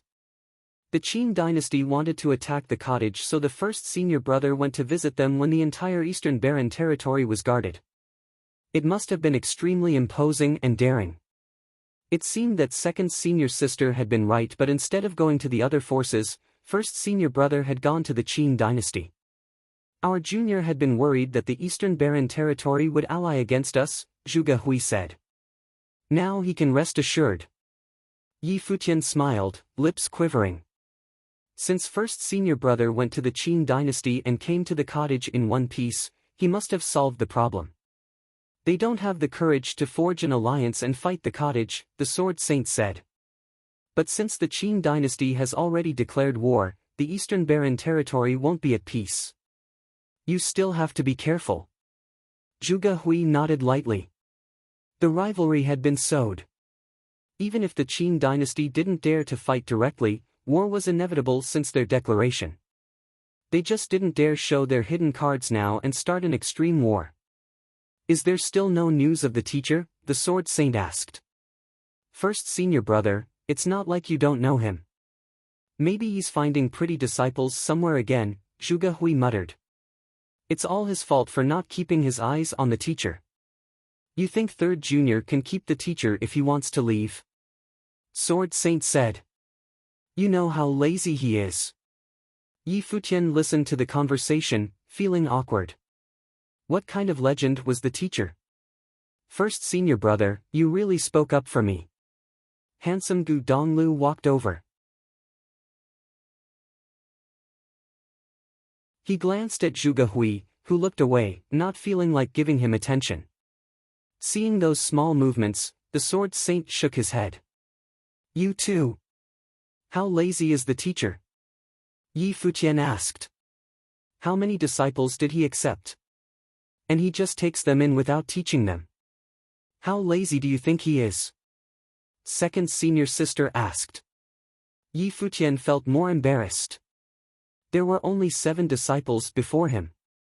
And the teacher just took them in without teaching. He truly was lazy. So many people are dreaming that the teacher wanted to rule over the Eastern Barren territory. Shaking his head, the Sword Saint said, "It would be great if that old man has those aspirations." Zhuge Hui's eyes glimmered. If one knew how lazy the teacher truly was, one would know how bizarre it was to rule over the Eastern Barren territory.